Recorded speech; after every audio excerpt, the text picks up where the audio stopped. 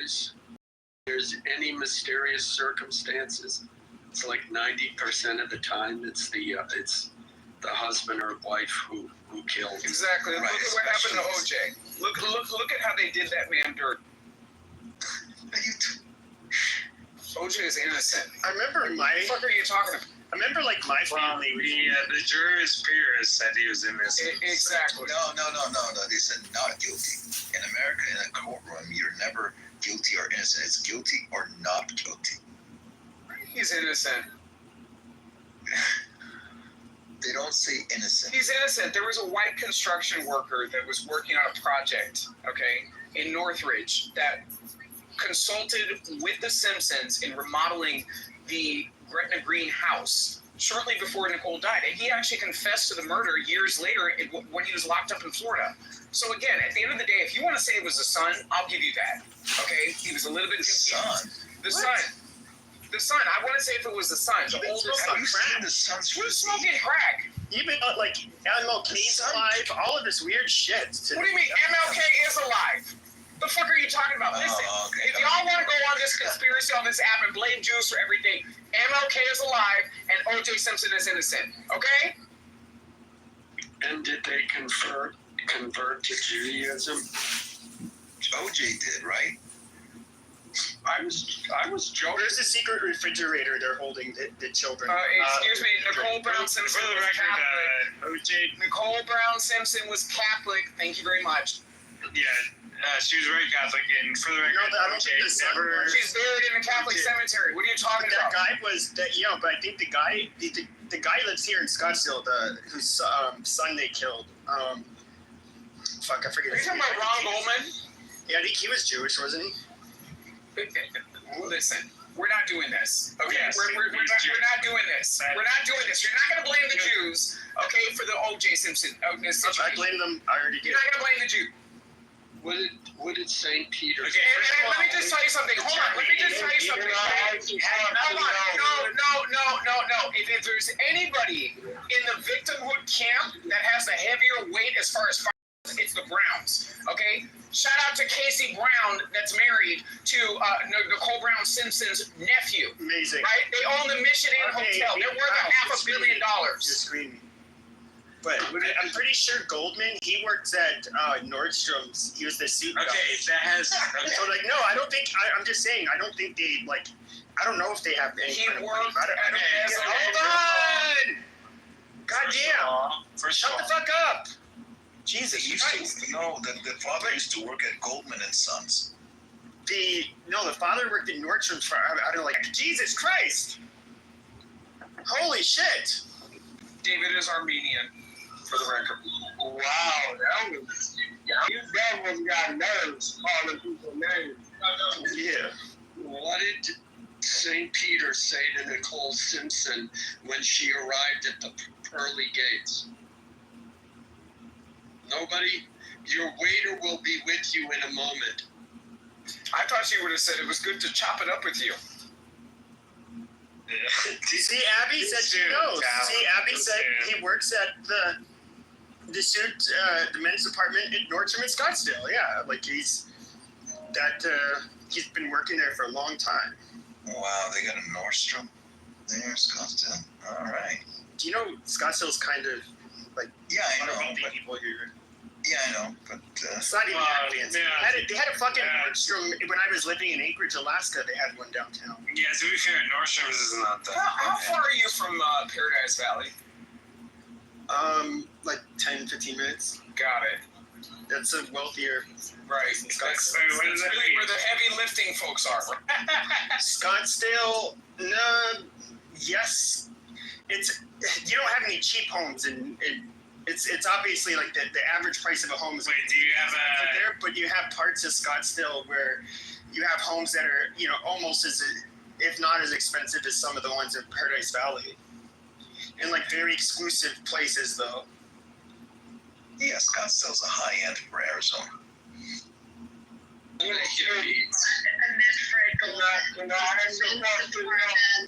Is the men's department at the fashion? What's it about $500,000? That That's it. That's it. And what happened was when OJ was alive, which by the way, he was my neighbor here in Vegas for a long time, after he was doing some government service in Nevada, the money, the NFL money, they weren't able to touch. Like he was getting some kind of retirement pension, right? So in Right, you can't touch NFL, that. right? I think he gets like $250,000 a year in retirement pension. He did. So now I don't know what the estate, if they have a judgment against him, whether they were able to execute on the judgment on what he owned. But he was here. After he went to jail here for stealing his own memorabilia, he ended up moving to Vegas, and then like a whole bunch of restaurants didn't want him in there. But like here, a couple of the casinos he had some lawsuits with because they kicked him out. His older daughter, when he was married to Marguerite, like we're talking about before Nicole, like his older set of kids, he had 3 kids with his former wife, and then he had 2 kids with Nicole. So from what I understand, a lot of his assets are in the name of lawsuit, if that makes sense. Yeah, they could do that. And there's a state exclusion of 30 million, up to 30 million. I knew that number. Real estate agents, and they do very well for themselves. They think I'm Yeah, but right they at don't that. have OJ money. He stayed very handsome. Like, I'm not going to say a good thing or a bad thing. I'm just going to give an observation. Like, he kept his looks. Well, the other thing, too, that you have to consider is that the kids are going to inherit from his kids with Nicole and, the kids with Nicole and OJ. They're going to inherit part of the Brown estate. So, I go back to the whole point that the Browns have embedded themselves into a lot of Southern California society through marriage and through business partnerships. Like, do you understand that, like, the grandfather used to own a Hertz, franchise that used to compete with Rick Caruso? Like, I mean, people don't understand, like, the greater context I really don't care about how much money. Wait, if they okay.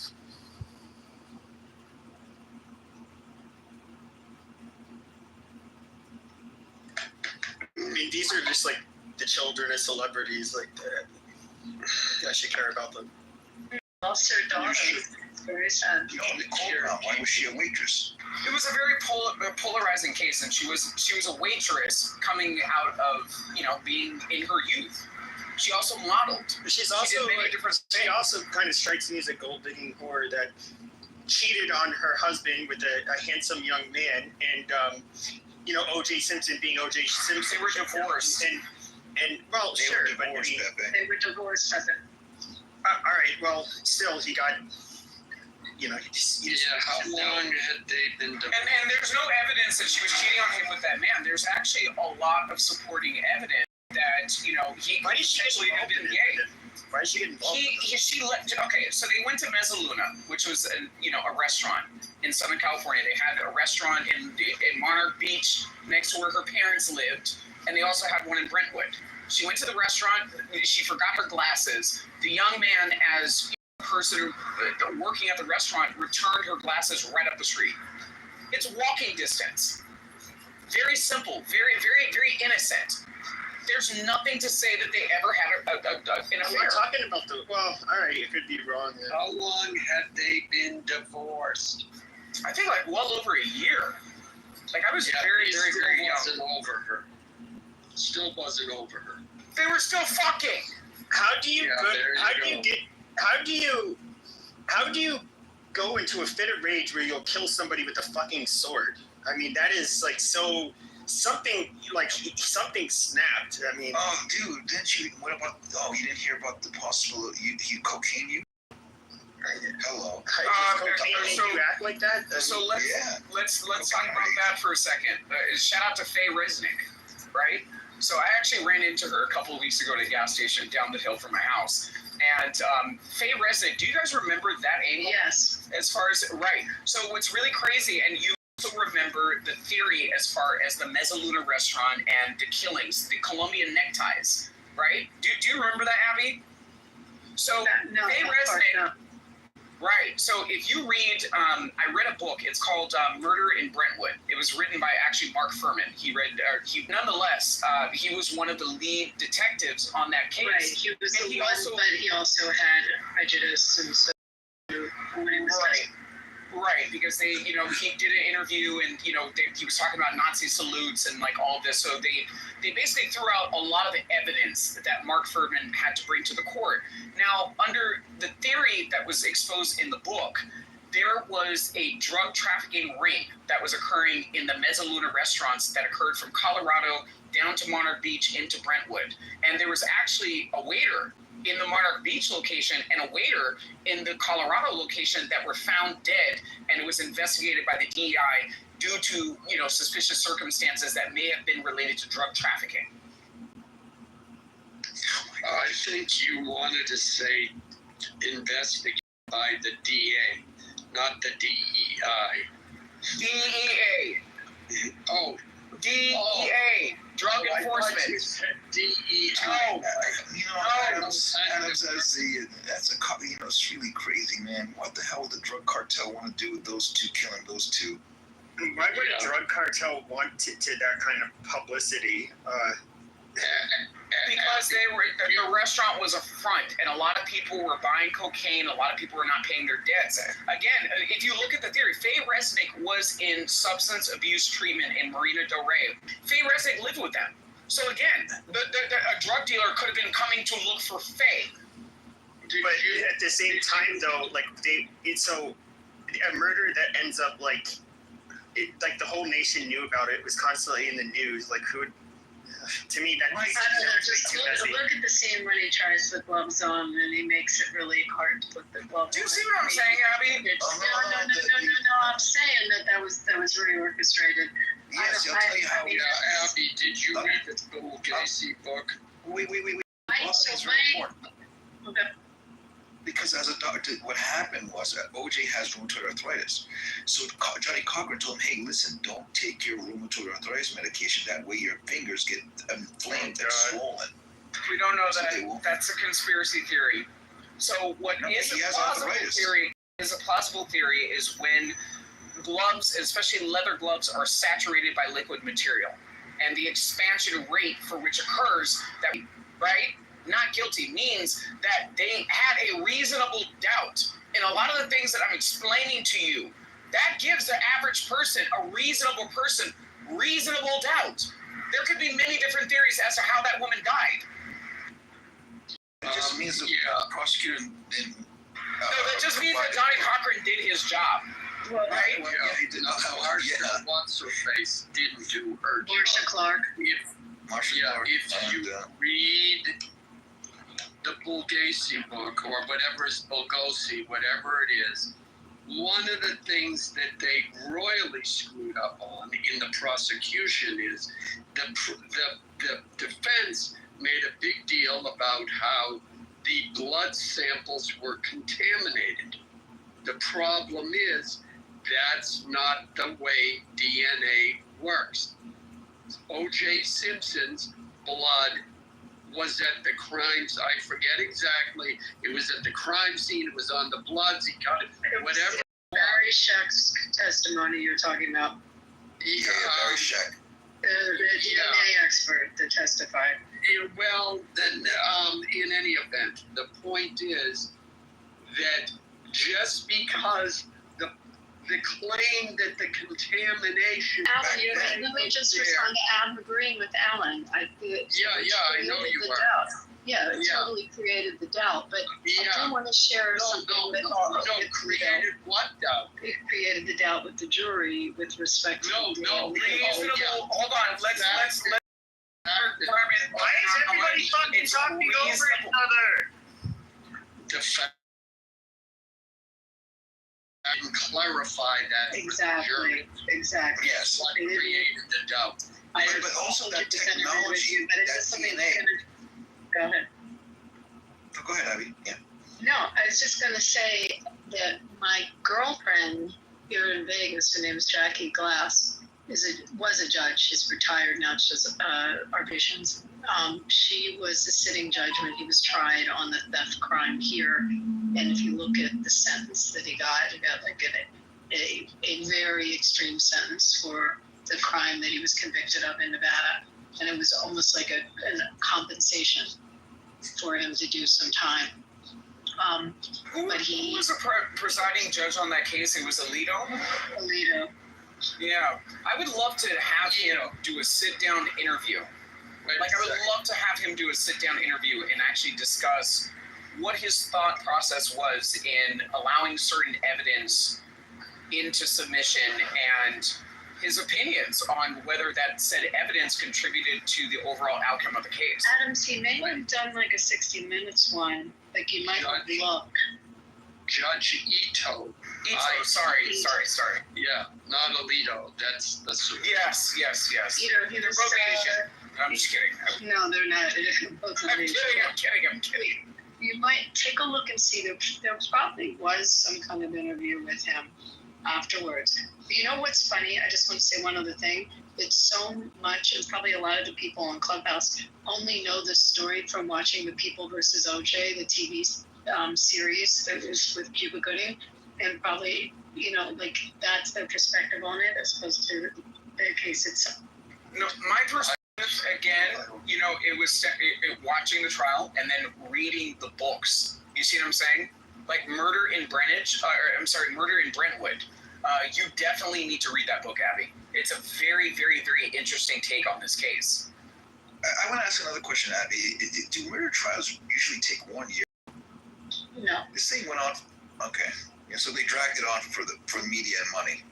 Well, no, there were a lot of motions. There was, you can have actually, I take that back, because you can have a ton of pretrial motions, and motions can hold you up for a long time.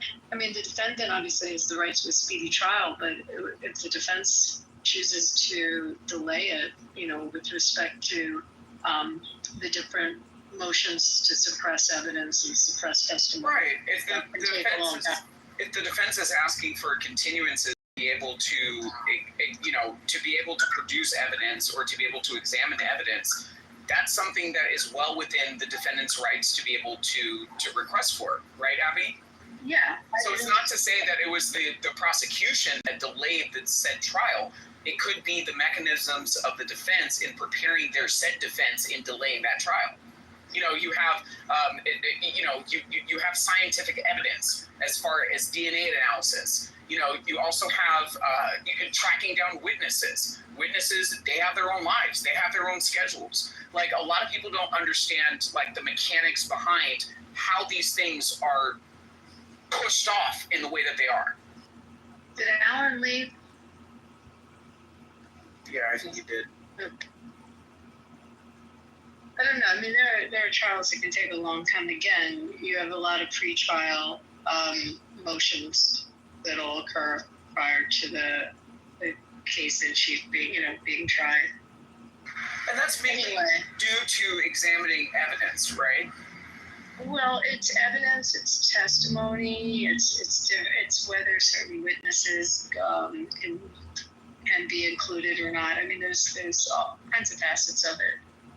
Anyway, it's interesting. I just had that perspective because he ended up here, and I know a lot of people that had dinner with him and spent time with him and treated him like as if none of this was in the past. And then there were people that were totally wigged out and didn't want to be in the restaurant if he walked in.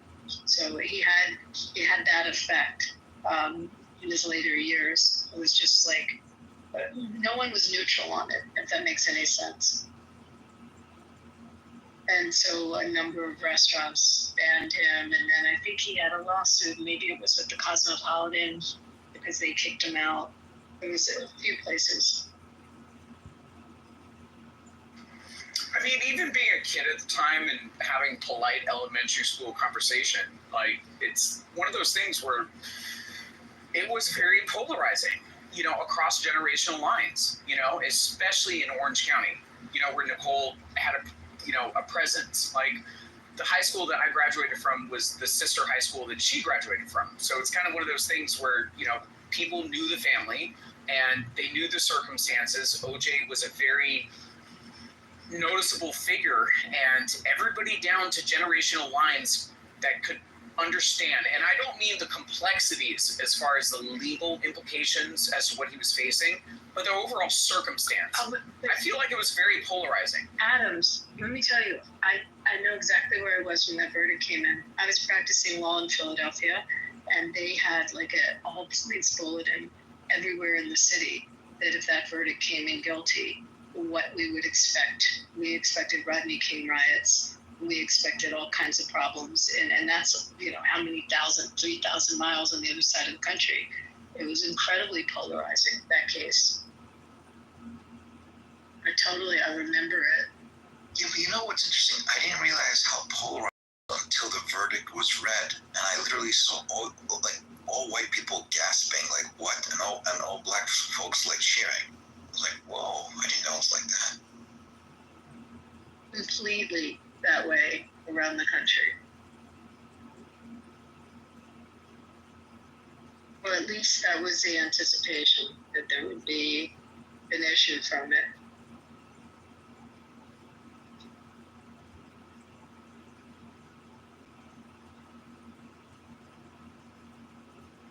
Anyway, Pepe, you should go over to Nordstrom, see if he's still there. I'll check next time. There. What I will say, Abby, is, you know, my dad and my uncle were in many athletic circles, you know, during that time, living in Southern California. And I don't know, it was kind of one of those things, like, my dad felt like OJ did it. My uncle felt like he didn't.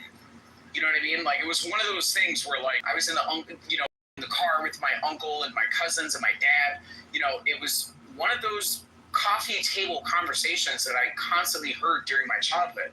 And then as I went through high school and, you know, as, you know, life progressed, you know, I read books and, you know, I just listened to different theories as to how this case unfolded. And I don't know, like, I'm going to go with my uncle on this one. You know, like, I feel like he did not do it. So, Adams, did you read his book, If I Did It? I didn't read it. Yes. OJ. I didn't read his book. Yes, and it was... What did he... I never read it. So, basically, from what I understand, and it's... You have to understand, Abby, that book was heavily edited, right? So, when the book actually made final edit review, the book had already been under the control of the Browns and the Goldmans. No. You see what I'm saying? OJ's book? Yes. If I did it? Yes. They took control of that book before it actually went to press. Oh, I didn't know that. They did. Okay. What are your thoughts about him being in the Ford Bronco with his passport and that whole spiel? I mean, any person. Listen, one of my best friends in high school, his dad, when I showed up to pick him up, you know, every day, you know, the same way that I did every single day. His house was being raided by the feds. His dad disappeared and was in Thailand up until after we graduated from college. So, I mean, is it to say that he did something wrong? He's a free man today, living in Laguna Niguel, California. So is it to say that because he fled, that means that he did something wrong? There's a presumption. There's a presumption often, and it's definitely used in a criminal proceeding that there's fleeing from the scene, or if there's that kind of like, I don't know, but I'm curious how the country polled then and how the country would poll now on it.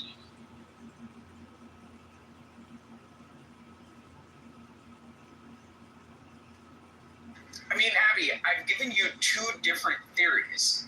One for which actually rendered a confession. The Northridge construction worker that was working on the damage in Northridge at the time confessed to that murder in prison while he was in prison in Florida. Years later. Was he out of his mind, or like, was he of right mind when he? I'm going to be honest with you. I don't know his level of cognition. I don't know his level of him being able to offer up those statements and for them to be legally valid based on his state of mind. I'm going to be honest with you. I don't know that. But what I am saying is that the same relevance and importance into people examining those facts should be taken into consideration in the reasonable doubt factor in terms of, listen, even the evidence that we have, aside from these other anomalies, people on a reasonable basis felt like the man did not do it.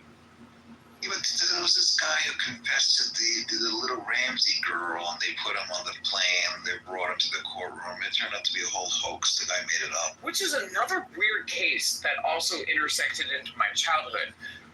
So I went to Crystal Cathedral Academy while this, O.J. Simpson case was going on.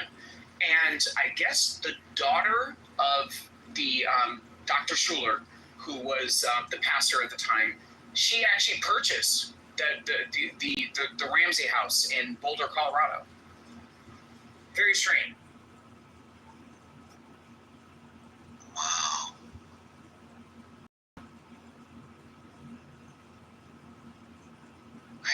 I would stay away from buying an infamous house.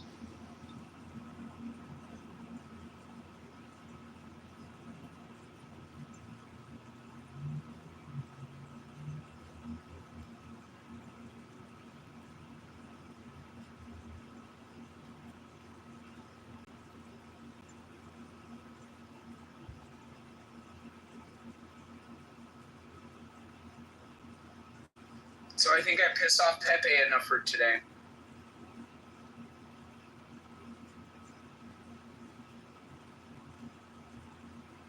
Amazing. All right. Oh, I guess I'll just close the room since we're done. All right, Pepe. You guys Have a two. There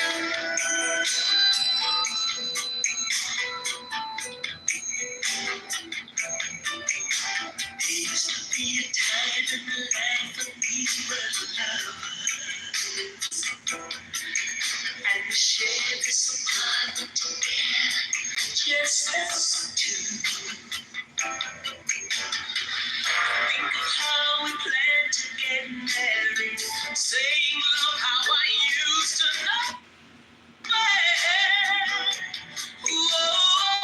can't stand this feeling alone. I can't stand this feeling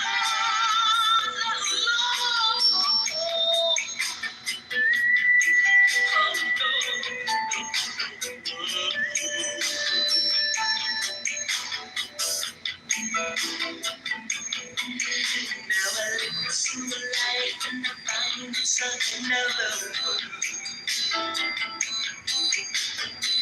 I'm not even the same, I'm a different girl. Yesterday I was somebody's baby. Now today I'm a woman of my own.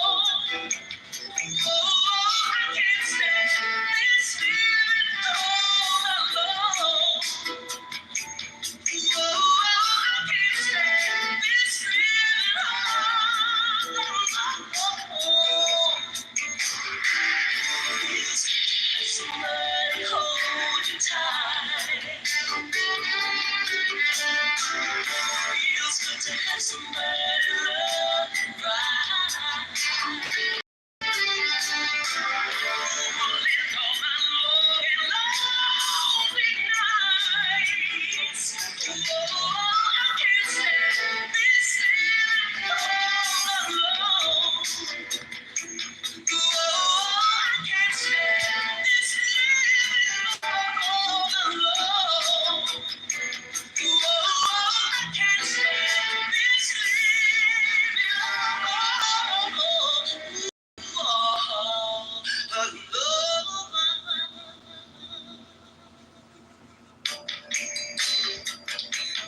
Phyllis Hyman, Living All Alone, 1987.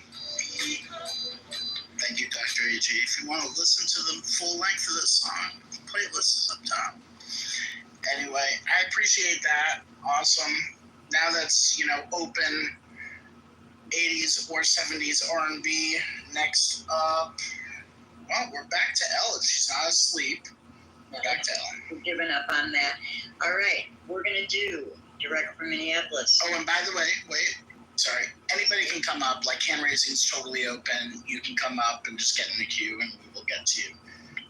So yeah, awesome. And replays are on, so people can listen to it later if they get it. All right, go ahead, Ellen. So, direct from Minneapolis. Oh, We're going I to know do- who. Maybe. I bet you do. It's not Bob Dylan. It's not by Dylan. It's Little Red Corvette by Prince. And here's a little trivia for you. Despite its title, Little Red Corvette was inspired by a pink Mercury Montclair Marauder owned by Prince's bandmate Lisa Coleman. Prince reportedly napped and perhaps more in the car with Vanity, which may have sparked the song's creation. Also, Stevie Nicks wrote Stand Back after hearing Little Red Corvette. She even invited Prince to play keyboards on the track. How cool is that? Thank you. I love that. All right, here we go.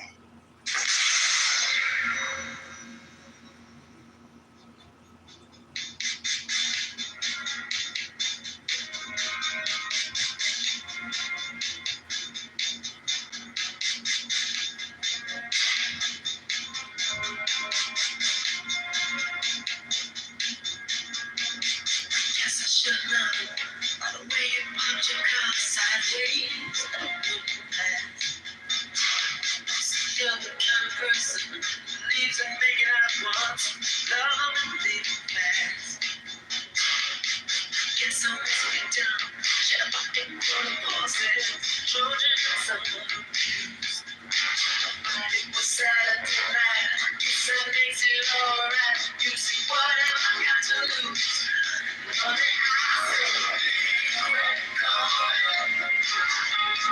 Baby, if I told you last,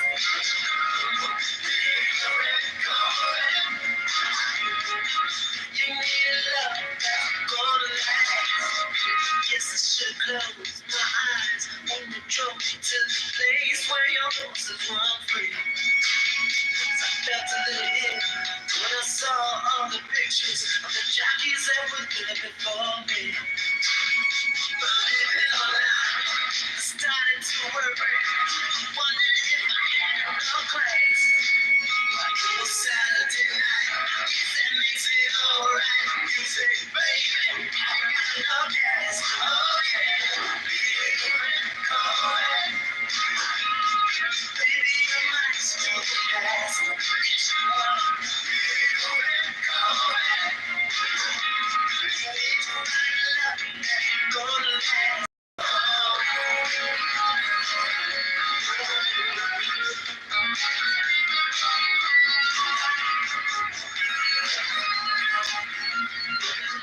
All right, cool. 1982, October 1982, Little Red Corvette, Prince. All right, now we're moving along the stage here. Thank you, Elle, for that. And back to you. 70s or 80s? Yes, Hercules, Air on Metal. Wait, what's the name of the song? Hercules, Hercules. Yep.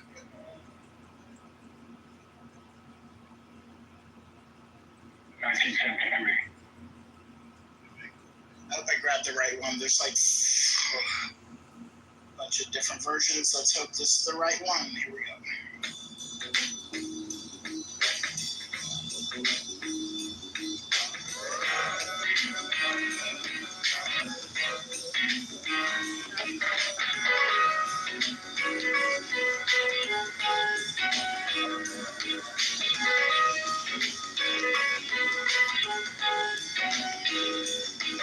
Cause and fear is fear itself.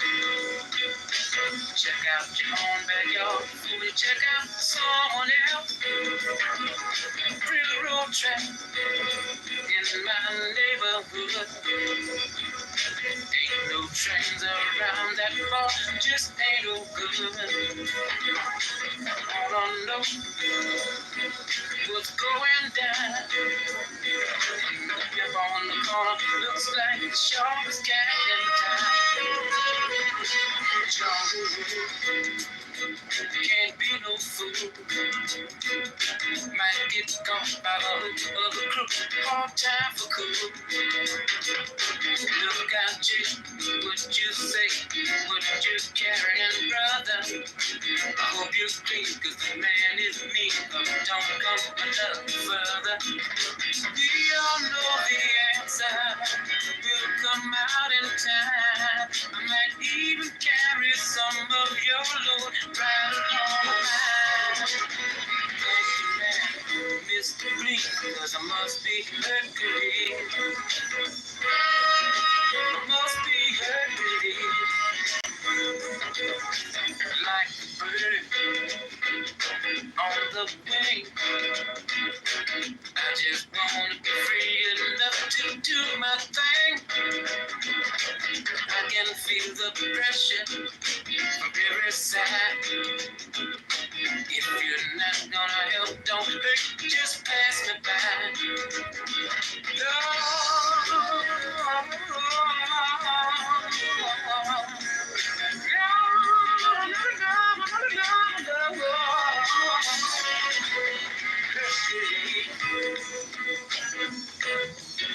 I must be Hercules.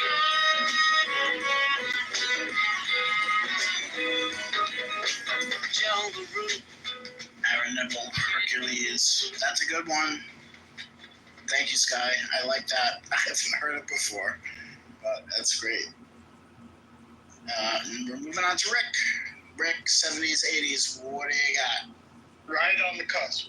I know Corrida, the version from Quincy Jones, which it's probably one of the most amazing arrangements ever. Every time I hear it, I hear something new. It's just fantastic. And the guy that wrote it is like a British rocker. Which I just found out. And he wrote it as kind of a tribute to some Japanese erotica film. But I never knew that. I only knew the version from Quincy, and it's just ridiculous. It's just This is from the Dude. Is that from album? Dude. Yep. Ah! I love it. All right, cool. Thank you. All right, cool. Let me see. Go.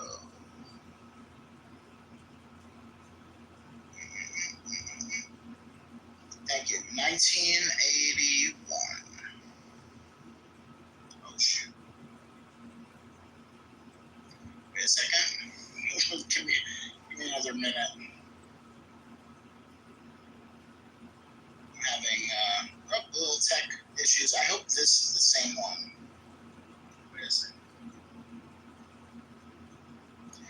Oh, interesting. Okay. It's giving me some headache, so give me 1 second here. Let's try this.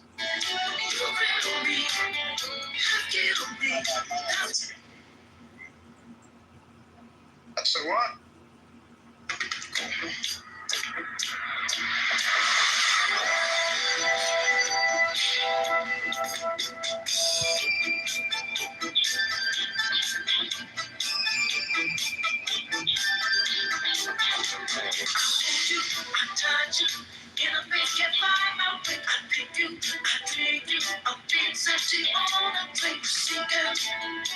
That's what I go through every day. Is this the way it should be? It's me, I'm dreaming, but if it feels so bad, so I'm drowning. Don't say it's just the way I like to go to sleep. You riddle me, you kill me. That's what you do.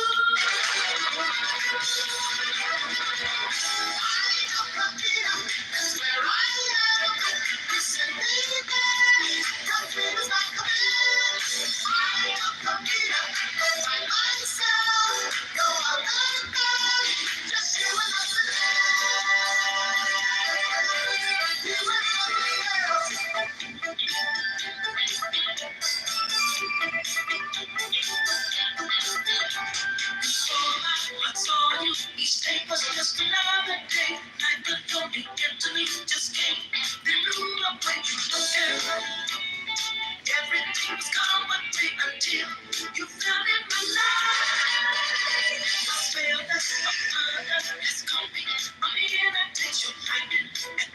Since my poor heart place you see it.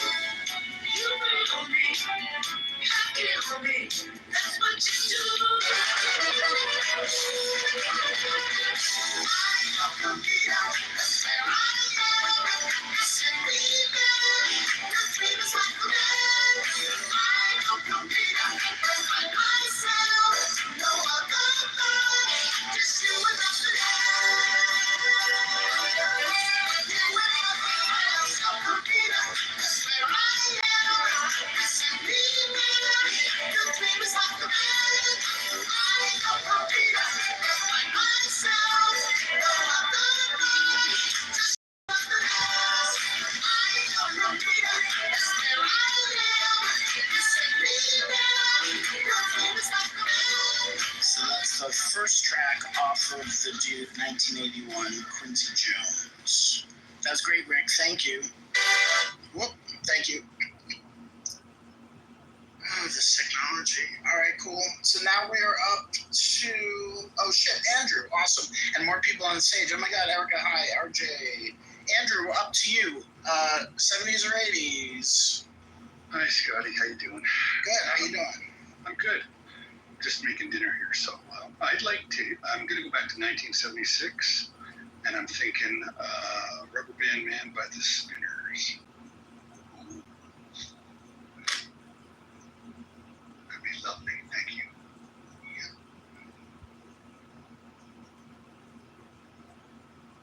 Remember this. Okay.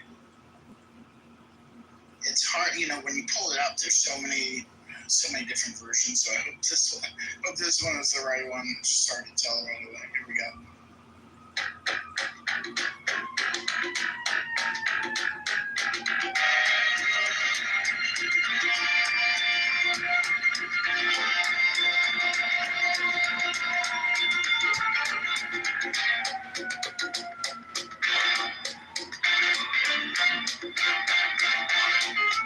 Hand me down the walking cane, hand me down my hat. Every now and don't be late, 'cause we ain't got time to chat. You and me, we're going out, catch a bad sound. Guaranteed to blow your mind, so I won't come down. Hey, y'all, prepare yourself for a man. You've never heard the sound like a man. Go down, lose control. A man starts to jam. What is this outside? Everything he does seems to come out right. Once I went to hear them play at a club outside of town. I was so surprised, I was hypnotized by the sound he had put down. When I saw this short black guy with the band between his toes, yeah, I laughed so hard 'cause the man got down when it finally reached his nose. Hey, y'all, prepare yourself for a man. You never heard the sound like a man. Man, you're bound to lose control. A man starts to jam. I take my band up on his toe, and then you wiggle it up around his nose. Guaranteed to blow your mind. And all the music, just keep the time. Line of love, did you learn that? Oh, 1975, The Spinners, Rubber Band Man. Thank you, Andrew. I like that. Gotta run, Scotty. Thank you so much. Thanks, Al. Good luck on your nap or date. It's gonna be a day. Love you. You too. All right, next. Where are we next up? Erica. Erica, so good to see you.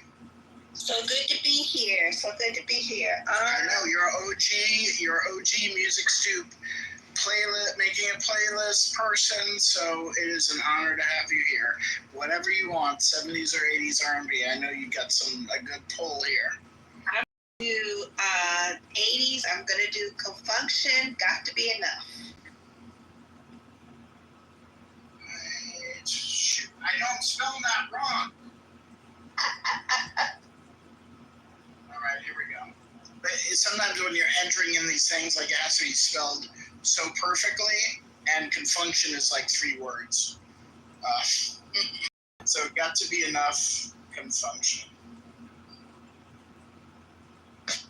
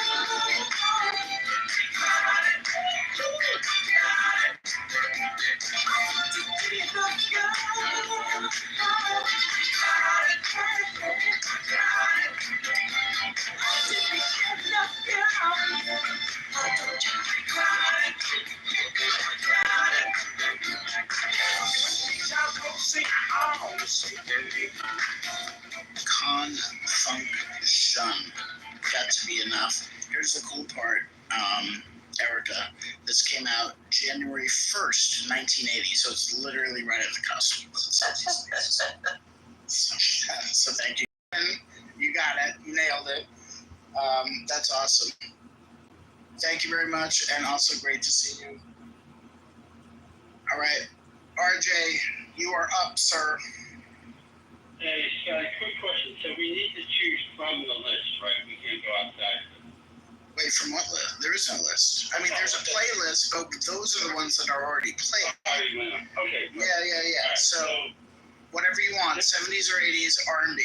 I'll name it first and tell the story you kind of look for. This is early 80s song called Buttercup by Carl Anderson. And I'm bringing it up because I've been traveling for the past weeks. I've been on these long haul planes, and I had those best 80s lists I listen to when I have my iPhones. Yeah, and I heard it on that list, and it brought me back to like driving around with my mother while she did errands in the early 80s and listening to the 80s R&B. And it's like I haven't heard this song in probably 35 years, but it's in my head, so I just wanted to put that out there. Buttercup by Carl Anderson. Thank you, and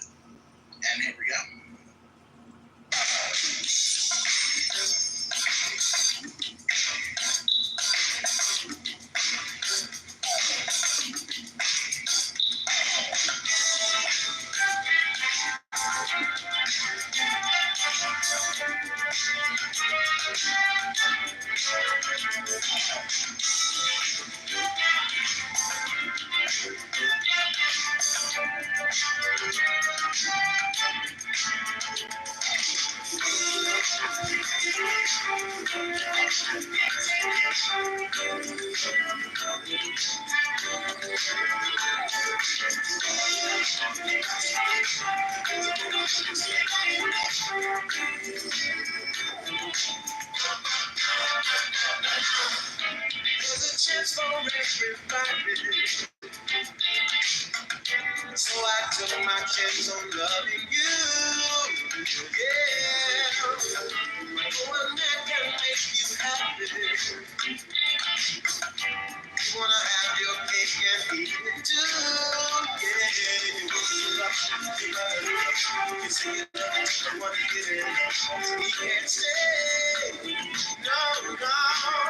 Oh, you want to get up. You better. You better go watch it till you're not enough. I can't stay. I'm right to my opinion. Feeling we be better off as friends. Yeah. But you can make no one man happy. When you're spreading yourself much too thin. Oh, you want to give up. You better give up. You say you love it, you want to give it up. You can't stay. No, no. Oh, you want to give up. You better give up. You better go watch it until you're not enough. I can't stay.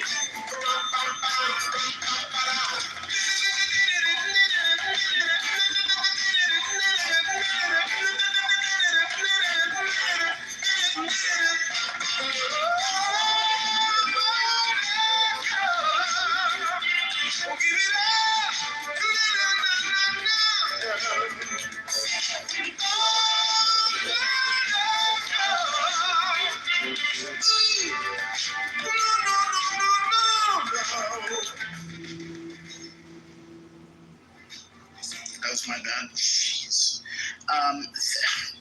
Carl, composer Stevie Wonder, lyricist Stevie Wonder on that one. And that's from 1986. That was a great pull. Yo, I had never heard that before. And what a voice. That was great. Thank you, RJ. I added it to the playlist pinned up top. Next up, James.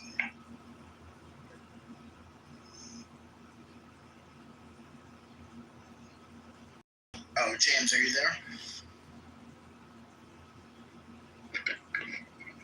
Yes. James, if you aren't there, you can tell me your choice, or you can write it in the chat.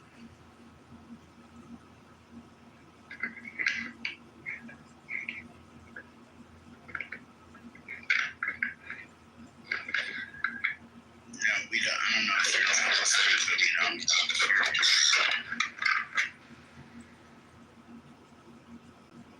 No, you can write it in the chat, James, because I don't think we hear you. But next up would be Brian, or we can come back to you, James. But Brian, it looks like you're on a phone call, which then means we're going to Moose. James, I saw you muted, but were you able to speak, or you could put your pick in the chat? It's up to you either way. Otherwise, we will go to Moose. Moose. What's good, Scotty? Happy Sunday. What's good? Happy Sunday. I'm so happy when I found your room. Much needed today, man. I'll say, Give Me the Night by George Benson, if you haven't already. Yes. My contact crashed. Oh. I think James is. Oh, wait, James is speaking. Okay. I can't, you're very low, but go ahead. What I would like to hear is the slick, the sly, and the wicked. Show now.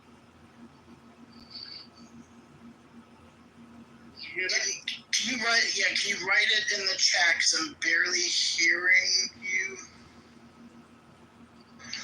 Can He said the Slick slick. the fly of the wicked by showing up. Showing up. Yeah, right. Showing up. Got it. Okay, I hope this is the right one, y'all. Here we go.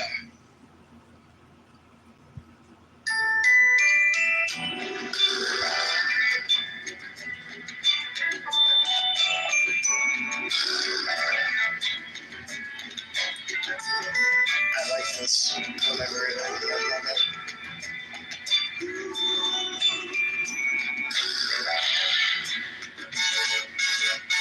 So you think you love him? Girl, you know you love him.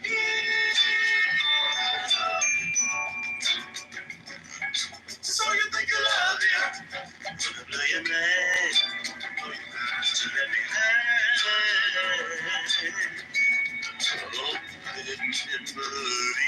Ooh, yeah. I've tried so hard to convey my love, but you only ignore me. Oh, I felt we could make it. I really felt we could make it, girl. But you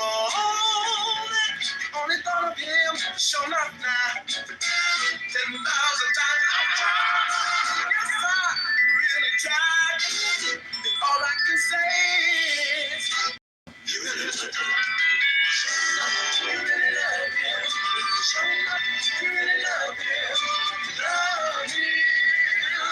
Show enough, love him. Show enough, show enough. Show enough. You really love him. Show enough. You really love him. Love him.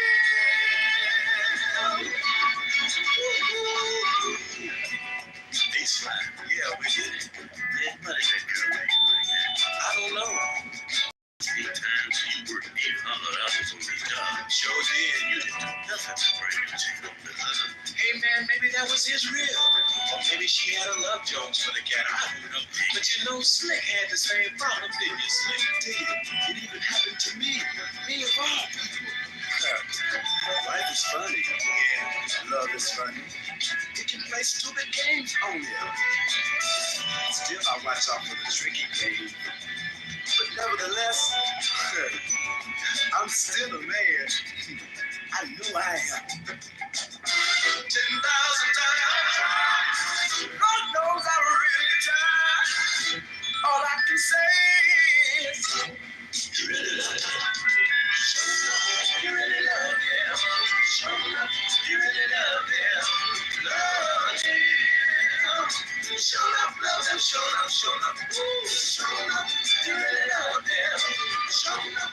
You really love him. All right, fantastic.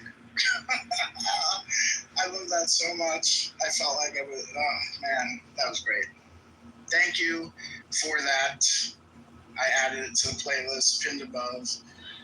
Again, if people don't have, if you don't have Tidal, maybe you should get Tidal because the sound quality is great, and they pay their artists more for what it's worth. I know it's not much, but it's definitely much better than Spotify and Apple Music and definitely YouTube.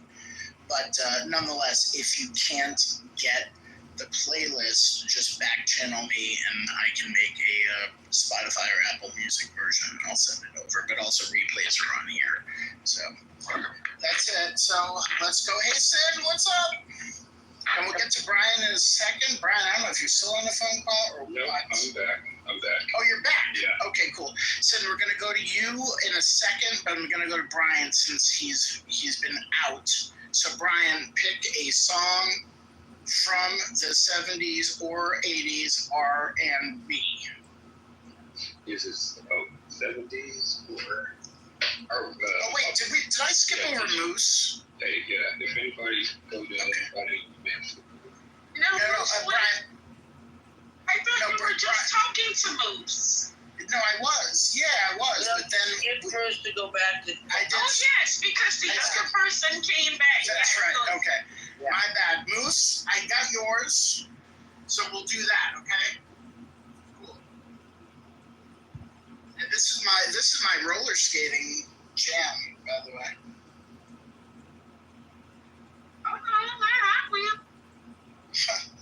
Wait, sorry. Oh God, you have to spell these things correctly. This is crazy. Okay, here we go. Yo, this will forever be a jam. Oh yeah. Bring on the rollery.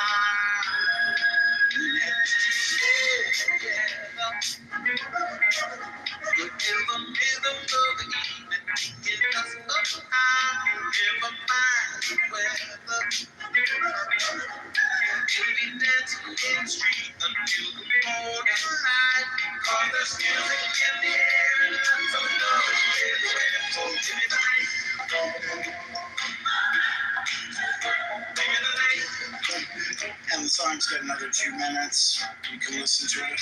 A full version of the playlist about. Woo! This one was such a hot jam at the time and still holds up ridiculously. And I just want to make sure that, everybody knows Herbie Hancock on electric piano on that one.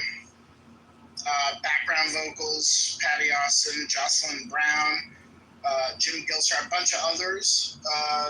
Of course, Quincy Jones produced. Composer, the great Rod Temperton, which is ridiculous because he did so many songs, it's hard to even mention his list. He's one of the greatest songwriters of that era, between Michael Jackson, Heat Wave, and a bunch of other shit. That was so legendary. Thank you, Moose, so much. We're going to Brian, then we're going to Sin. So, Brian, you are. What was that? George, what was that? 80s or 70s? George Benson. So that one was like, I think it was 81, but it doesn't matter, Brian, because it's open. Oh, okay. It's open, so you can do anything you want. But that was August 1980. Oh boy, I'm rubbing my hands. And if you were old enough, you were roller skating to that. Oh yeah. That I know. In a polyester suit and an afro. Well, I'd be remiss if I didn't include one of my personal favorites that we, you know, my spaces that I used to hold here on Clubhouse. I'm excited. We used to honor the late great Barry White. So there's your primer. It's my personal. Unlimited Love Orchestra or Barry White solo? Oh, we're gonna go with Barry, and it's his cut. It's Ecstasy when you lay down next to me, and you know, while I'll just do a little filler time space while you're finding it. But no, I got it. It's all. Oh, you damn man. Okay, no filler. No, I don't fuck around here. I'm long on this app. Ain't no rookies here. All veterans. Nope. Yeah, man. But I know if you found the shorter radio version, because the original is like 8 I have the single. Yeah, I got the single queued up. Yeah. But I'll put the if I find the extended or the album version, I'll put it on the that one's worth the time people listen to start to finish. We'll do that. Yeah, the radio edit's pretty short in the scheme of things, but here we go. Barry White.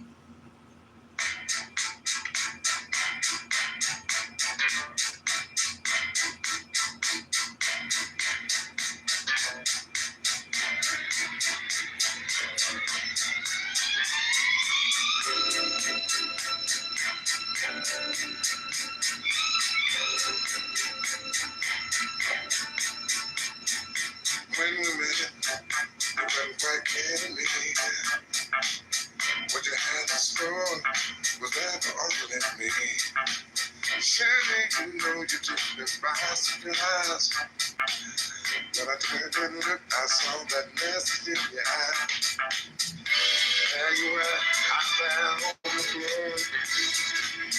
The way you moved, girl, only made me want you more. I did not know you had me hypnotized. To the movement of your body dancing in my eyes. I know every know you can make you right. Don't want to control you, just have a good time in ecstasy. When you're in out next to me, no, ecstasy, yeah. When you're in out next to me, I find it hard to concentrate.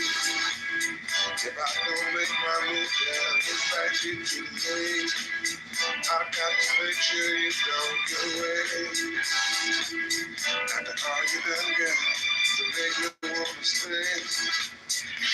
All my life I've been searching for a star. Now my search is over, and here we are, living in ecstasy, yeah. And you lay down next to me, yeah. We're in ecstasy. When you lay down next to me.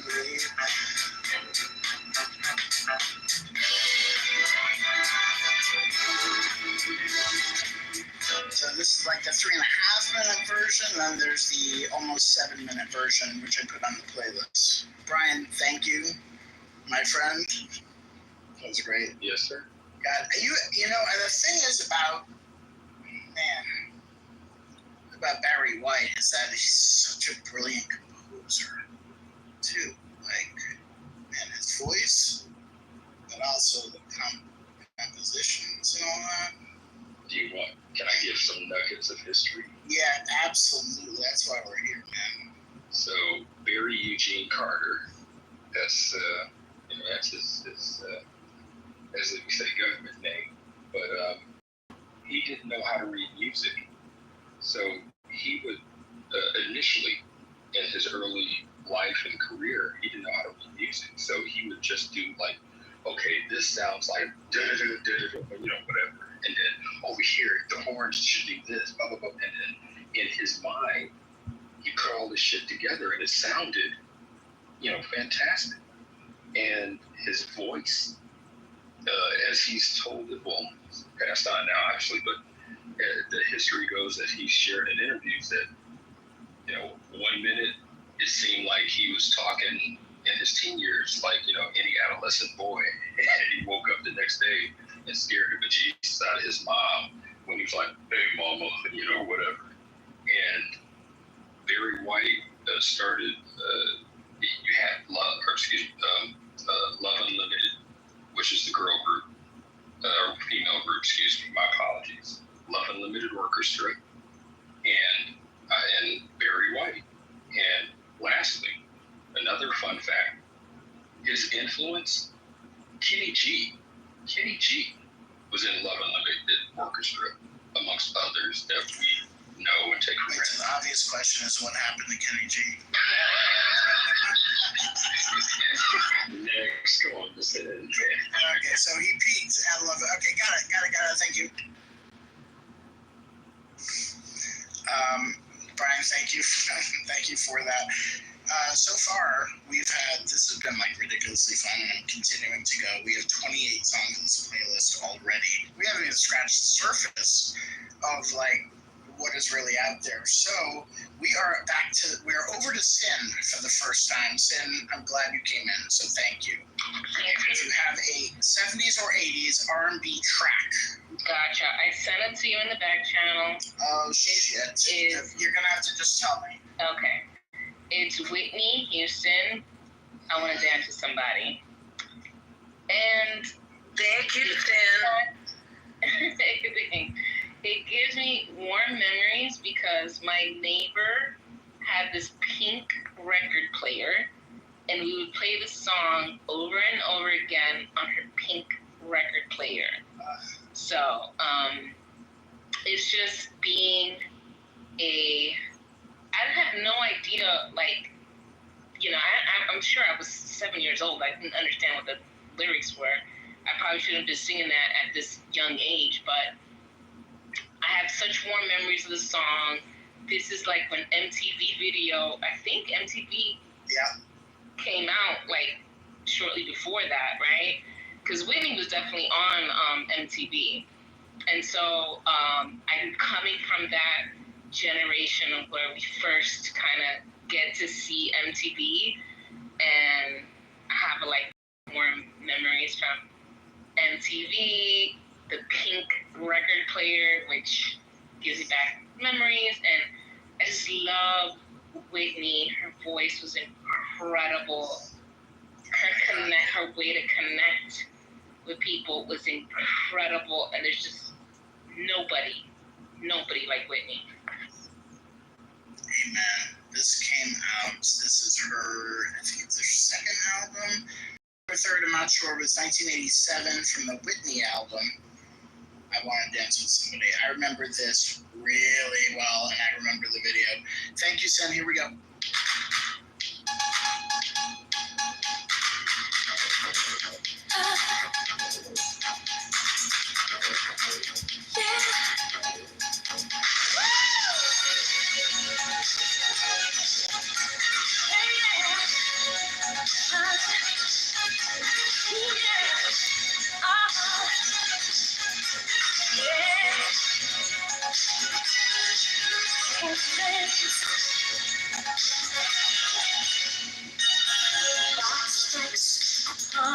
Out and the sun begins to fade. Still enough time to figure out how to chase my blues away. I've been waiting until now. The light thing that shows me how. And when the night falls, loneliness comes.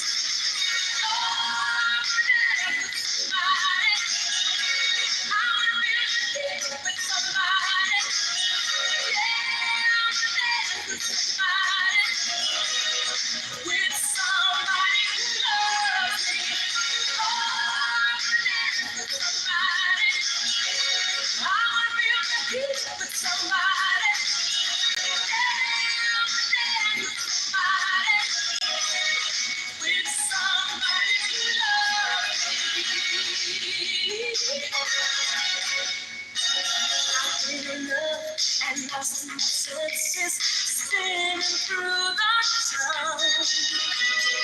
Sooner or later, the fever ends, and I wind up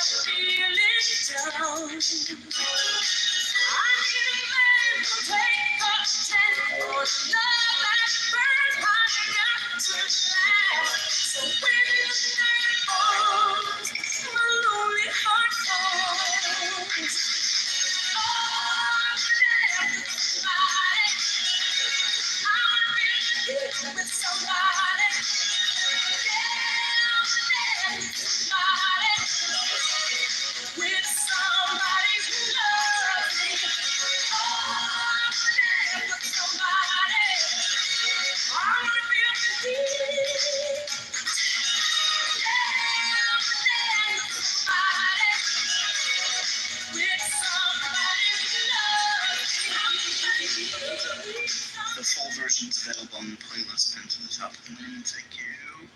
I love this song so much. Thank you, Sin. That whole Whitney, I remember when Whitney's first album came out, and the first song off of that album, which I think was the first single, was You Give Good Love. Oof. Yes, sir. Still hits hard. I absolutely love that one. All right, cool. Oh shoot, it's me. All right, y'all. So I'm not going to introduce the song. This is from the 70s, however, but I'll give you some clues, and then you'll definitely know what this is. This guy invested. It's kind of a one-hit wonder-ish. Guy invested $900 of his own money to record this demo, initially titled "A Cadillac Don't Come Easy." So I'll leave it there. Went to number 1 on the U.S. R&B charts in 1974, number 4 on the Billboard Hot 100 in 1974.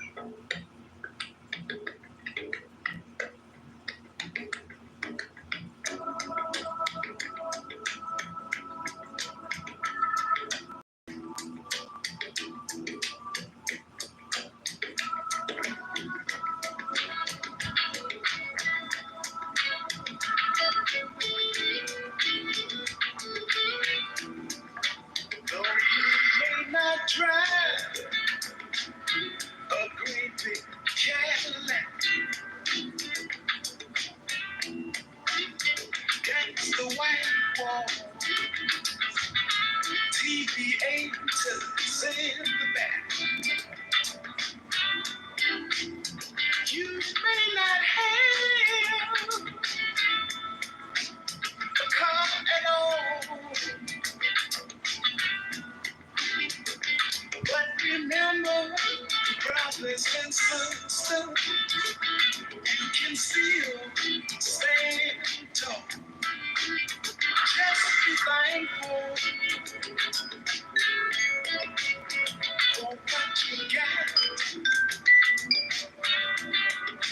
Though you may not drive a great big Cadillac, diamond in the back, sun roof top, digging in the scene with a gangster white wall, TV antennas in the back. You may not have a car at all, but remember, brothers and sisters, you can still stand tall. Just be thankful for what you got. Though you may not drive a great big Cadillac, got the white wall, TV antennas in the back. You may not have a car at all, but remember, brothers and sisters, you can still stand tall. Diamond in the back, sun roof top, big in the scene with a gangster lean.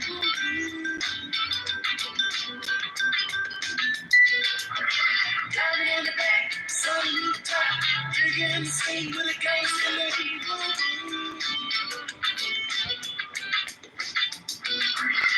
Diamond in the back, sun roof top, big in the scene with a gangster lean. Yes, sir. Thank you. One of those short songs you can just play all the way through. So that's for my favorite car guy on this app, which is Brian. Hey, thank you, sir. And we still got Brian and nobody else. We got to do another one. Those who don't know, we did two. We did a couple because Sunday Drive. Sunday Drive. Yeah, my rooms that I'd host were Sunday drive, and it was centered around just, healthy discussions and conversations and things that we all can get behind. And then Scotty and I feel like we did like the old TV shows, like a crossover episode. So we did rooms where your first car and your first song that and then we expanded it. So we hold me accountable. We got to do another one. Right, and like what you would play in your car. Like I had my grandfather's. Well into the 80s, I would say. I had my grandfather's 1978 black Ford Granada 2-door, and like what I was listening in that stereo when it would work, other than the AM radio, which was he didn't have FM radio. But I did have. I would have my like boombox on the seat so I could play cassettes because he only had AM radio. So that's how I got around. All right, so who we up now? Oh shoot, Sue, then Dr. AG, and we'll do like one more lap over here. What do you got, Sue? I don't have anything right now. Go to Dr. AG. Thank you. All right, cool. Dr. AG, you're on the spot.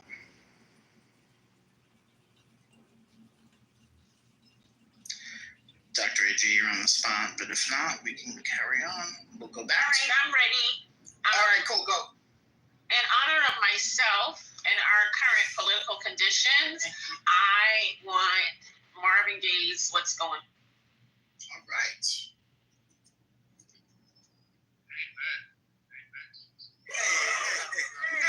Great choice.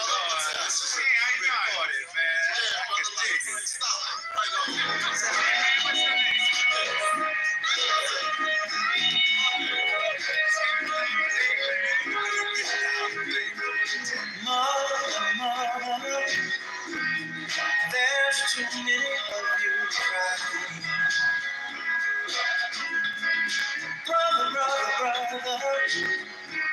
there's far too many of you dying. You know we've got to find a way to bring some love here today. Father, we don't need to escalate. See, war is not the answer, for only love can conquer hate. You know we've got to find a way to bring some love here today. Picket lines and picket signs. Don't punish me with brutality. Talk to me so you can see what's going on. What's going on? What's going on? Yeah, what's going on? Oh, what's going on?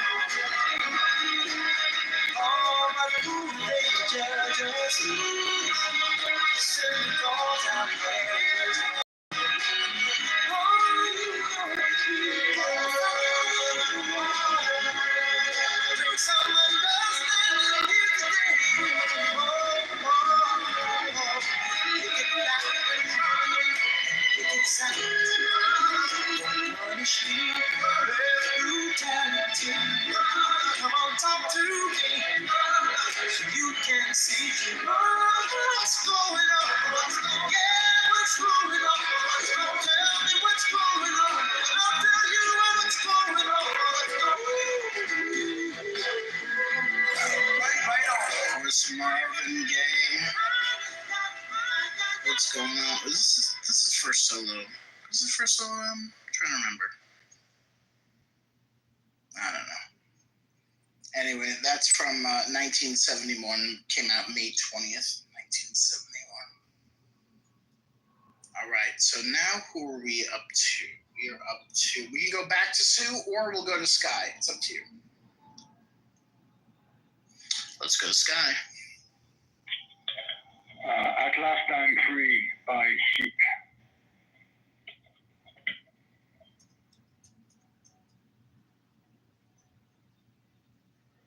Got it.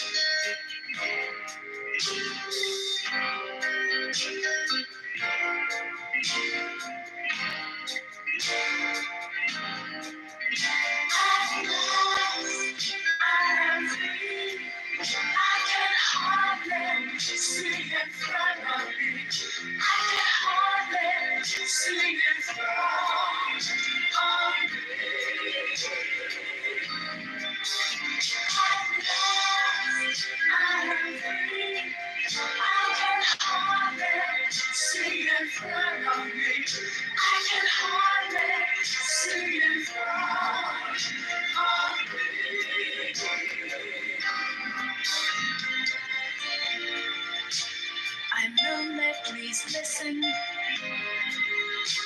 to what I say.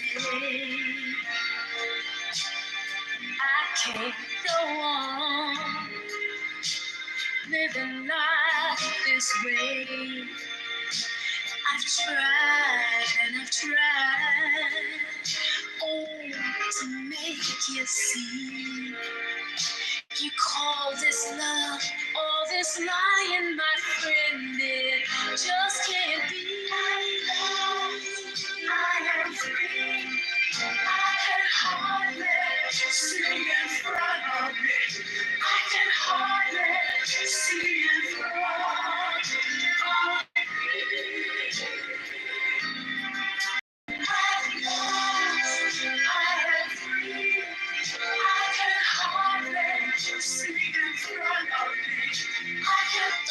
This is such a great poem. Thank you. It is a 7-minute song, and I encourage everybody to listen to it. 1974, of course, Nile Rodgers, Chic, and one of the background vocalists is Luther Vandross on that one. Amazing. Yeah, that's the 70s. Are like insane. Sky, that was amazing. This is why I love this room, because it attracts people that also come up with like random songs I've either never heard or haven't heard in forever. And it's always like good taste. So thank you. That leaves us to Rick. Rick, what do you got for us, my friend? Well, here's one that you probably never heard of before. Yay! Those are my favorite. So it's a song called Nice and Easy by Leroy Hudson. Oh, I know Leroy Hudson. Oh, you do? Yeah, because he has, there's a song of his, I'm trying to remember, that is one of my absolute favorite R&B songs. Shit, I forget the name of it, but anyway. Well, he was with the Impressions originally. Okay. And he's got an amazing voice. So this album was produced by Nicholas Caldwell, who's no longer with us, but he was one of the singers with the Whispers. And this is one of the 2 songs that I played guitar on in my I love it. I love it. So, but it's Nice and Easy from an album called Paradise, Leroy Hudson. Thank you. Nice and Easy. Here we go.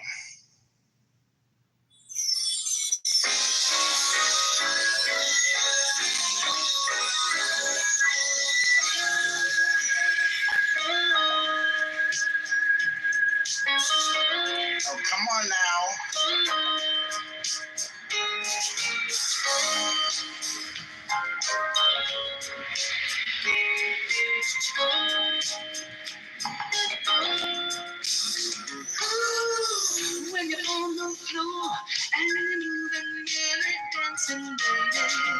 Moving too fast to hold in my arms. I wanna slow you right down so I can kiss and hug you, nice and easy, baby. Yeah.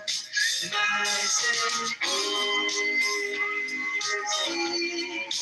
nice and easy.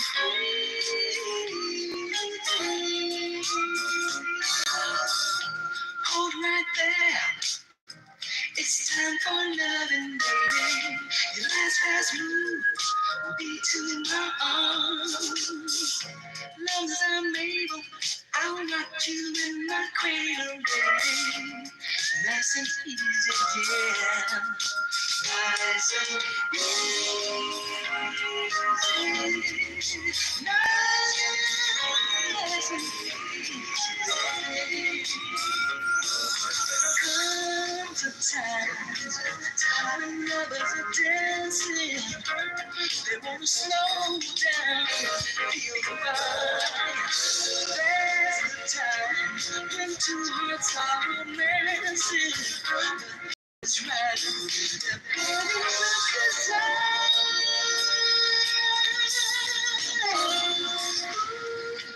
I love to see you dancing. I wanna feel your body so close to mine.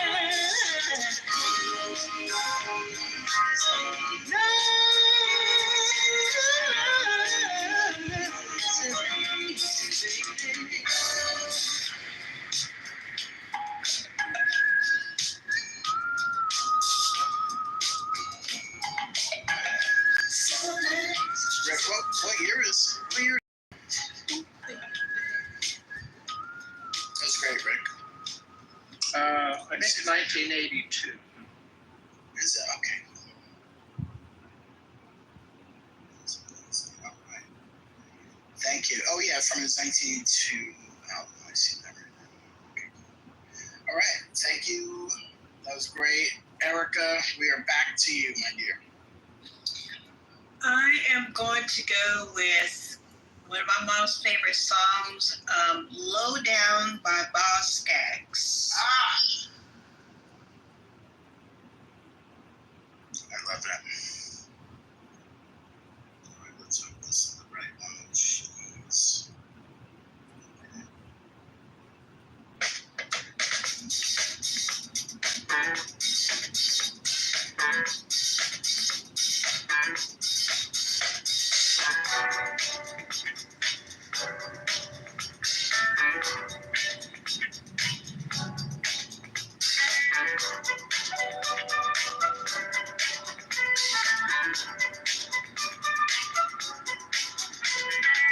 Babies in the run around, hanging in the crowd. Put your business in the street, talking out now.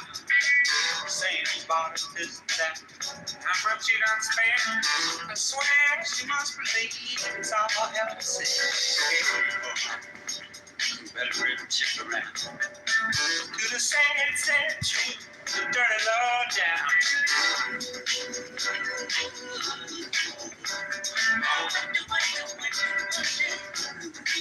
How to talk like that?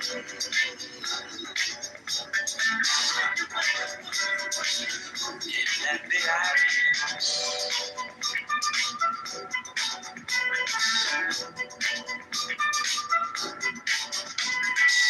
Nothing you can't handle, nothing you ain't got. Put your money on the table, drive it off the lot. Turn on that old love light, turn it maybe to a yes. Same old schoolboy game got you into this mess. Better get on back to town.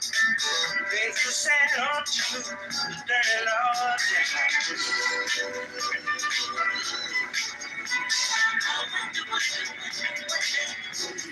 Put those ideas in your head.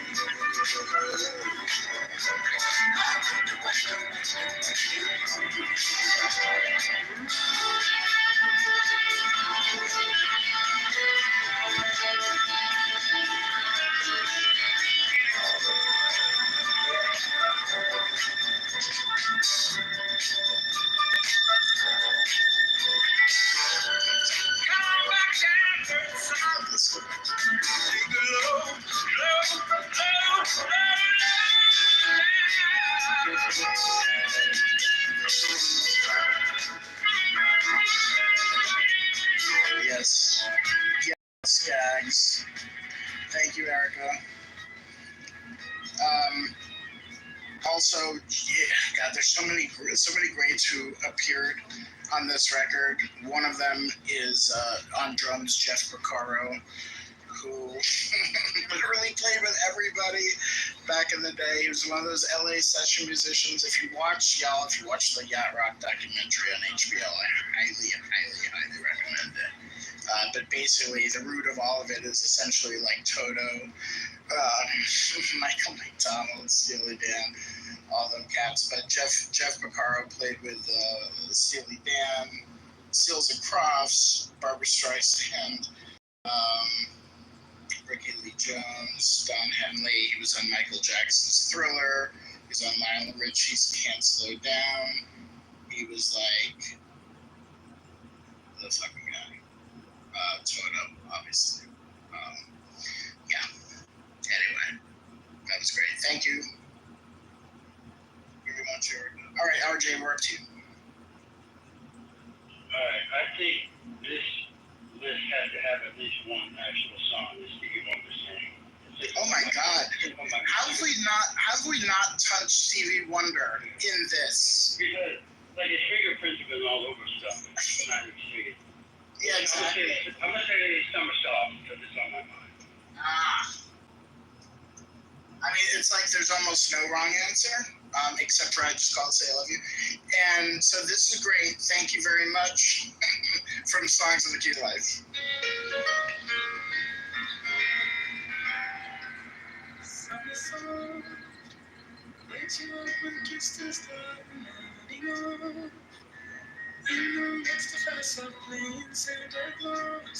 She brings gifts to her. Honey, keep the place of living's on and when she plans to change to bring rain or sunshine. And so you wait to see what she'll do. Is it sun or rain from you? But it breaks your heart in two when you find it's October and she's gone. And she's gone. Summer's gone. Taking with her summer's rain. Whispers to you that he wants to be your friend. But nothing for your answer he be dead. Forcing danger's way with his breeze. Morning's long, and heaven to go for you to flow. Just well with me, never let you know. If it's no more clear day you'll find. And so you wait to see what he'll do. Is it sun or snow for you? But it breaks your heart in two. 'Cause you've been full by April. And he's gone. And he's gone. Winter's gone. You find it's October. And she's gone. And she's gone. April. And he's gone.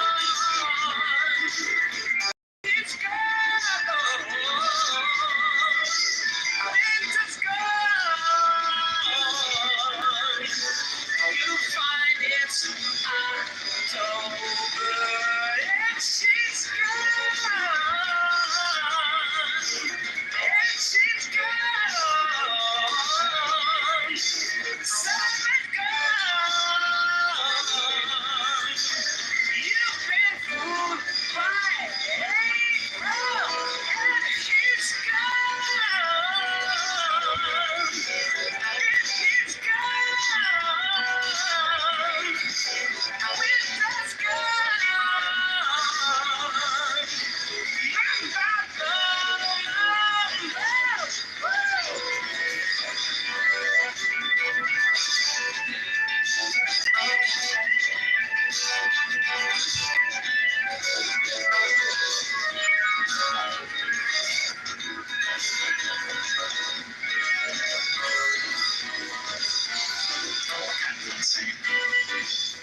think it was like maybe 10 years ago. I saw him at Madison Square Garden when he was doing the Songs of the Key Live tour. And man, it's just so good. Thank you very much. Wait, who put that? RJ, thank you. Yeah, because when you look at the list of artists that we have so far on this, on this collaborative playlist we got here, we got Gap Band, Aretha Franklin. I stuck Sly in there, by the way. SOS, Penn, Deuce Williams, Marvin Gaye, Luther, Patti LaBelle, Parliament, Phyllis Hyman, Spinners, Quincy Jones, George Benson, all that. Stevie Wonder. I'm just Marvin Gaye, Chic. I wonder if we have left anybody out. We've left a lot of people out, but we are continuing. So just keep that in mind. If an artist that is essential from the 70s or 80s R&B, I'm going to try to squeeze them in there for this list. But next up we got, I think it's James. We got James. Oh wait, you're really low. Jody Bristol, Born and Dream. It's beautiful. What is it called? Go On and Dream? Yes, by Jody Bristol. Okay. All right, let's see.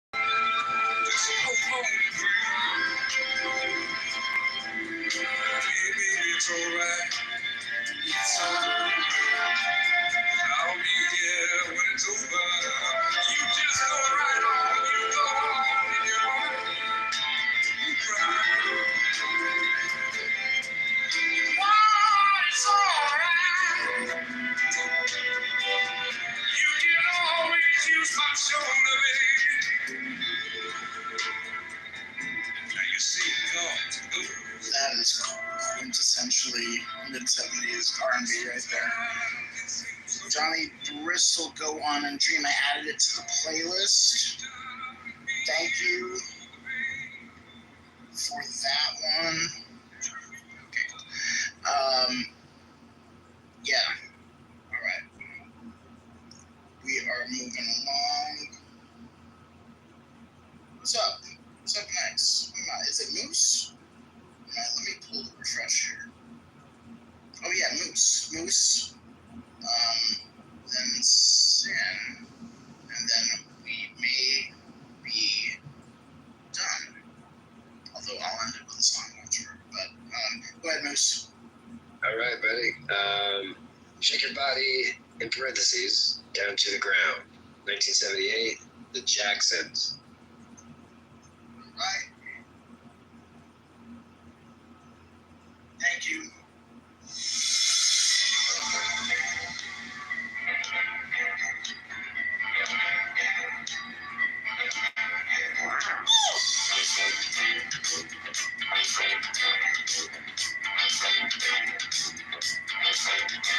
I don't know what's gonna happen to you, baby, but I do know that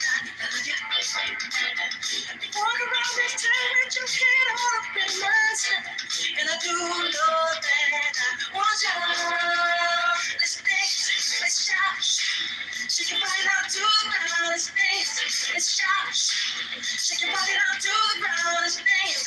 Let's shout. Shake your body down to the ground, let's dance. Let's shout.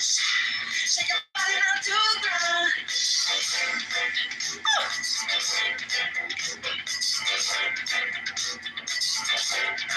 You tease me with your loving to play hard to get. Cause I do know that I want you. You walk around this town with your head on a promise. And you do know that I want you. Let's dance, let's shout. Shake your body down to the ground, let's dance. Let's shout. Shake your body down to the ground, let's dance. Let's shout. Shake your body down to the ground, let's dance. Let's shout. Shake your body down to the ground.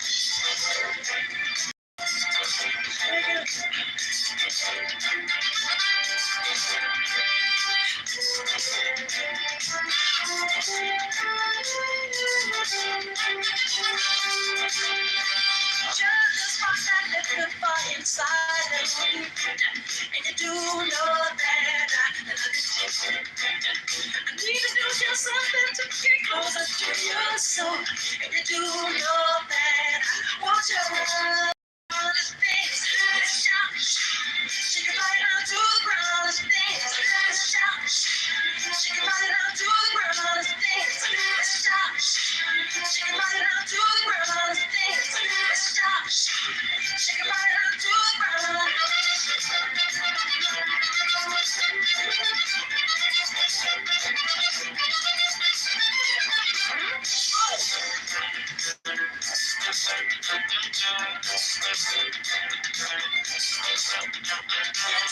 With your loving to be lost, but you do know that I want you.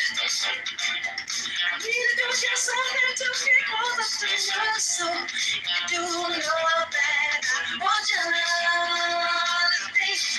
shout. Shake your body down to the ground, dance. Let's shout. Shake your body down to the ground, dance. Let's shout. Shake your body down to the ground, dance. Let's shout. Take it over. Jackson 5. I believe from my notes it's 1978. That is correct. All right, so we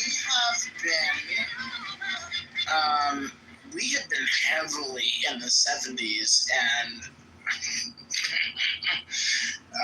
but the whole point was going back and forth, but I know I allowed it, but now everybody's taking advantage.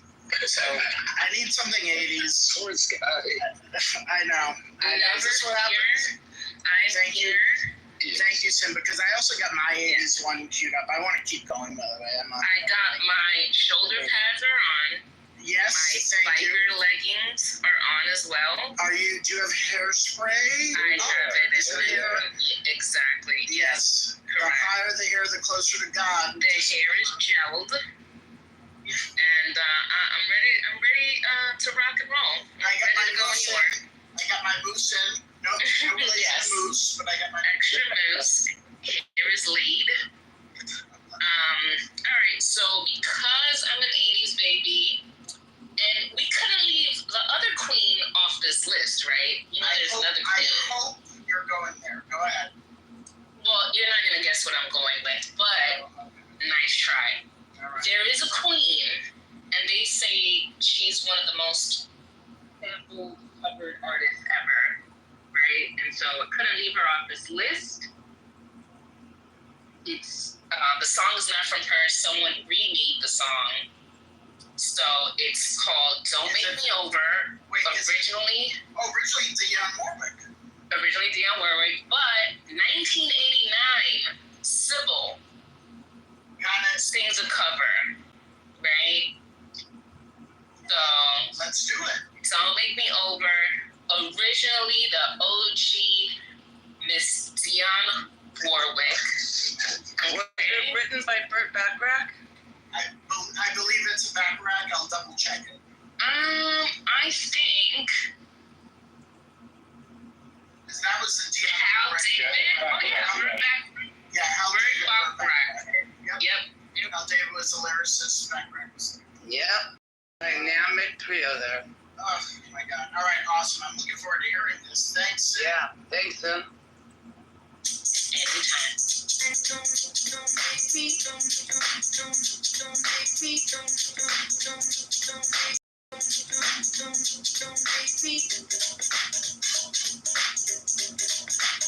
Don't make me over. Now that you know how I adore you. Don't make me over. Now that I do anything for you. Don't make me over. Now that you know how I adore you. Don't pick all the things I say, the things I do. Just let me with all my heart. The way I love you, I'm begging you. Don't make me over. Now that I can make it without you. Don't make me over. I wouldn't change one thing about you. Just take me inside your arms and hold me tight. I'll always be by your side. Whenever you're wrong or right, I'm begging you.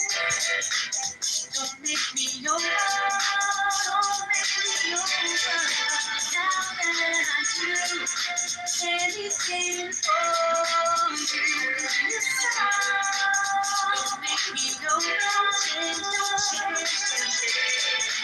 Now that you know how I adore you. Don't make me your love. Don't make me your love. Now that you got me, it's your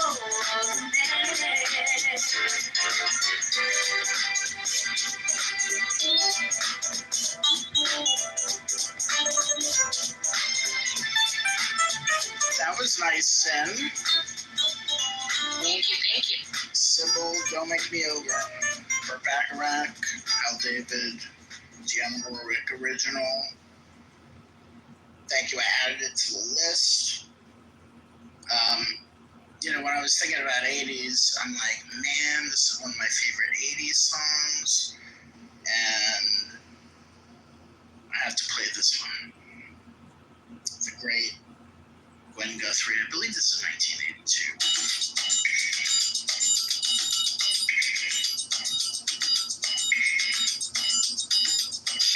Bill collectors at my door. What can you do for me?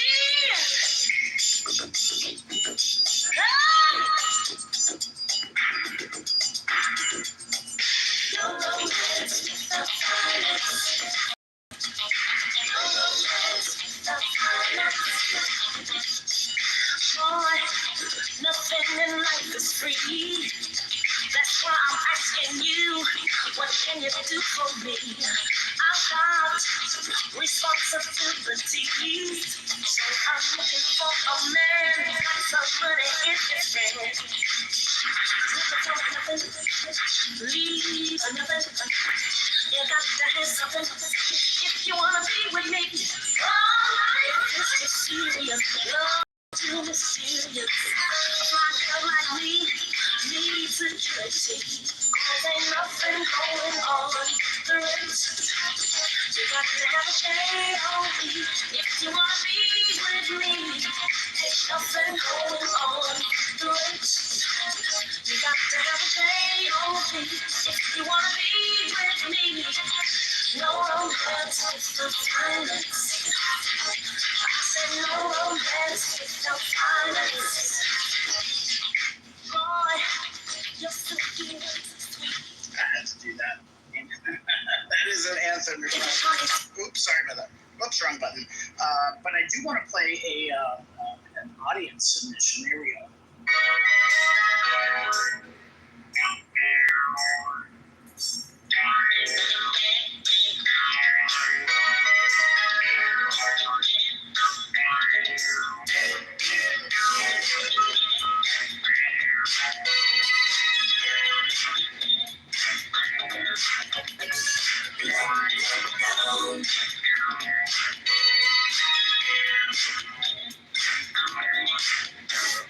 No sleep last night, been dreaming of you. Please hold me tight, 'cause I can't love the way that I feel. I just can't love the way that I feel. Deep in the night, you took my heart. Now danger's inside, 'cause I can't love the way that I feel. I just can't love the way that I feel.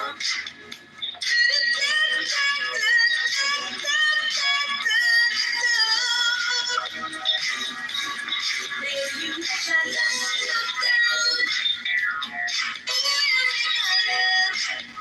Calm down, baby, don't hold me down. Calm down, baby, you make my love down. Calm down. If you went out, All right, that made me very happy. you're taking love. All right, Brian, you're up, my friend. Thank you for the suggestion down there. By the way, if you have a red ticket, please join the house, because I do these. I have all of these making a playlist replays in my house, and we've done dozens and dozens over the last 5 years. Pretty much, this is, I think, I may be able to say definitively, this may be the oldest music or continually running music space on Clubhouse, because I think we started this house in November of 2020. So yeah, we've been doing this a long time, but there's dozens of making a playlist rooms where we do the same thing, but it's different themes. So we have everything from like, we have everything from jazz to like 90s R&B to contemporary to like songs about, food, or songs about, the galaxy, whatever it is. So lots of good stuff out there, and all the playlists are up, I believe, on I hate to say it, Spotify, and I think Apple Music. But nonetheless, we're entitled today. And if you back channel me, I think I can convert this to a Spotify playlist if needed, or Apple Music. But Brian, you're up, my friend. We'll do a few more of these, and then we'll get out. Man, listen. There's too many to choose from, bro. Exactly. I mean, it's ridiculous.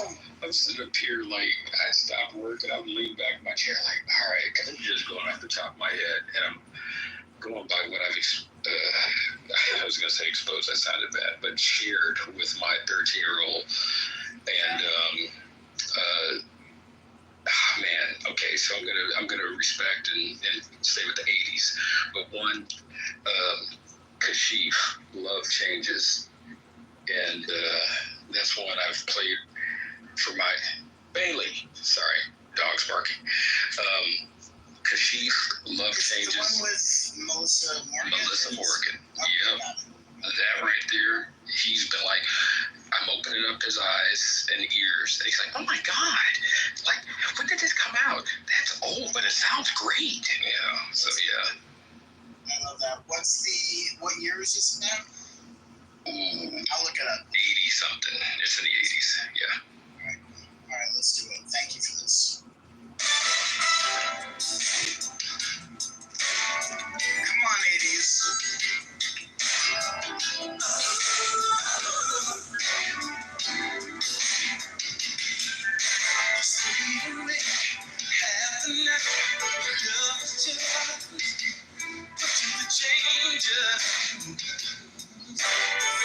Tell me what's the love that's on your mind? But things you put it for.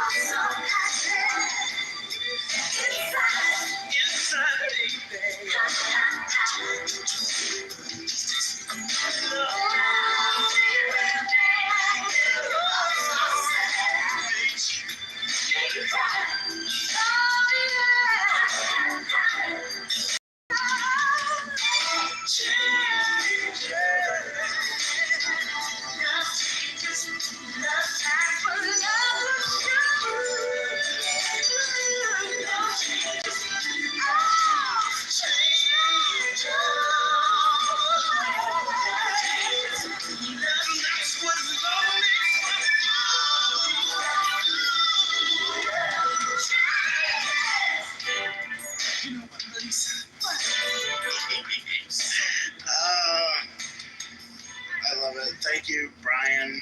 That made me very happy. All right, let's keep blasting through. Sky, what do you got? Yeah, Kenny Burke, B-U-R-K-E. It's this one. Right into the top. Yes, please. You know this one? Yeah. Oh, yes. Yeah, This is a staple. This also, it's a Mary J sample too, right? Am I right about that? Maybe. All right, let's Yeah, see. he's the bass player. Such a great bass line. This is so good. So good.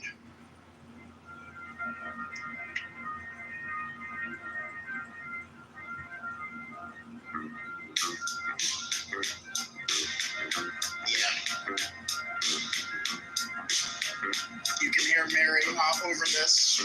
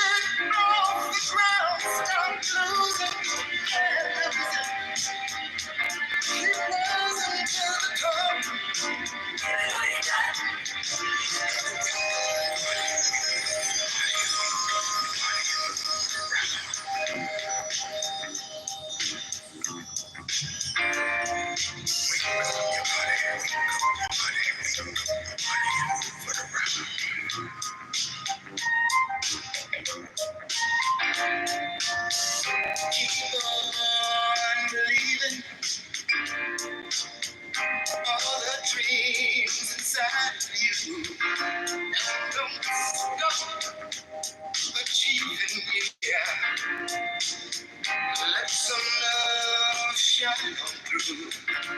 And don't fight the feeling, just keep on feeling.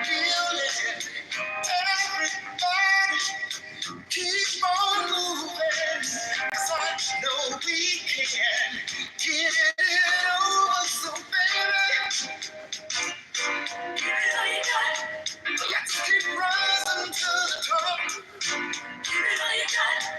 We won't let nobody stop us. Give it all you got. Just keep trying. Yeah. Give it all you got. Give it all you got. Give it all you got.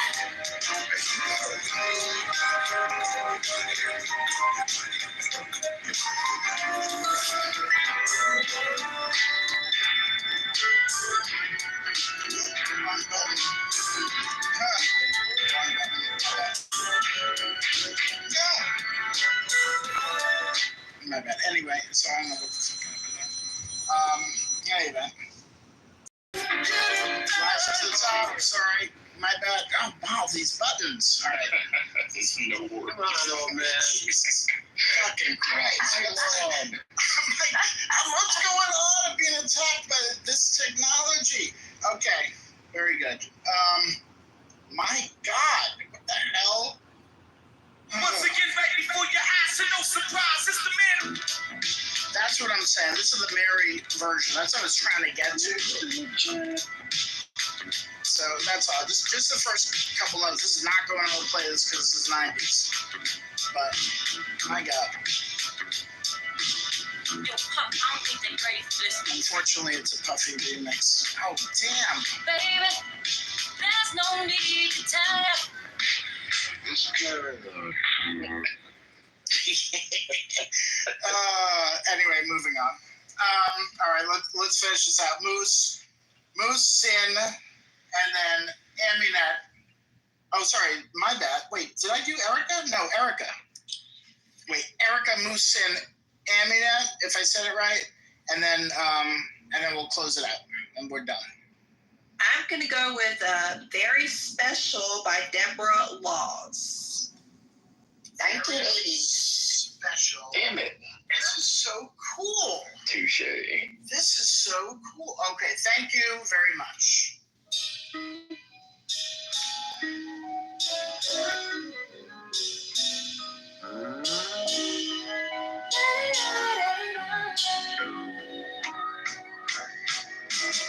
All my love is all I have.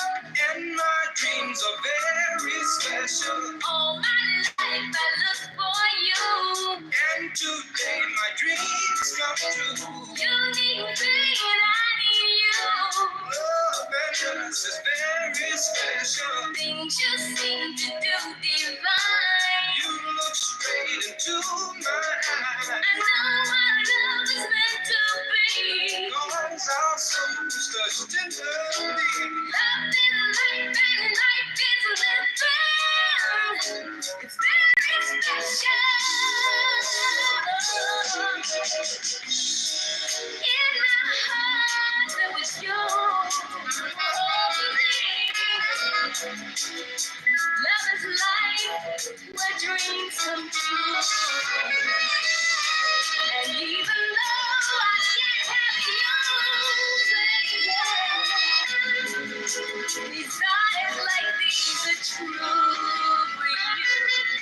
Hold my hand and take my life Through these days adventure. One love is truly great. Then my life is so together. A change in the night can bring good things.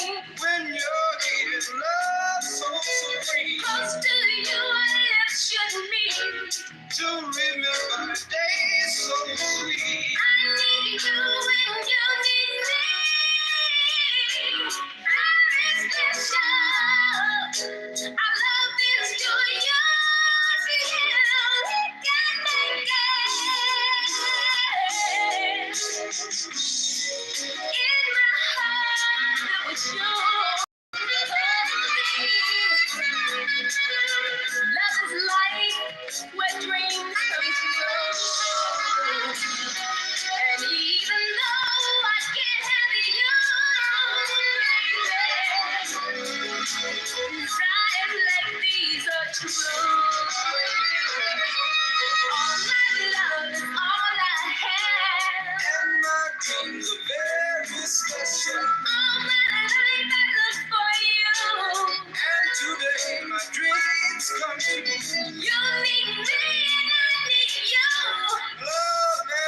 is very special. Things you seem to do divine.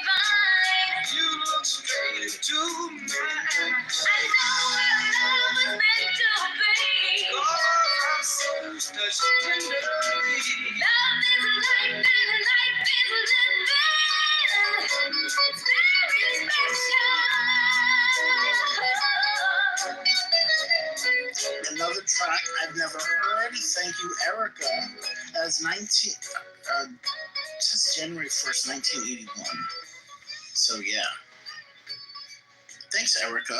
As always, contributing deep from the crates. So I appreciate you very much. And that brings us to Moose. The year is 1981, keeping with the 80s. Yes. The song is Heaven, and it's my 6 favorite words in an English sentence strung together is, ladies and gentlemen, the Rolling Stones. Heaven who?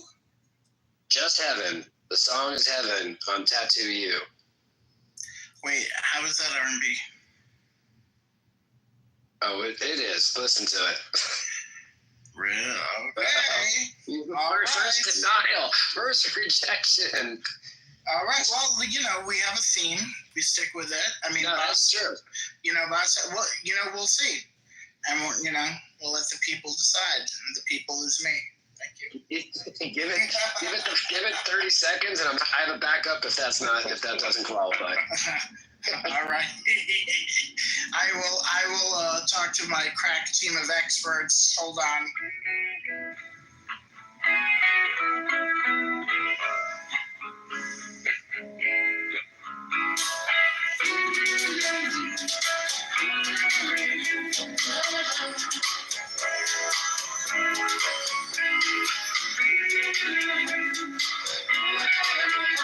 Wait, I have an idea. This is the idea. You ready? Moose? If you can produce that this hit the R&B charts, I will play it. Ooh. I think that's fair. Very diplomatic. Very undictator of you. Yeah. R&B 1981. I love it. This is actually good. I think it's fair. It's like, out of me, like I'm not, I don't know if the R&B chart says something, then all right, I'm okay with that. Definitely when I think of like Miss You or something like that, I'm definitely thinking R&B elements. You know what I mean? It's definitely got a groove. Yeah, I was gonna do disco backbeat. You know what I mean? It's 78. I was trying to do more 80s. Yeah, I hear you. I just still wouldn't think it's R&B with even if it has like the disco backbeat. You know what I mean? Right. If it's on the R&B charts, we're cool. It's not. It's out of my control. You know what I mean? It's all you can ever do, right? It's beyond. Yeah. So what? In the meantime, what's your backup? Well, you produce no evidence. What's your backup? Bring the receipts. Bring the receipts on Clubhouse. In lieu of receipts, what's your backup? The backup would be soul to soul. Oh. However do you want it? However do you need it? Damn it, that was on my list. Moose. Come on, man. Is it called Back to Life? If you're searching. Yes, actually, that's right. Correct. Back to Life is the correct. Wait, do we have to check if it's 90 or 89? Hold on. I mean, it was 1989, the first album. Back to Life. Okay. Just on the cusp of the decade change. Oh, you fucking made it. Lucky son of a bitch. 1989 from the Keep On Moving album. I respect your R&B boundaries, by the way, Scotty. We have to have boundaries on Clubhouse, Good moderation is rare.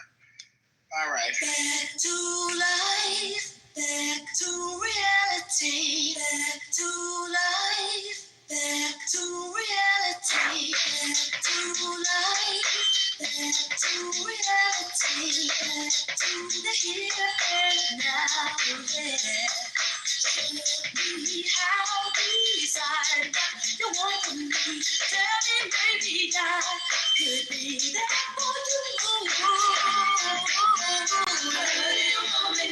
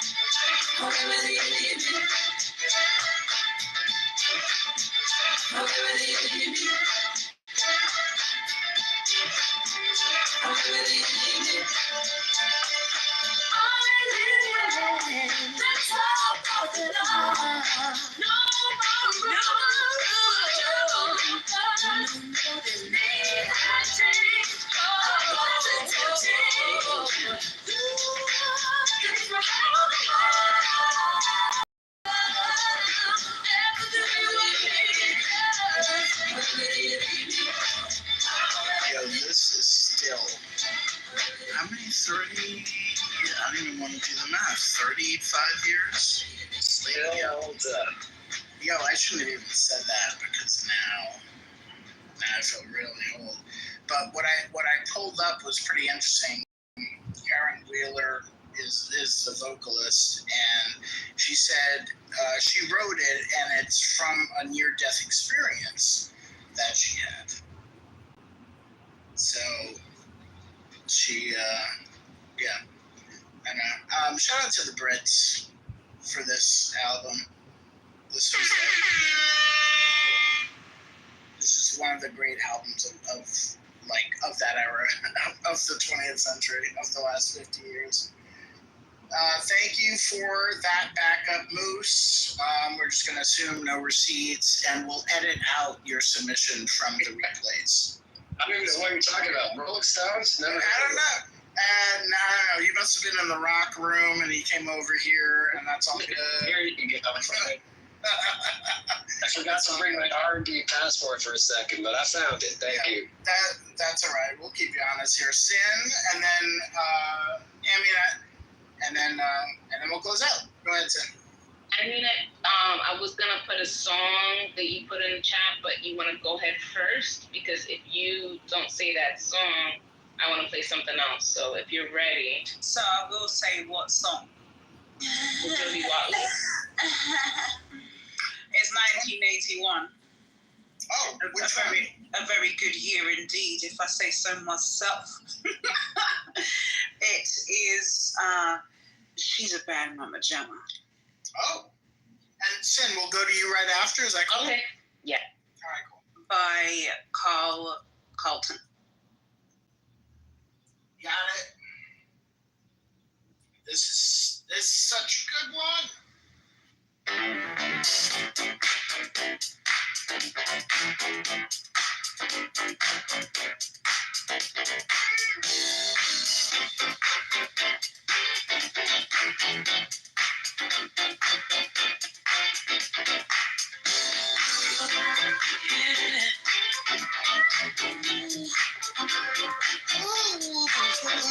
Look at her. She's a bad mama jamma. Just as fine as she can be. Hey, she's a bad mama jamma. Just as fine as she can be. Her body measurements perfect in every dimension. She's got a figure that's shown up in attention. She's poetry in motion, a beautiful sight to see. I get so excited, viewing her anatomy. She's she's stacked and got all the curves of man like. She's she's stacked and got all the curves of man like. Look at her, she's a bad man, just as fine as she can be. Hey, she's a bad man, pajama. Oh, just as fine as she can be. Looks like she's cold and beautiful. She's bad. The essence of beauty. Who's that lovely hand? She's got the classy. Oh, sexy, sassy. She's heavenly. A treat for the eye to see. She's real. She's got all the curves of midnight. She's real. She's she's got all the curves of midnight. She's a bad man, pajama. Ooh, she's bad. She's as fine as she can be. Hey, she's a bad man, pajama. Just as fine as she can be. Let's acknowledge a second. Thank you, Amina, for this. This is great. The title, She's a Bad Mamma Jamma, in parentheses, she's built, she's stacked. Let's acknowledge how great the lyrics are, how it would never go now, but thank God we have preserved this. And as a side note, the guy who actually wrote this and produces Leon Haywood. And Leon Haywood, I'm going to throw this out there because it's 70s R&B. He has an amazing song. I'm going to play a snippet of it, and then we'll go to you, Sin. And you can see the consistency in his writing because the title of this one, and it's a jam, is I Want to Do Something Freaky to You. And you can hear the sample.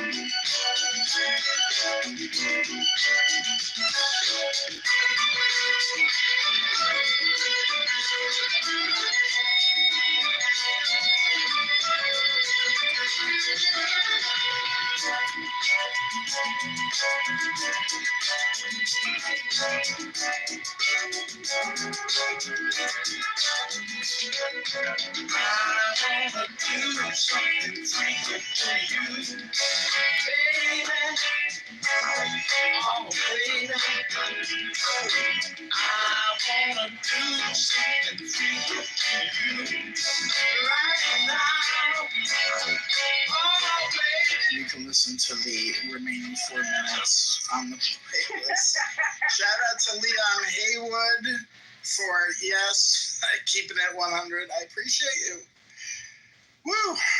That's our Leon Haywood twofer in some respects. Carl Carlton with She's a Bad Mamma Jamma. Was that sampled, aka ripped off by Snoop or The Chronic, or? It's some. I'd have to go to the website. It's definitely. I'm sure. Is it Dr. Dre? It was Dr. Dre. Thank you. No. Was it Dr. Dre? Was it Snoop? I know. I confuse them. Yeah, I mean, I absolutely love that sample. I'm like, No, oh, it's let me hear what this is about. It's Snoop. It's the It's Snoop. It's the fresh out of P D-O-double-G, Y-D-O-double-G. It's Snoop. It's Snoop. There you go. All right, Nice. I love it. This is why I love it here. All right, Sin, what do you got for us, please? So I was gonna go to Jody Watley, but this is the last song of the room, right? Is it the last song? Because I feel like yeah, a send-off song. All right, so you're in the movie theaters. It's 1980 something, and you're throwing popcorn around. You're about to leave the movie theater, and this is like the last song of the night, and it just makes you feel fun. Like we had a great time here, and so this is just the last song of the night. I love this setup. Thank you for thank you for painting the picture. Yeah. Very visual. Yes, I love it. Pads on, my acid wash jeans, and my Reeboks, and I'm just wanting to dance a little bit. All right. So we're going with DeBarge, Rhythm of the Night. Yes, ma'am. Listening to it on your Walkman. No iPods were out yet, ladies and gents. Okay? We were on the struggle bus over here. When life was simpler, before stealing songs on, what was that thing we used to steal songs on? Napster. You weren't stealing. You were sharing. You were sharing. Yeah, sharing is Far caring. away. Yeah, before AOL, before dial-up, it was just rocking out. That's right. All right, so we're gonna. I'm gonna do this since it's the last song of the night, Rhythm of the Night. Just remember the playlist of everything we got, even including I Want to Do Something Freaky to You, of course, is on the playlist, pinned up above on Tidal, and also the replays for the room are on. What did we do? Three and a half hours today. Can I make a point of correction? Yes, please. It is Dr. Dre and Snoop. That's why I was like, is it Snoop? Okay. So Dr. Dre produced. Yeah, it's on the Chronic. Okay. I believe it's on the Chronic album. Yeah, I mean, what a great sound. I think it's nothing but a G thing. Absolutely. Baby. Thank you. Thanks everybody for participating.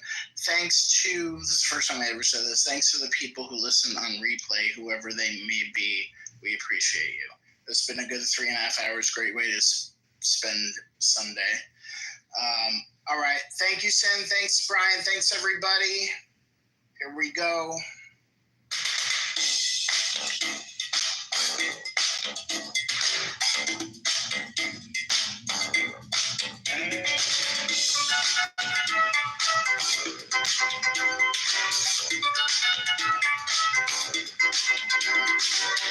When it feels like the world is on your shoulders and all of the madness has got you going crazy, it's time to get out, step out into the street where all of the action is right there at your feet. Well, I know a place where we can dance the whole night away underneath the electric stars. Just come with me and we can shake it loose right away. You'll be doing fine once the music starts. Oh, to the beat of the rhythm of the night. Dance until the morning light. Forget about the words on your mind. Can leave them all behind. Oh, the rhythm of the night. Oh, yeah.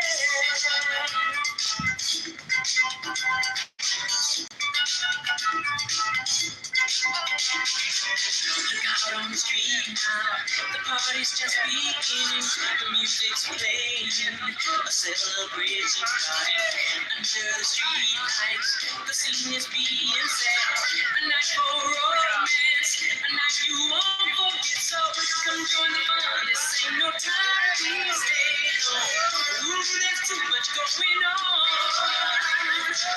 Tonight's gonna be a night like you never know.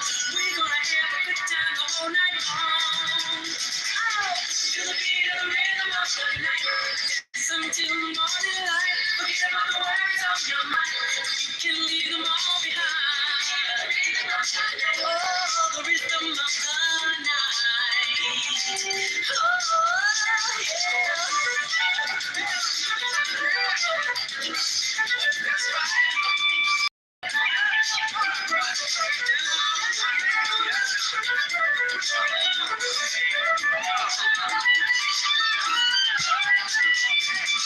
join the fun. This ain't no time to be staying home. There's too much going on. Tonight's gonna be a night like never. We're gonna have a good time the whole night long. To the beat of the rhythm of the night. Until the morning light. Forget about the worries on your mind. You can leave in the morning light. Until the morning light.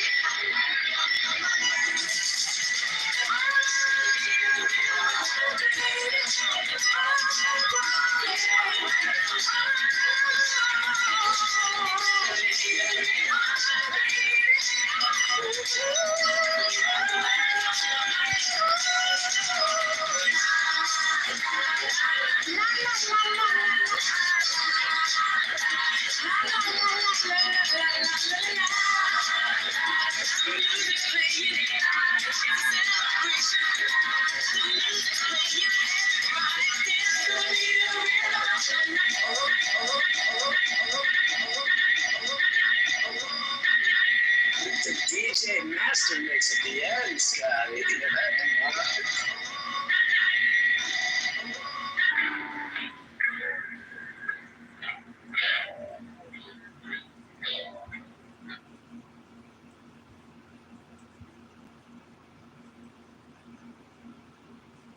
Went into this whole rant about other female rappers and how everybody else gets play, but she don't get play, and boo hoo hoo, and she wrote this whole 5-page manifesto, and it was just nuts, and she was just going on, and none of it had any rhyme, reason, or flow to it. It was, oh, I'm ready to just, I'm just so sick of music, I'm tired of music, I don't want to be involved in it anymore. And the next minute it's, oh, I want to revive my career. She just, child. She a child on the she got some deep seated trauma she need to go take care of. Okay.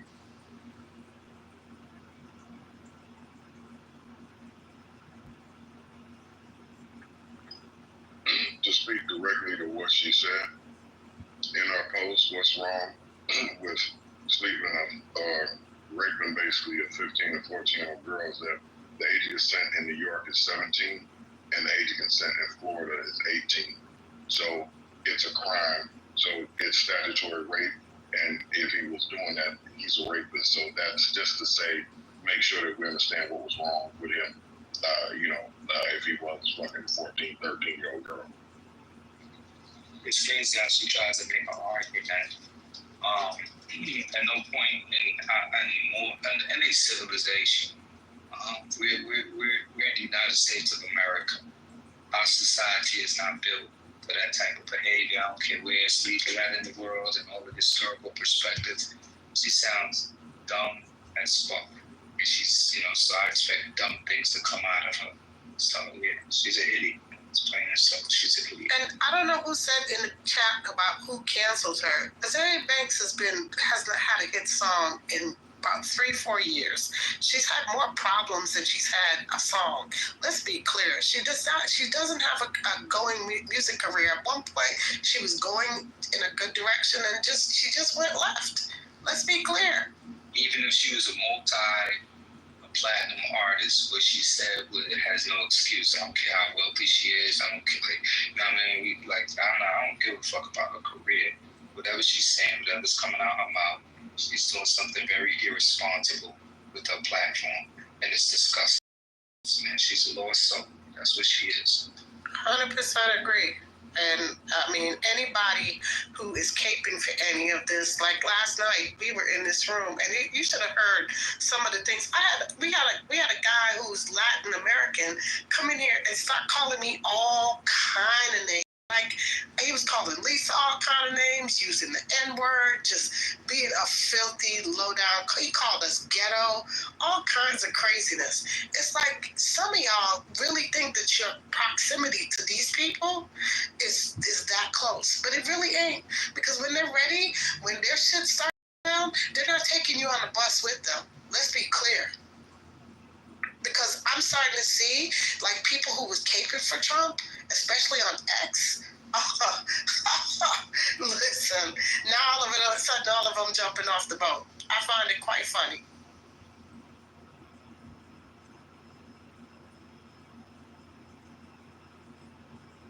Didn't the courts had forced her to go get a mental health evaluation? She had got court order. She's bipolar, so.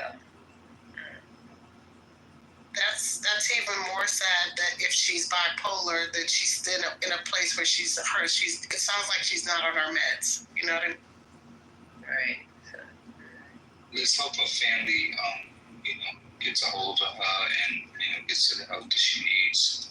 I'm hoping her family sees that and they get involved. They need an intervention.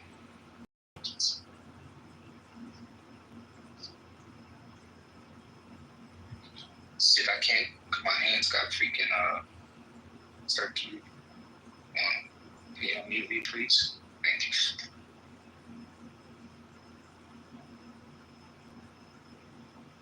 Okay, so what was the topic? What are you talking about? She got $5 million on Epstein files. Okay, can you guys hear me? It's very sounded in here. So y'all hear me at all? We can hear you. Okay, great. I thought the chair the airport down. Okay, so what I found was an article, and it's just a little fluff article from the New York Post. It's saying that odds that Trump will release Epstein files surge above 50% for the first time. This is published on the 26th at 9 a.m. Eastern Standard Time. The odds that the White House will release any of the Epstein files spiked above 50% this week, with gamblers putting $5 million so far on that question. The Leafy, a site that all you gamblers, is it pronounced Kelshi, KLSHI, a site that allows people to make wagers on the outcome of almost any event. No, sir, it's not. Thank you. The casing the site that allows people to make wagers on the outcome of any event saw the number of people betting yes on the question skyrocketed Wednesday after news broke about Trump and the DOJ back in May. Let's see what else. Anything else you see on there? It's telling us about all we know about Jocelyn. We know about the 100 different people linked to a sex offender. The largest trade was 3,000, when the odds were just 21% if Trump releases the file. The gambler will walk away with close to 15,000, who said, how did that go for 1 million? Taxi won't pay out unless the files contain genuinely new, previously unreleased material, not just a rehash of what was already public. Prediction markets are the most accurate tool available to predict future political events, said Flesh. He claimed Tashi routinely outperforms the polls, expert opinions, and often other forms of prediction. So y'all better jump in this, because he outdoes every other avenue of predictions. I'm going to jump into this. Somebody was requesting to see how much it's going to take from this. You know? 2 weeks ago, the odds were that any files released to the late pedophile would be released was priced at 13%. Okay, so that's what they're doing. They're betting on now if the Epstein files are ever going to be released. And it looks like 50% of the time horizon associated with this bet, like in the next year or during this, is there a time horizon associated with this bet? Wait, you have to repeat it. Let me go on mute for a minute. Is there a time horizon associated with this bet? Is there a time horizon? What does time horizon mean? Means like between now and maybe like a year or 2 years, like because let me look at it. We should start one in this room. Do you guys say your bets? Yeah, let me see. Let me think about that. I know Jim and I want to take it. Jim and I, we're betting if the FC files are going to be released. I only bet when I think I'm going to win. I'm not sure on this. I believe they're going to be released at some point, but I don't believe they're going to release right now. I don't think they're going to be I don't think they're not going to be jaded or tainted. That's the problem that I have with them. So even if we get them, I don't know how true how viable those freaking files gonna be. So yeah, I'm good. Yeah, they're gonna edit before they submit. Yeah, so during his administration, you think that, I guess, right? So let's go with that. During his administration. So we don't have no takers. No. Yeah, there's no takers. I'm good. Let's go. Yeah, I ain't saying none of us can take that. It's gonna be released a couple of years from now, but not now. No, they're gonna do the slow drip down. You know what I mean? Like every little thing. Yeah, like every little thing, like what they did with the Martin Luther King files, and every other file, they slow drip. And now they supposedly released all these other files, and you see nobody else has had a conversation about it except for Bernice, which she said, and clearly she said, we did not ask y'all to release any more files about our daddy. We're good, and you needed not to do that, so you should have minded your damn business. And it gained no traction because this was one of these conversations they were having. We got to get those files. We got to get the JFK files. I mean, the JFK files are released. Again, nothing. It's just a bunch of bullshit at the end of the day. They're going to redact the shit out of it, and whatever they don't redact, they're going to make sure that if somebody's name appears, you don't really understand the context of what the hell is actually being said. So they're going to redact it to the point where it's going to look like, if a sentence says, Clinton boarded a plane at 6:45 and he went to Venezuela, they're going to put Clinton was on a plane. You see where I'm going with that? So has anyone read any of the MLK or the JFK? Wow, it's got 2 Ks in them. I just noticed that. Okay, anyway, has anyone read any of that? Any of those files? I haven't. Anybody seen any excerpts of it? I haven't. Has anybody? Anybody got a PDF of the files? No. I haven't. That one I haven't seen. I do the King files. Yeah, not the current one, not the one they just released. No, I had the old one, but not the. You have the current one, Mike? I'm not sure, Rez. I downloaded it after this came out, but I'm not sure if it's those or not. It's so many pages I haven't gone through. I just sort of skimmed it in different parts, but I'm not sure if it's the updated one or not. Yeah, I have no interest in going through those files at all. Like, it's a human being. I'm not even. Maybe one day I'll get a chance, but right now, it might be that it is. I see no rush to dig into those files. The greatness that these men brought about, both him and that white guy, they left their mark.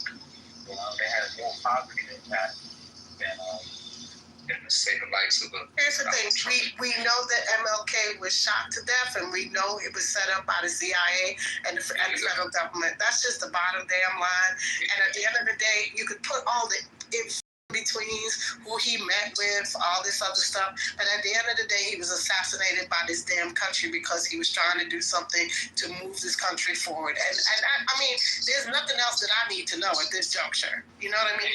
I'm good. And he was not an elected official. Let's remember, he was not an elected official. He didn't violate any ethical laws as far as, do they have any ethics though? I know they got a code of ethics for the Senate and the House. Anyway, they have a code of ethics on all branches of government. No matter what branch of government, you have a code of ethics. The only people that don't have, and it's not even ethics, they don't have they don't have a financial thing. Patty, you know what I'm talking about. When you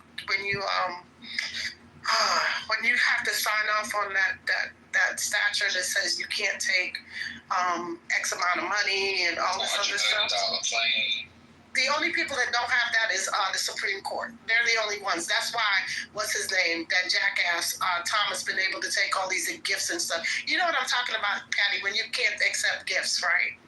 Yeah, over a certain amount of money. Yes, thank you. Appreciate it. So that's a clause, right? They're not really supposed to.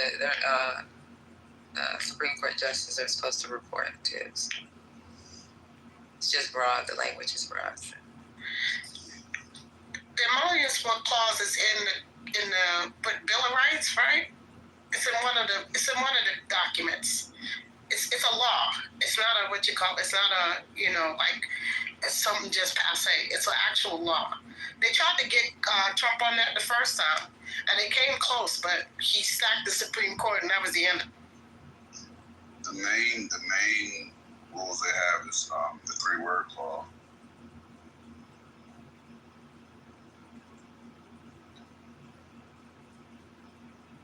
Can you brief us on that? Cause somebody brief us on that. The what? Oh yeah, it's just don't get caught. Oh shit.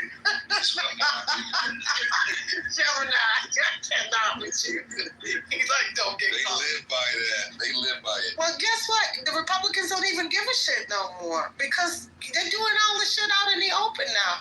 I mean, Gemini, there was a time they used to hide all of this crap. You know what I'm saying? Now they're doing it in plain sight.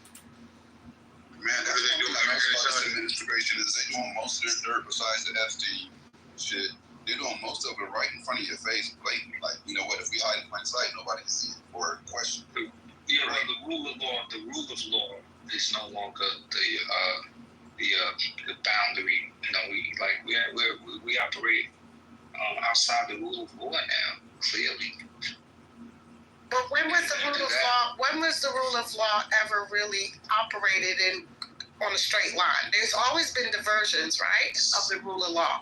But the problem is that now they're just overt with it versus before they just used to be, you know, we gonna do it in the back room corner, you know, we keep it quiet.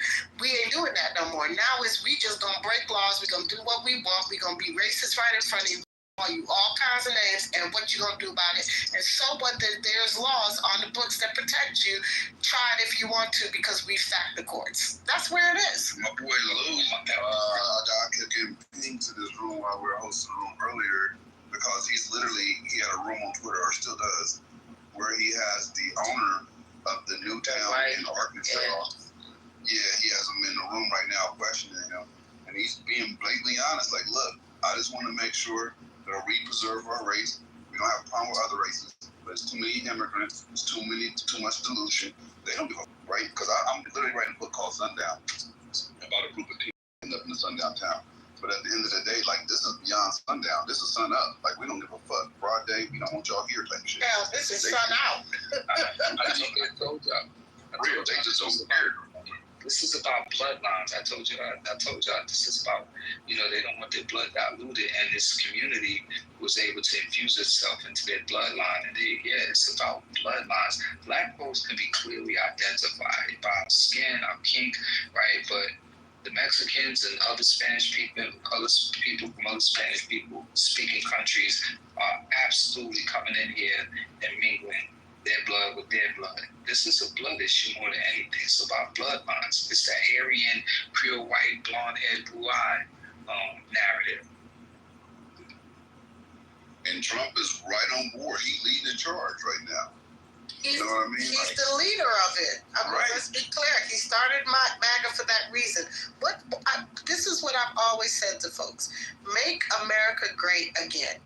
What period in America was America great? So if you are going from the narrative that he literally threw that dog whistle out to those people, this was his linchpin to them, like, hey, step on board. You can finally be racist all you want to be. He literally, during his first during his first campaign, after he came down off the stairs, you remember he called the Mexican judge? He said they're rapists, they're this, they're not bringing their rights and their breasts into this country. Like, people have forgotten that. Like, he blatantly said that before he became president. I think you're mixing up your hoaxes, because he didn't talk about the Mexican judge in his inaugural speech. I didn't say anything about inaugural. I didn't say nothing about inaugural. I said inaugural, meaning his first speech. That's not inaugural. I didn't say anything about inaugural. I said when he was running. I know you weren't talking about the inauguration. Oh, my God. That word. I don't want to confuse you. Let me use another word. You're not confusing me. You're not using the right word. No, I am. That was his initial speech. I didn't say initial. I never said his initial speech. I said it. Excuse me. But then don't talk. But you're speaking for what I said. I didn't say anything about it. You mentioned about the Mexican judge. I said he was speaking, and these were several things that he said. I said when he first started to run. This is what your problem is. Right, which is inauguration. I didn't say nothing about election. Man, boy. His inaugural speech as a presidential candidate was when he came down upstairs, and he didn't talk about no judge in that speech. He did talk about the Mexicans. He didn't say what you just said. That word inaugural. I use the term inaugural because that was his initial speech as a presidential candidate. The word inaugural applies, but it's confusing y'all. So I'll take it back. Confusing anybody. First thing is nobody is. Well, I don't know why Reds are getting confused just because I said inaugural. I'm not confused. You are incorrect. Let's move past the word. Don't say the word. I can say the word if I want to. Incorrect. It applies. Does not apply, sir. It doesn't matter. You want to argue. It doesn't matter when he said it. Doesn't matter when. It doesn't matter when he said it. I'm good on my facts. I don't need you to fact check me, sir. I don't. Do not need you. I do not need. Sir, I don't. Here we go with this whole shit. So, Infinity, when he talks about the Mexican judge, that was at one of his rallies. No, he talked about the judge way down the line when it was in the heat of the election, when he was talking about because she said when he came down the stairs, and they weren't stairs, it's an escalator. It wasn't stairs, it was an escalator. But she said when he came down the stairs, he started talking about the Mexican judge. The difference is that he was mixing up her hoaxes. Because that's not what happened. And it says he first publicly referenced Judge Gonzalo Curel, Mexican heritage, on May 28, 2016, during his campaign rally. Thank you. And that's what I said. When he was initially running. Because y'all are arguing about something. Exactly what I said. You are trying to twist my words. You said when he came down the stairs. Oh my God. This is typical distraction. God, this is typical distraction tactics 101. Take us down the rabbit hole so we stop talking about what we're talking about. That's what he was in. Listen to the information. No, he's listening. I'm listening very closely. This is why I can't repeat the words that she said. Okay, so I'm telling you, it was not coming down no goddamn stairs. It was at his rally, and then they said that he continued this following other media interactions. Okay, because that judge belonged to a group called La Raza, and if you know anything about La Raza, we're up. Distract, deny, and defend. That's the tactic. Distract, defend. But it's all in the realm of Let's get back on. You called it a hoax. It wasn't a hoax. It's not a hoax. He said it. It's not a hoax. He said they're rapists. He said Mexicans. You are a liar. He said Mexicans are rapists. Yes, he did. Yes, he did. I'm being muted. Lisa, I'm being muted. He didn't call Mexicans rapists. He called the ones that they're sending. He said when Mexico sends their people, they're not. So, question: what do you guys feel about this guy that wants to build this white-only? You guys chill on the stage, please. Because I can't be doing that. I was kicked down.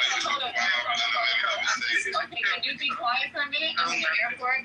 You guys know I'm in the airport, right? She's in the airport. And Infinity, chill out. And y'all stop dropping him. Man, Infinity, you gotta stop trying to talk over people and let them complete their sentence. Yeah, Infinity, I can't do this tonight unless you can be an active listener and wait your turn, and then everybody's gonna go on mute while you speak after you have waited your turn on mute. No, sir, I do not know where I'm going. So, what do you guys feel about the man that wants to build a white-only town in, I think it's Arkansas. Oklahoma. It's either Arkansas or Oklahoma, one of the two. One of them is the There you go. Yeah, they already started it. Yeah. Yeah, they've already built it. I think it's like 50 families living there, and they said over there's a bunch of other families that's actually donating. I was supposed to do that room with them, but I'm not on that Twitter shit. So, motherfuckers be done. All area whites. So Yeah, so don't. So, And shit is crazy. The dude is actually from California, the founder. Shit is crazy. So, right. So don't trip. Forsyth County here in Georgia. Like if y'all seen the Oprah tape, like they went up there, it was whites only. That's the nature of this country. Like it's just because they do in that city. I mean, literally don't trip. Good. Like that's like 50 racist white families that none of us have to live around and be worried about. Gotcha. Got all the women that said it to them. Got all of you. Gotcha. I think we need to watch it, like, and that's the reason why I'm writing the book I'm working on now. I think we need to watch the indicators. And right now, what we're seeing is indication of them getting blatant with it, right? It's not a secret anymore. We're going to go public with it. We're going to go on to Twitter and have a room about it. Yes, we're pro-white. We don't want y'all here. This is why we don't want y'all here. We're going to preserve the greater race, the white race. White is right. Stereotype. Like, the more you see this type of rhetoric being publicly spread, the more you have to be ready for what comes along with that, because there's an element of preservation to it. I get that, but then there's an element of hate. There's an element of superiority, right? And when you start to see that raise its head, don't be surprised at the other things that come along with it. That's not going to be just on its own in the wilderness. That's going to be implemented in different cities to whatever extent we allow it or tolerate it. That's why I feel like we have to combat it at every turn. I don't think it should be tolerated on any level, right? We know they're in the middle of the woods. That's cool.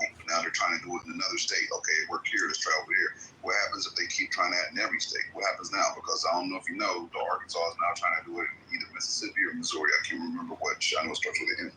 So they're trying to do it in that alternate location now. Right, so we should just turn a blind eye to that. Now, then they're doing another state, turning a blind eye to that. Now, some blacks accidentally encounter one of these encampments, and they're automatically targeted. Oh, now we need to be on that shit early, bro. Right, and let me Hold on, let me say something. Y'all but can't just tell her to talk. I know y'all be hurting inside. You know, I just want to. Was it the other one, Patty, where you weren't there, obviously, Jim and I, where we got pushback. At least I did. We're talking about doing something and speaking up on this issue. And I think it was Michael also that co-signed that particular stance, that we just chill out and don't bring attention to it. When I was like, oh no, we need to light this on fire. We need to do this. We need to do that. We need to march. We need to do commercials. We need to do. And so I can't believe it that we're agreeing on this. Is that what I'm hearing, or did I just? We're 100% agreeing. Like, to sit on your hands. Give me 1 second. Be really brief, bro. But to sit on your hands when you see blatantly racial movements happen, right? And you're just going to sit there and allow it and not tolerate it. It's to be complicit, right? That's like watching a woman get sexually assaulted or assaulted in any way, shape, or form. You're like, well, I don't know. It's not my business. So you keep moving. Like, the more you turn a blind eye, the more you are enabling and complicit in it. So when it finally comes in your direction, somebody you care about gets harmed by it, don't complain then. Don't start then, because you didn't give a fuck before. I mean, Scotty, did you want to go? Yeah, I just want to be super quick. Can I be super quick, Michael, if you don't mind? Yeah, definitely. Go ahead. Okay, yeah. No, I just want to say where the rubber meets the road on something like this is when somebody tests it in a court of law. So if somebody who is not allowed to, buy a house in that area or move in or whatever, has to file a lawsuit because they can prove that they're not allowed, it'll be easy to prove. But then it'll go through the court system, possibly eventually getting to the Supreme Court, whether or not this is allowed. Knowing the Supreme Court, they'll probably just go ahead and allow it, and then you'll see that happening all over the country. Scotty, I think that's not going to work, and I'll tell you why I don't think, right? First, they're legally, this is what they think anyway, that they're legally entitled to do this because they're doing it on private land. They purchased this private land for that purpose, and they can set whatever rules they want, independent of, publicly owned land. That's where they're going with it. But let's go with your route. Let's say that they do go through the Supreme Court, the lower courts, and then ultimately the Supreme Court, and we're fighting it. We want to live there too. We want to live there too. This is why they will win. Nobody wants to live around a bunch of white people that want to kill you. So if you win and you finally get to have a house amongst all the whites that don't want you there, how the fuck does that work? Who's going to stay there now? So they're gonna stay white by default anyway. So can I please just for a second, because I did want to respond to what you're saying at first.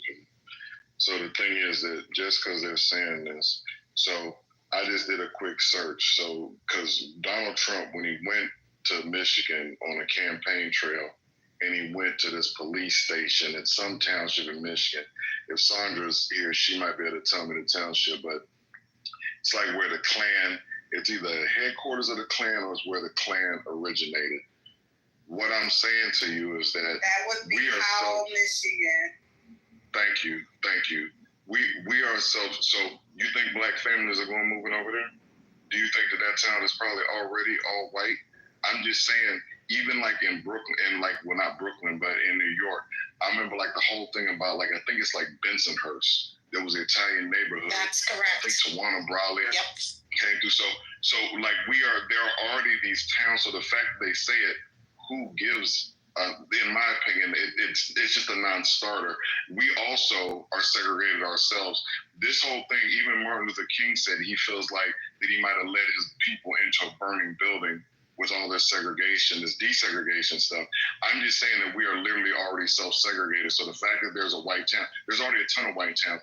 But sundown towns, there's a town in Texas that somebody, I can't think of the name of this town, where it's like this scary ass sundown town.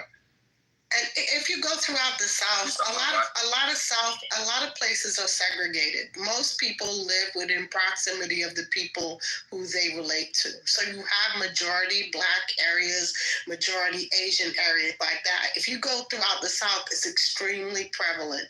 So it already exists without it being like anybody like blatantly saying, "Hey, I'm living with my own kind." Does that make sense? What I'm saying, Mike? No, it makes, and that's what I'm saying. So this announcement that it's a whites only town.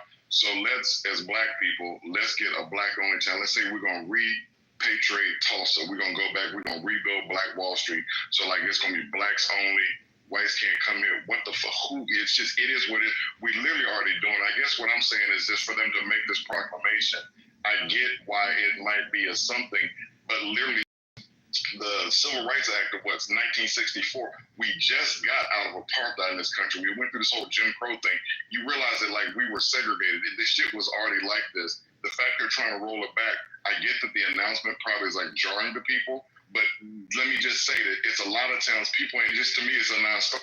And there's still towns literally that if you go on one side of the railroad track, it's all Black people. And you go on the other side, it's all white people, like in West Virginia, for instance.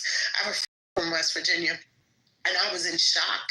I went to go see his mom. She's passed away now, but we served in the military together, and they invited me to come to West Virginia, and they were like, "Oh, don't cross the railroad tracks." And I was like, "Wait, what? Why?"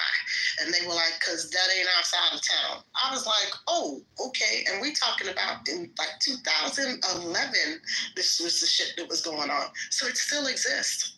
Yeah, so I think you're kind of conflating two different things. Yes, historically, because of redlining, you have certain areas that are still predominantly Black. And that's just, we haven't been able to, there's certain areas that have just remained that way. But what you're talking separately is to have an all-white town. Now, what I read in the article, it said something about there's like a pre-screening that happens. So he's pre-screening people, so you have to pass the first test, which is to be white. That's discrimination under the Fair Housing Act. That's not going to fly. So once you show a pattern that certain people are being excluded, I mean, these people can sue. Right? So that's like, it's not even let's start a Black town or whatever. Like, no, we've already litigated this through the Fair Housing Act. You cannot advertise, a whites only town, right? Even though I know he's doing it, but I don't know if there's like a legal ad somewhere, because you could just sue off the legal ad. I don't think he's that dumb. So by him doing the screening and just excluding people of color, Muslim people, Jewish people, etc., he can get sued in that way.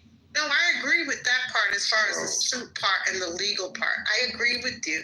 I don't think my desire was to conflate sin. My thought process was just to say, look, we still live in those unspoken separatist pieces. Their stuff is more extreme, and I get it, and I agree with you 100%, because now you're literally screening people. But there's other methodologies that people have used to literally keep Black people out of certain areas. I lived in a predominantly white area, and they gave me pure hell, especially when Trump came into office. I went through pure shit. I sold my house because I was getting tired of it.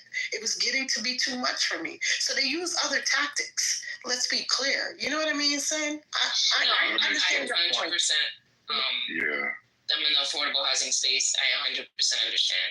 And I know exactly certain communities are targeting others. I'm not saying, I just wanted to, I didn't mean you in particular were complaining.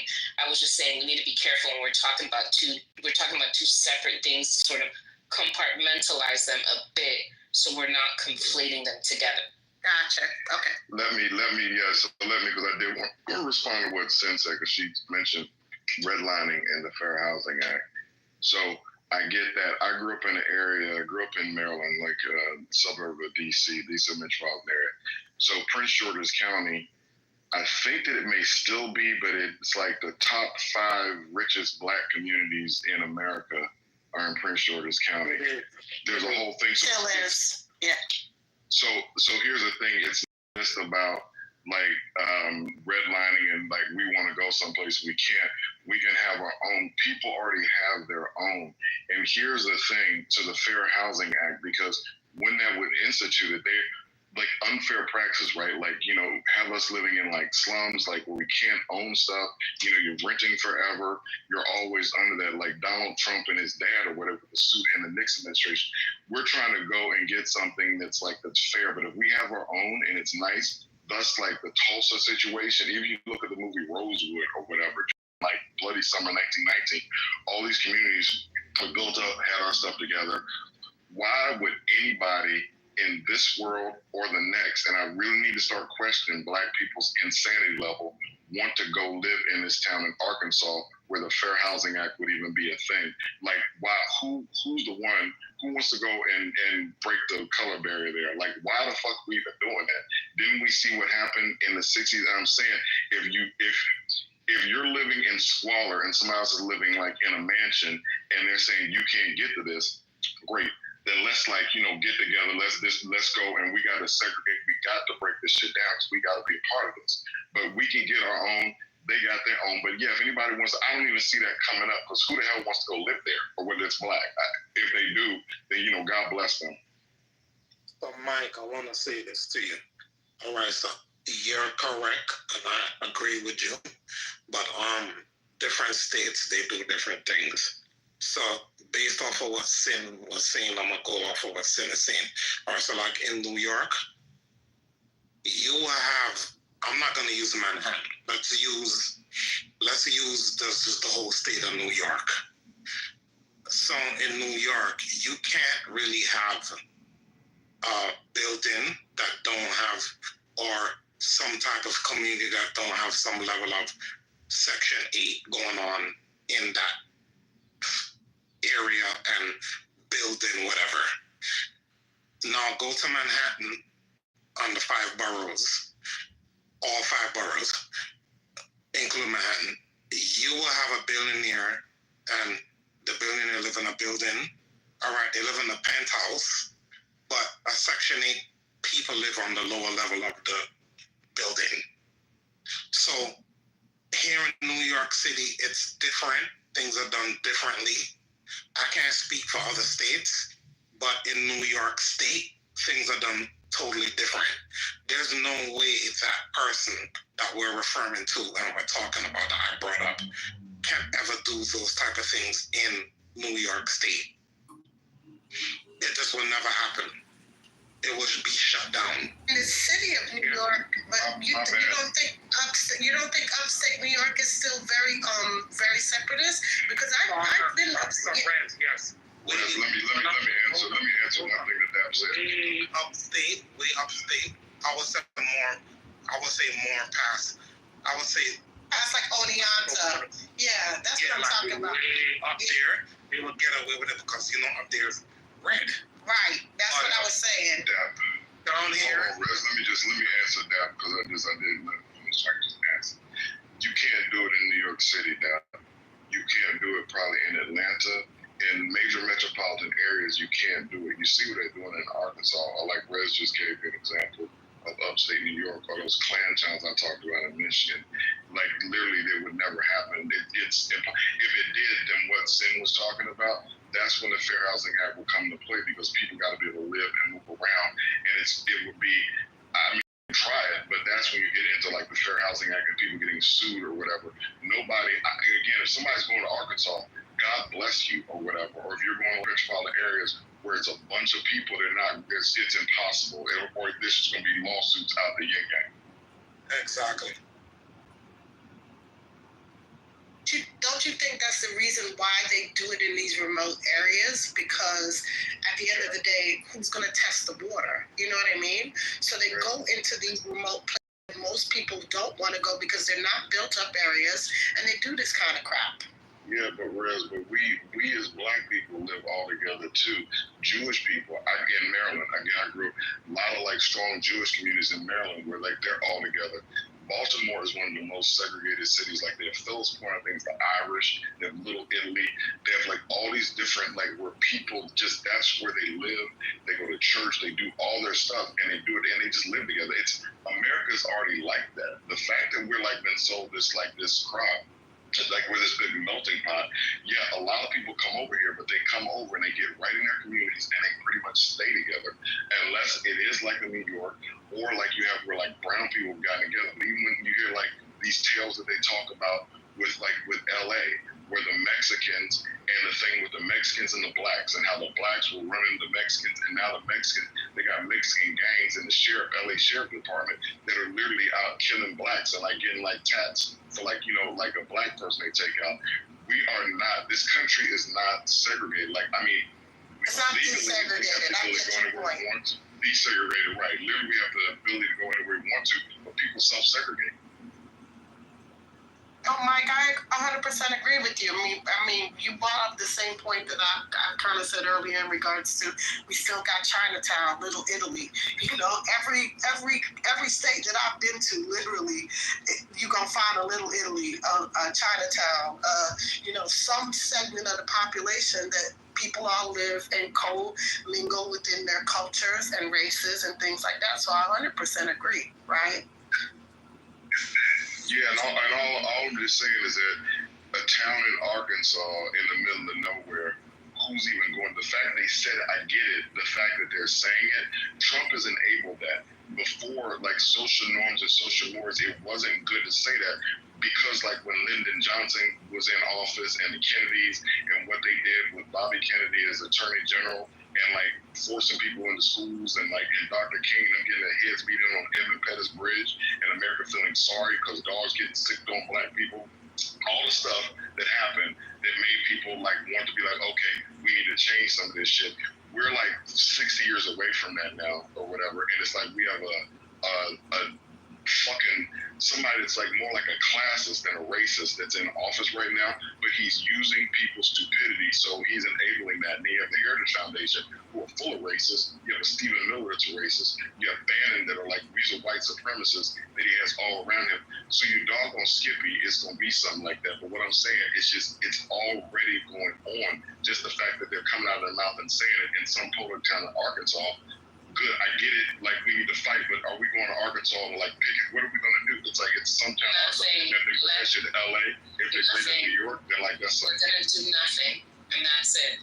That town will eventually crumble, right? You mean to tell me people also a white family could move over there, convert to Judaism or Muslim, and what are they going to do? Kick them out, right? We have a freedom of religion in this country. So that's what I'm saying. I'm like this, I don't know if it's going to crumble on its own. They might be successful. But with that being said, right now, racism is definitely at an all-time high. And it kind of makes me think back to everybody like, okay, In LA, blacks need to really stand up for the Mexicans because ICE is doing this and ICE is doing that, and they are, right?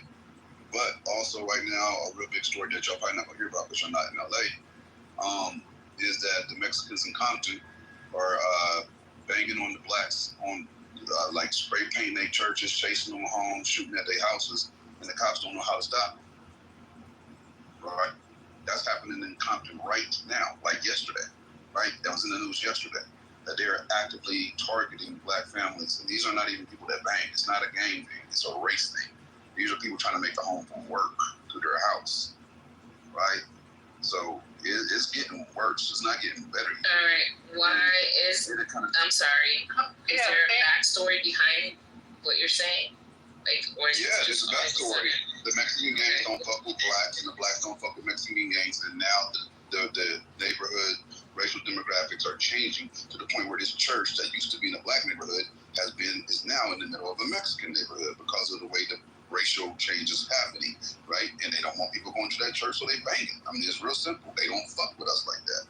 That's why we be ready to take their head off after time. Like, that's just what it is at this point. Now, me, I'm different. I have friends out here that I rock with, but it's also, I know if I'm out and about and then there's a group of them, I'm going to shoot. Like, I'm not fucking with y'all. Y'all don't fuck with me. There ain't no friendly kumbaya shit out here. It's not that.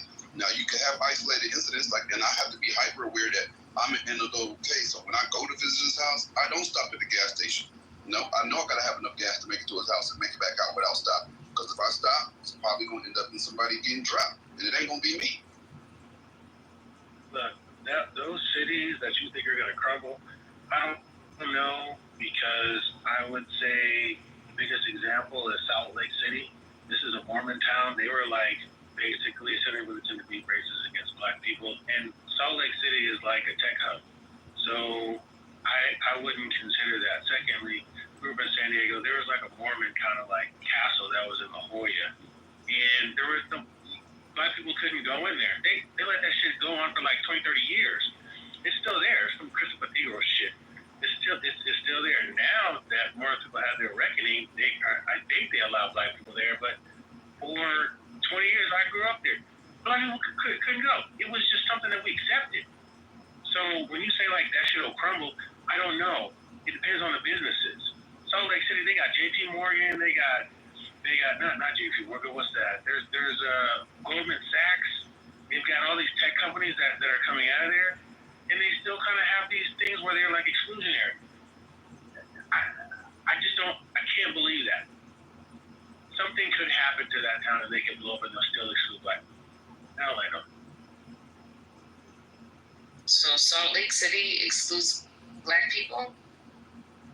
No, so it's a Mormon town, a city, and if you're going by kind of like what I was hearing, like it was extremely exclusionary, and even though they have black people there, you were like locked out of a lot of stuff. Like you were locked out of a lot of stuff, and that town like bloomed and thrived, and it's a tech hub, and some of that sentiment is still there. It's still there. Okay, so let me tell you something about America.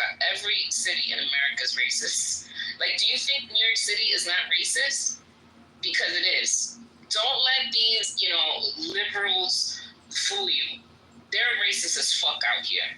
Okay? Oh, yeah, I can't even tell you the shit that I've seen here since the election.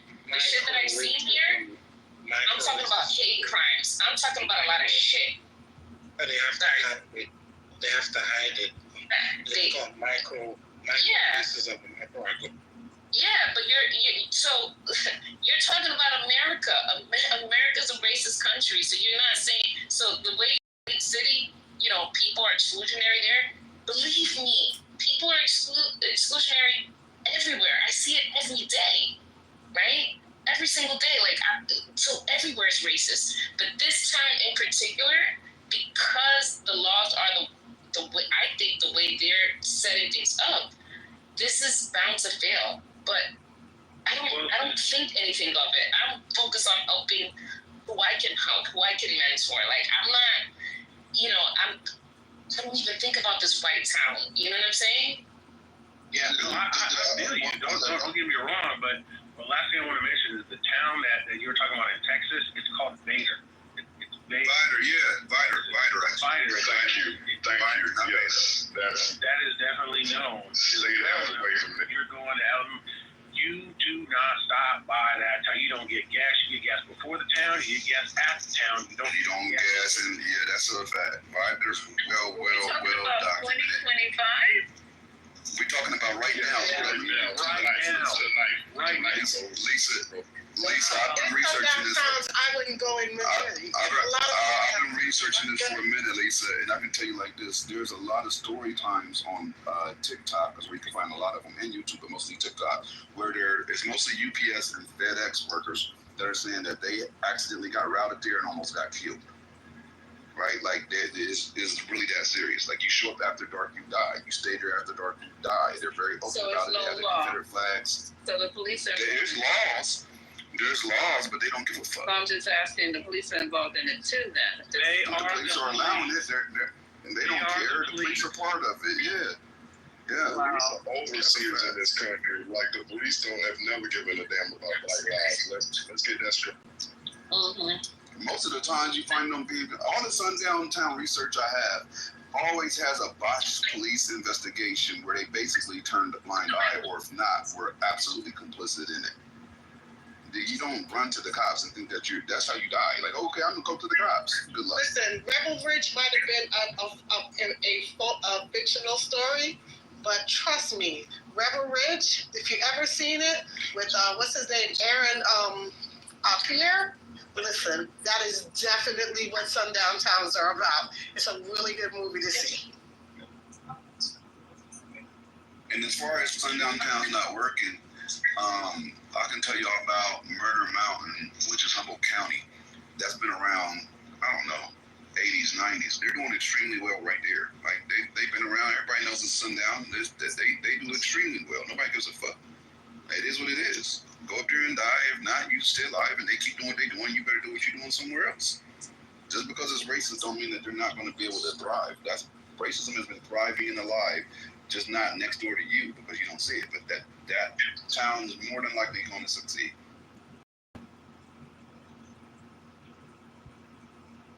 Racism is thriving, you know why? Because people like Trump and his cronies are keeping it alive. And every time that we hit a patch in this country where there's a possibility it could die down, I'm not saying like 39. Let me say look, I just want to tell Jim real quick. So Jim and I, like I said before, I was talking about what are we going to do about all this stuff that's going on, all these black people that are being lined up for Trump to demoralize, dehumanize, and just devalue them. And it's just like, nobody wants to do anything. It's just that we want to just sit around and basically wait for the other shoe to drop, or I don't know what it is, but I feel very uncomfortable with leaders. I don't know who they are at this point. Say anything about what's going on with Kamala Harris, what's going on with Obama in 2027? I haven't heard anything on a grand scale. Let me say this again, just to make sure. When you do that, you draw attention to it. So, like somebody talked about earlier, the MLK files were released, like a week and a half ago now, and the story died on the vine. Outside of Trump keeping this stuff going on social media, I really don't see too much about that in the news. But you know what I do see? The Epstein files, Ghislaine Maxwell being interviewed by Trump's attorney. I'm seeing a bunch of that. But if somebody goes off and has a conniption about like a distraction, then that's what a distraction is meant to do. It's meant to draw your attention away from the focus. Like even your title for the room tonight about the Epstein files and like people gambling on that stuff. Let's keep the heat right where it needs to be. So anybody needs to keep their mouth shut. As far as our Democratic leaders, don't need to dignify any of this shit that Trump says with a response, because all they're gonna do is just make it a news story and keep it going.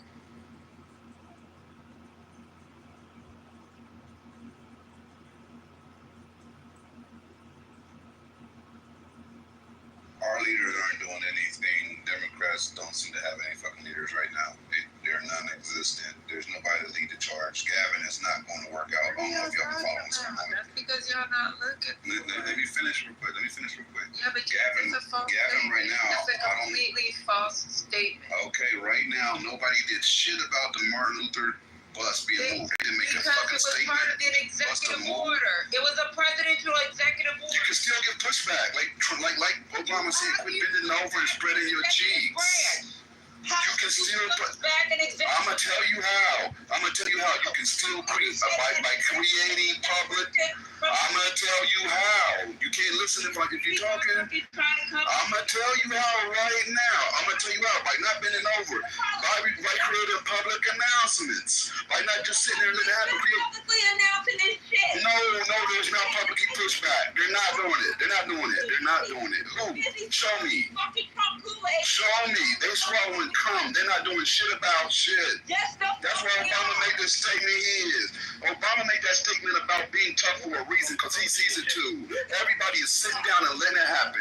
I guess Obama's slow too then. Obama said, man, the fuck up, and I'm agreeing with Obama. Step up. Step up. Who you telling to shut up? I said step up. Y'all need to listen to Obama's submission again. Well, okay, you tell me when's the last time you heard from a Bashir, someone that we know that may be running in the next election. Yes, don't know. On four occasions within the last 2 weeks. You guys don't know because you're too fucking busy. There's not enough opposition. They're not stepping up. Why? Because y'all are too busy fucking sniffing up Trump's ass. That's why. You're not paying attention to what's going on in your own fucking party. You make jokes when someone sits on the fucking on the stoop of a goddamn trying to make a statement. Y'all make jokes about that shit, right? So you're not paying attention. You're too. Make jokes about what? What are you talking about? Somebody's ass. That's the problem. What are you talking about? If you're so fucking concerned, all of y'all always got something. You're not even making sense. What are you? Steps. What are you talking about? Every fucking morning, the conversation is about fucking Trump. If you want to fucking really know what Democrats are fucking doing, make one of the fucking stories about what a Democrat has done today. Because there's fucking speeches going on all the time. There was fucking 2 speeches in the last week in South Carolina. You tell me who made those speeches. I agree with Patty. That's good. You don't fucking know. You know why? Because you're too busy sniffing Trump's asshole and trying to figure out. I agree with Obama, who knows a lot more than Patty about the Democratic Party. A lot more. Nothing could have been done. The fucking executive I think Obama knows 10 times more than what she's talking about right now. Nothing could have been done. An executive order was signed. They fucking petitioned the court. The court said we would release it. And guess what? We was talking about this shit 3 months ago.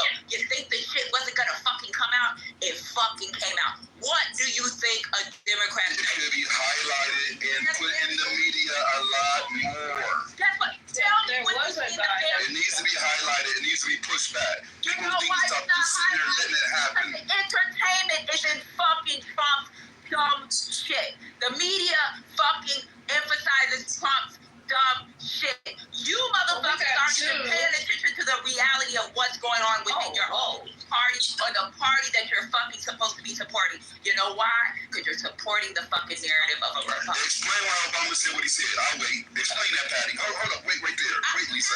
Explain why Obama said what he said. He's saying do more. Right, and you need to know he knows what he's talking about. He's saying that, but guess what? He was talking in a form that you weren't even privy to hear. The only thing you got out of that was a couple of fucking sentences. Not one of y'all can find the fucking speech online. You know why? It was a private speech.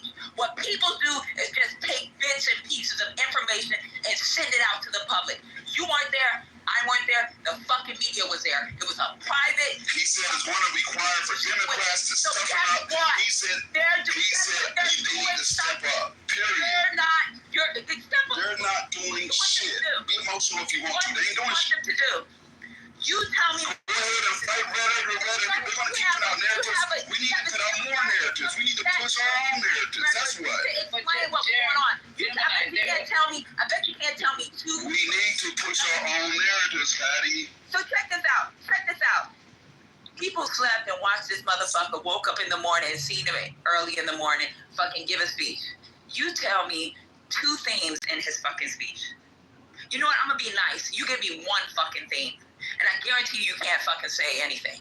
but I can bet you Sue can. In whose speech? What are you even talking about right now? What are you talking about? I bet you Elle can. Who are you talking about? I'm talking about. Who are you talking about? Who did a fucking vote somebody else? Who are you talking about? You tell me. You tell me. Who are you talking about? You should know because it was all over the news. A lot of things are all over the news. Who are you referencing? There's only one person to reference, and he's a black man who gave a speech, and it went over 24 hours, and he was breaking someone else's record. You tell me. It's Cory Booker. Okay. Hakeem Jeffries. It was Hakeem Jeffries. Yeah, it was Cory Booker. It was not Cory. It was Hakeem Jeffries. So y'all give me two. Give me two. I want each one of y'all. Two things out of there. Two fucking things. You could have turned on the TV. I know what you're talking about. You know why you don't know? Because you don't give a fuck. You're too busy sniffing up somebody's ass and going against your party that you're supposed to be fucking supporting. I don't give a fuck if you're independent. I'm not supposed to support shit. What the fuck? And you're saying that Trump is a piece of shit and you rather have voted for. He is a piece of shit. Guess what? Pay attention to what the fuck that they're doing instead of joking about it and complaining. I'm not joking or complaining. Let me say this, right? Because that was a nice monologue. But I'm going to tell you this. When Obama came out and said we need to do a little, when he said y'all need to do a little less navel gazing and a little less whining and being in fetal positions, he's talking about y'all Democrats not doing a goddamn thing.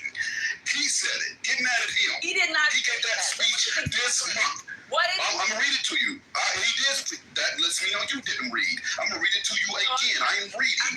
He said, no, well, you didn't read this. I'm going to read it for you again. He said a little less, I'm reading it verbatim, a little less navel gazing, a little less whining, and being in fetal positions. It's going to require Democrats to just toughen up. Stop looking for the quick fix. That's what he said. Those are his words. And I agree. Get mad at it.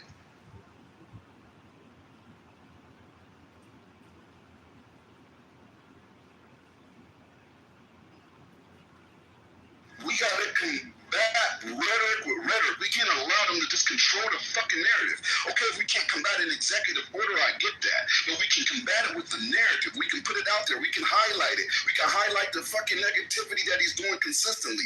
We can do that on a daily basis until it takes grant. What Patty said. She's wrong. I'm saying that what Democrats are doing is not enough. Nobody muted you. I didn't mute you. On my daughter. I don't know what you're talking about. Highlight a Democrat every fucking day. Do that. That is a we can do that too. They need to do more. That way, you can see what they're fucking doing. Are you discrediting Jasmine Crockett? Because she's always... No. I said outside of Jasmine Crockett. Not you. I'm talking to Gemini.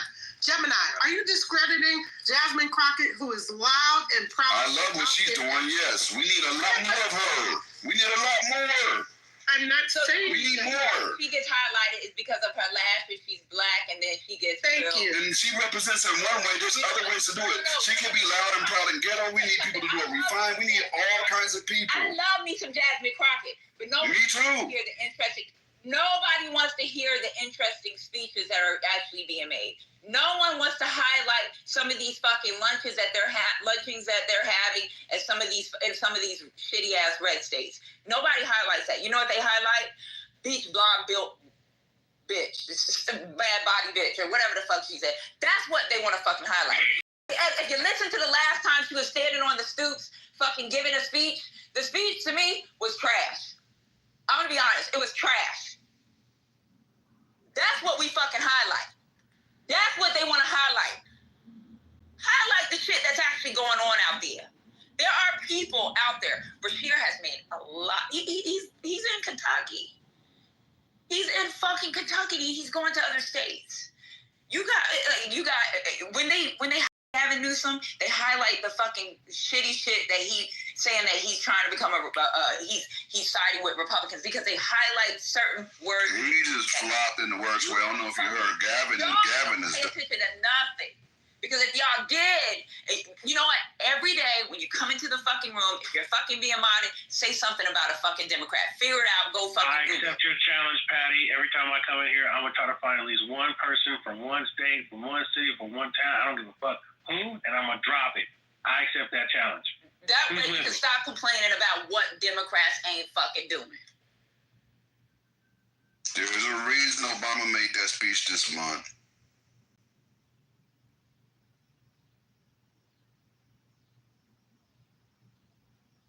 You know who Obama's talking about? The point he's is talking there, about you. That's who he's talking about. He's talking about people in this room. That's who the fuck he's talking about. When Dr. AG made that comment the other day, or about a week ago, I agreed with her. You know why? Because I'm fucking tired of it. I am fucking tired because a lot of y'all really ain't fucking. I don't think the leaders of the Democratic Party are in this room, Patty. The leaders, he's talking about y'all, Democrats. He's talking about the leaders. He said the leaders, the leaders. He literally said leaders. About every one of y'all. Weren't you in this speech?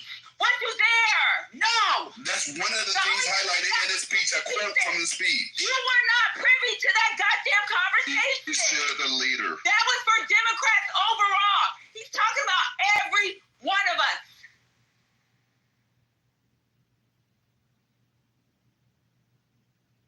Remember, the speech is, yes, we can. We is all of us. We is not just the leaders. You can shift the blame on the leaders. We is us in this room. We can. The party follows the leaders. We need the leaders to lead. Well, maybe if you knew what your leader was doing. Who's your representative? What district are you in? Okay. Preach.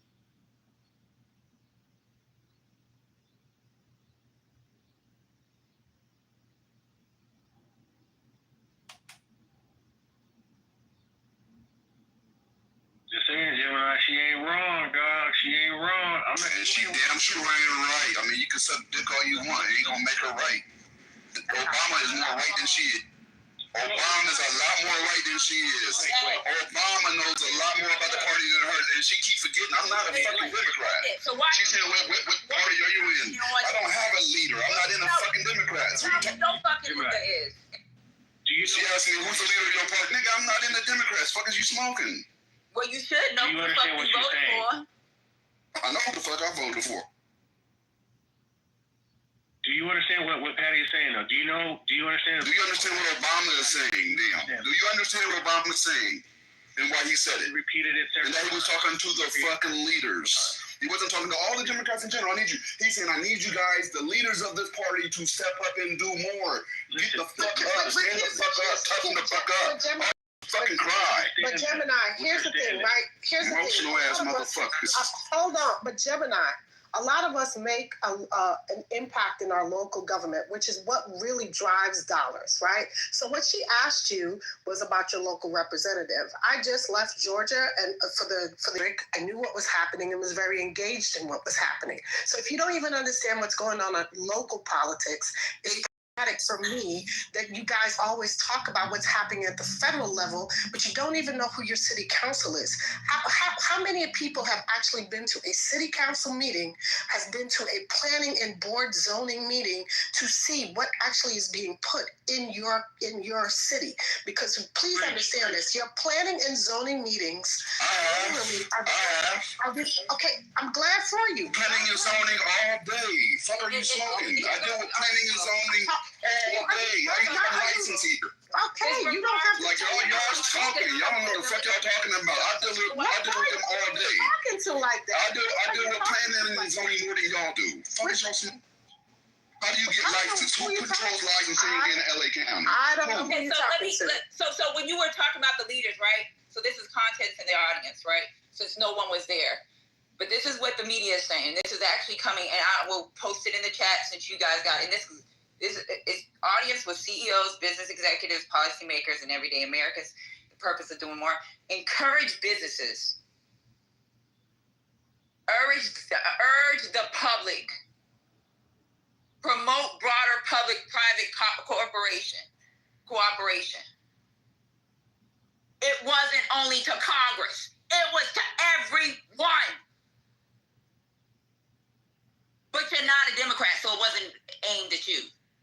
It was aimed at Mel. It might have been aimed at me. It wasn't aimed at you. So I get where you read it. Here's the thing. So we can't. So free speech affects everybody, right? And we could agree on that. And right now we have someone encroaching on free speech, encroaching on a lot of laws. And so what I got out of it is like, we can't, we have to do something, right? Yeah, he did say Democrats, but I take it as everybody, right? All hands on deck.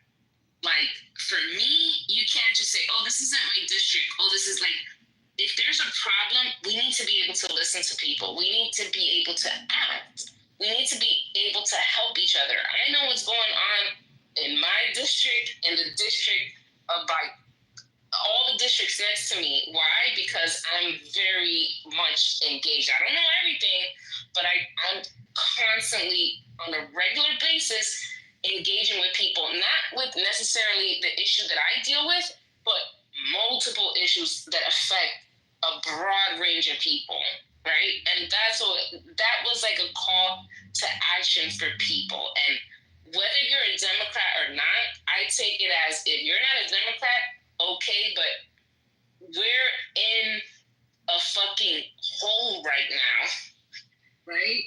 We're in a fucking hole. Millions of people are going to lose healthcare, right? Perhaps 10 million people will lose healthcare.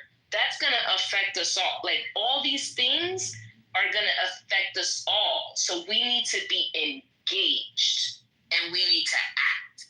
And that's what I took about the little snippet that I was able to. I read 3 articles in regards to it, and all of it said that he's talking to the leaders. One of them is called bigwigs or whatever else. Let me finish what I'm saying, please. About the portions of the party that are not taking action. Or a Messiah figure. That's exactly what he said. So he's talking to us. Pay fucking attention. I'm paying attention. Y'all are not stepping up. Y'all need to listen.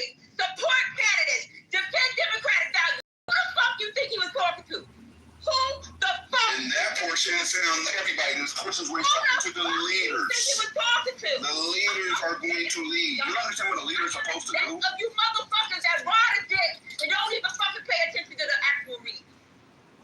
I'm sick of motherfuckers that ride a party and don't know what the fuck went on with their own party, want to defend it emotionally instead of actually looking at them not doing fucking shit. And then losing and wondering why. You don't even. And then losing and wondering why. Lose and then cry. Listen to your leader. Listen to Obama. He said for a reason. Do something. Right, Trump supporter.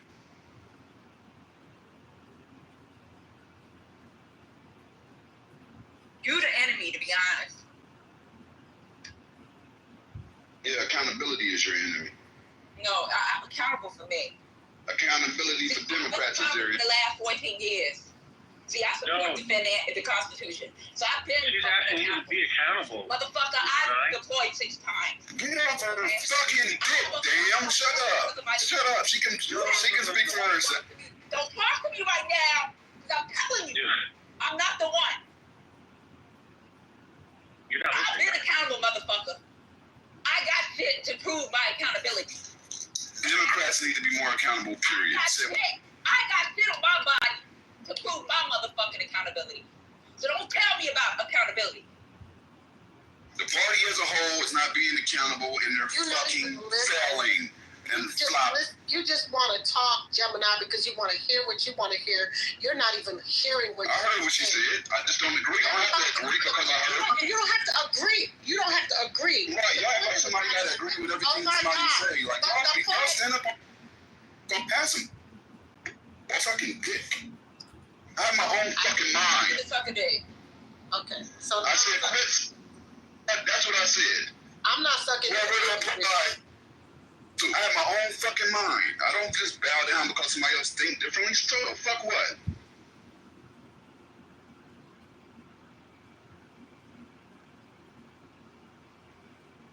So then you don't have an understanding. You have a communication problem. Motherfucker that don't actually pay attention to politics. How about that? I pay attention to what matters to me politically. Exactly. You need to pay attention to everything. Because if you only pay attention to nobody can pay attention to everything. I try to pay attention to as much as possible. That is the And reason I also see that is the reason why we lost. Because we didn't pay attention to our own community and what they wanted. That's the fucking problem. No, the problem was enough people did not show up. That's the problem. A lot of people didn't show up. I voted the way I thought. I voted for Kamala, but that don't mean I did too. I did too. I changed my state. Dude, I changed my state. Can we stop beefing? And can we just have the... No, I'm not going to stop beefing with him. Now it's up forever. No, it's Forever. Young Haitian, come up. Hey. What are you talking about? Did this. You want to crash out over me saying the Democrats need to step up? I don't give a flying fuck. Okay, all right, just chill. Less than a fuck. I give a negative. What's? So yeah, so The negative fuck is actually celibacy. Damn. I give a celibacy.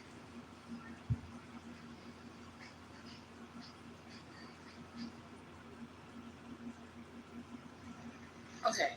That's the problem. We can't be this. I don't think somebody say something that applies. Dan.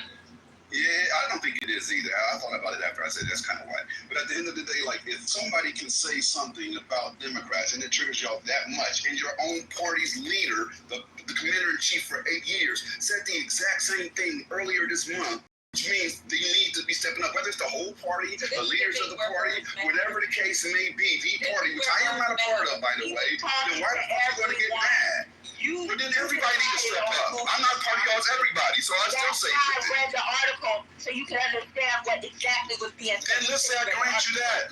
Patty, let's say I grant you that. Let's say I did read the article, but let me see I grant you that. So what was the I did. Who was the target action? Stand up, toughen up, step up, do something, vote the right way, move the right way, lead, do something besides crying about it. That was the essence of the article. In New Jersey. We already know that, and like, give us some new info. So what I'm saying is this: if your own leader is saying that, right? Let's say that he was talking to the entire party. I grant you that. I concede to that, right? Now, if he's saying that the entire party needs to stand up, which I'm not a part of, by the way, I just vote that way for the most part. If he's saying that the entire party needs to stand up, and I echo that sentiment, hold up. Get together and figure out what we need to do. No, I'm an independent vote, man. To answer your question. You're not loyal. I'm not loyal. I'm an independent thinker. Like I have my own brain. That's what you should do, right? You don't blindly just follow a party. That's fucking goofy. That's why I'm not fucking with you for good. I don't care if you're not fucking with me. I'm not blindly following a white party. That's you. I'm an independent thinker. What are you doing? What are you doing? Whoever is just blindly following anything, whoever blindly follows anything don't have a fucking brain. I said what I said. Yo, listen. That's why your you mother. beefing? Stop, seriously. Watch your mouth about my mother. No, it's up and stuck. I'm telling you it's up and stuck. Be in your emotions. I'm gonna be all in your field. Listen. Get in your views. I don't fuck with these misogynistic ass niggas. I'm gonna be honest with you. There ain't nothing misogynistic about it. I said something that you should fucking know. Obama said it too. No fucking brain. That's what's not. I didn't say you didn't have no fucking brain. If it applies, it applies. I harmed you. I don't give a fuck. I'm standing with the fuck I said. Listen a little more. Talking about I ain't listening. Use your fucking ears. Why are we beefing, dog? Come on. Listen. It's a loser hearing. Listen. Stop. Bitch, I lost one of my hearing and one of my. I ain't called you out your name. Don't call me out mine. Okay, so what? Why are we? Shows you weak. Shows you weak. Yeah, I said your hearing sucks because you ain't hear what I'm saying. I'm gonna go to the room. This is crazy. Past 30 minutes just proved to be an example and a learning experience, because it has been for me this evening. And if you refuse to make it a learning experience, well, just have a good damn week and try to see things clearly.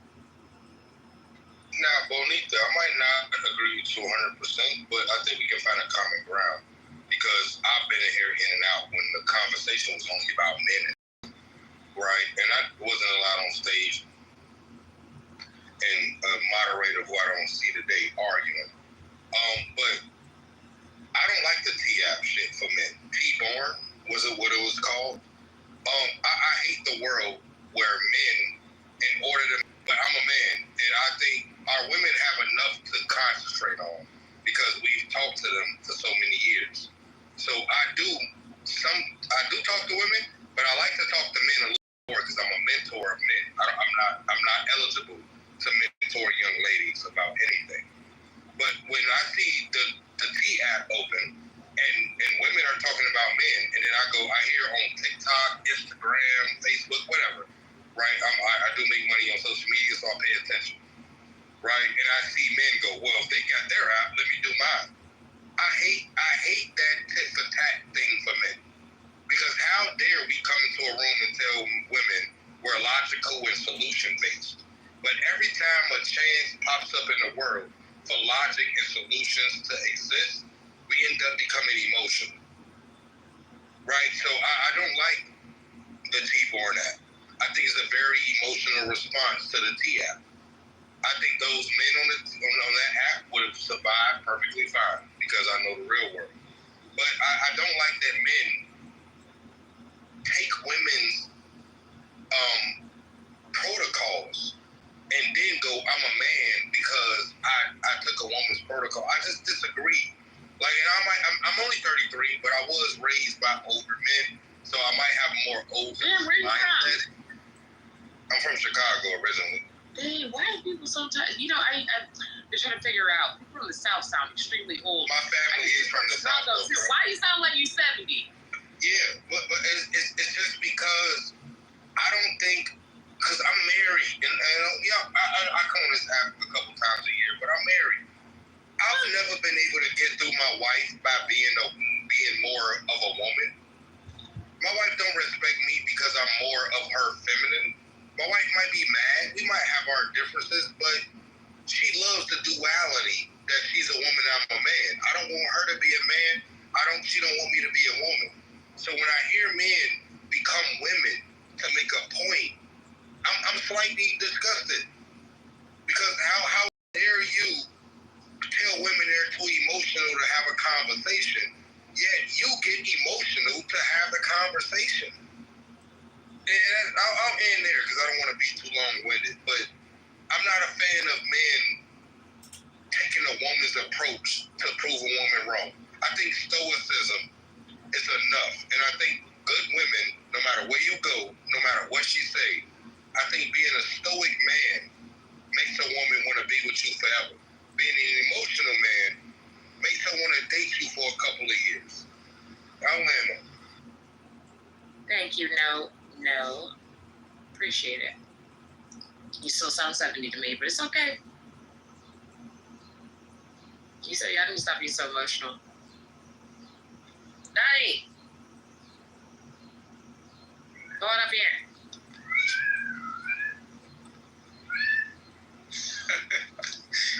You can't be right with you every time. What you say? I said you can't be right with you. That's say hi to Donnie. Say hi to Donnie. I know. All the time. I'm so crazy. I don't know. Hi, Donnie. Hi, Mickey. Hi, Mickey. I know you'll be in there going in. Say hi to Donnie. Say it.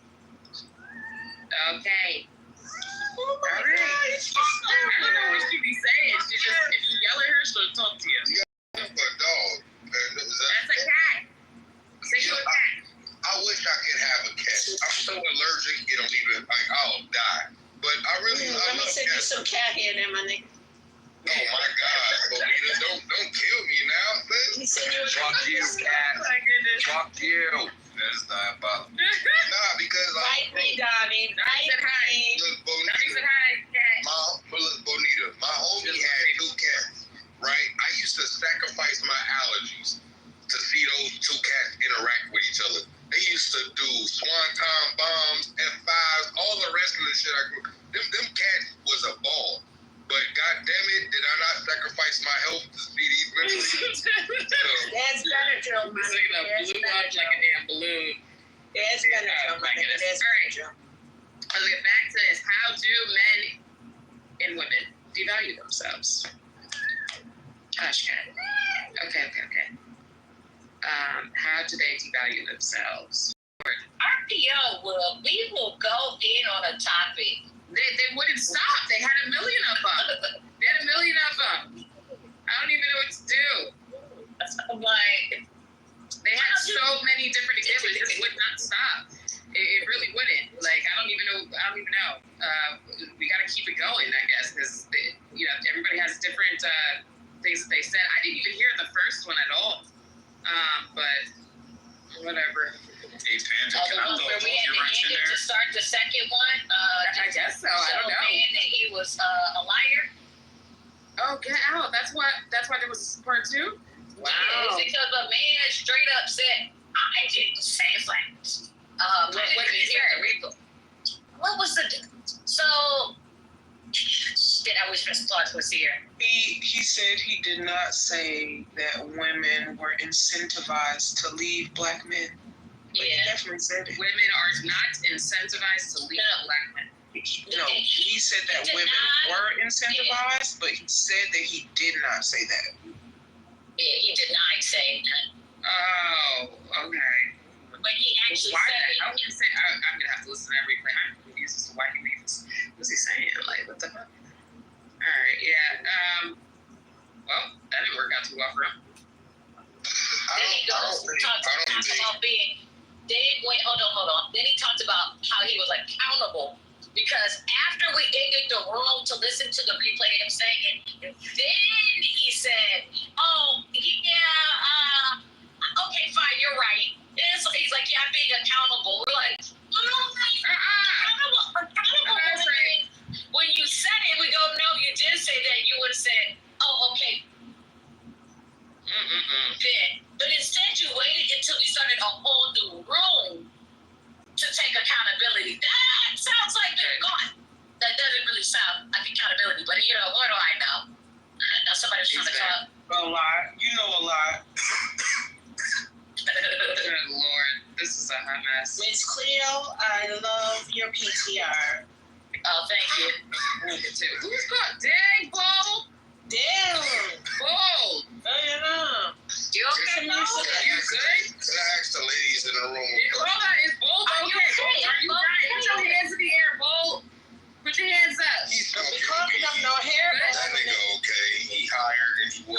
Okay, all right. As long as he can talk. All right, I'm good. No, I had a question to the ladies. Whoa, can y'all not talk on top of each other? That's y'all dicks banging. Can y'all stop? Thanks. I want to be at a time. Throat flutter. All right, so Bold, you're good. All right, perfect. Now there was somebody who's trying to speak. Just now, sir. No. Yeah. I don't want to get over Bo's weed high. You're good. He can breathe. Yeah, he can breathe now. Salute to you, brother, for breathing. I just wanted to ask the ladies a question.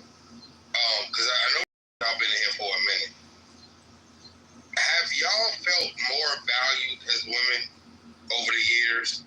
And y'all go to all different rooms, right? Or do you feel like you have more to prove as a woman? It's just a question to the women. On this app? In general, like the world. Because I think this app is just a part of the internet. But the internet is very much, the internet. So, you and Paul sound alike. No, I'm not him. Nah, Paul sounds extremely squirrely. Like he just sounds like too many words at one time. More valued? What do you mean by that? More valued? Because I feel like I've always been valued, and I don't know. I never think about my value levels at all. So I don't know if I can even answer that. I don't know. I'm trying to process it too. Yeah, I typically don't think about what people consider my value if I don't consider the fact that those people are alive. That too. That's part of it. My value to the people that I care about, do I feel like I'm fighting for it? Or it has to be proven more? Do I feel like they value it more than who I care about? No, I really did mean this as a very interpersonal question. So this is why I see a lot of ladies in the room. I don't expect y'all to have all the same answers, right? So I'm just saying, you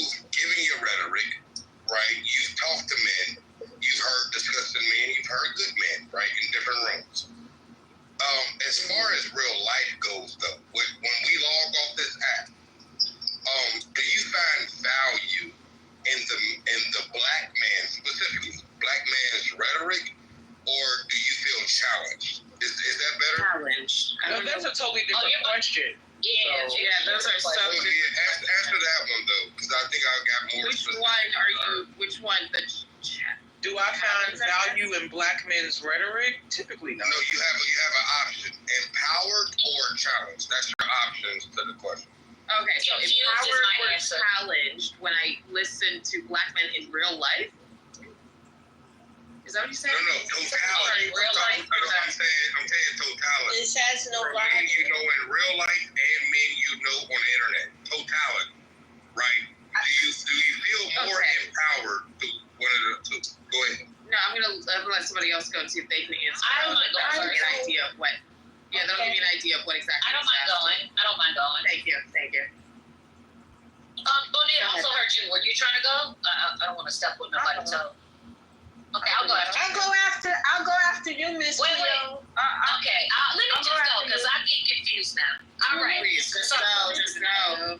So I would say that I feel challenged, but not in the way that I think you're using the word challenge, because I think challenges are good and they actually empower you. But people push you, and in my real life, not this Clubhouse world, on Clubhouse, because I know you want me to put them together, I just can't, because the men I deal with in real life operate very differently than most of the people I interact with on Clubhouse.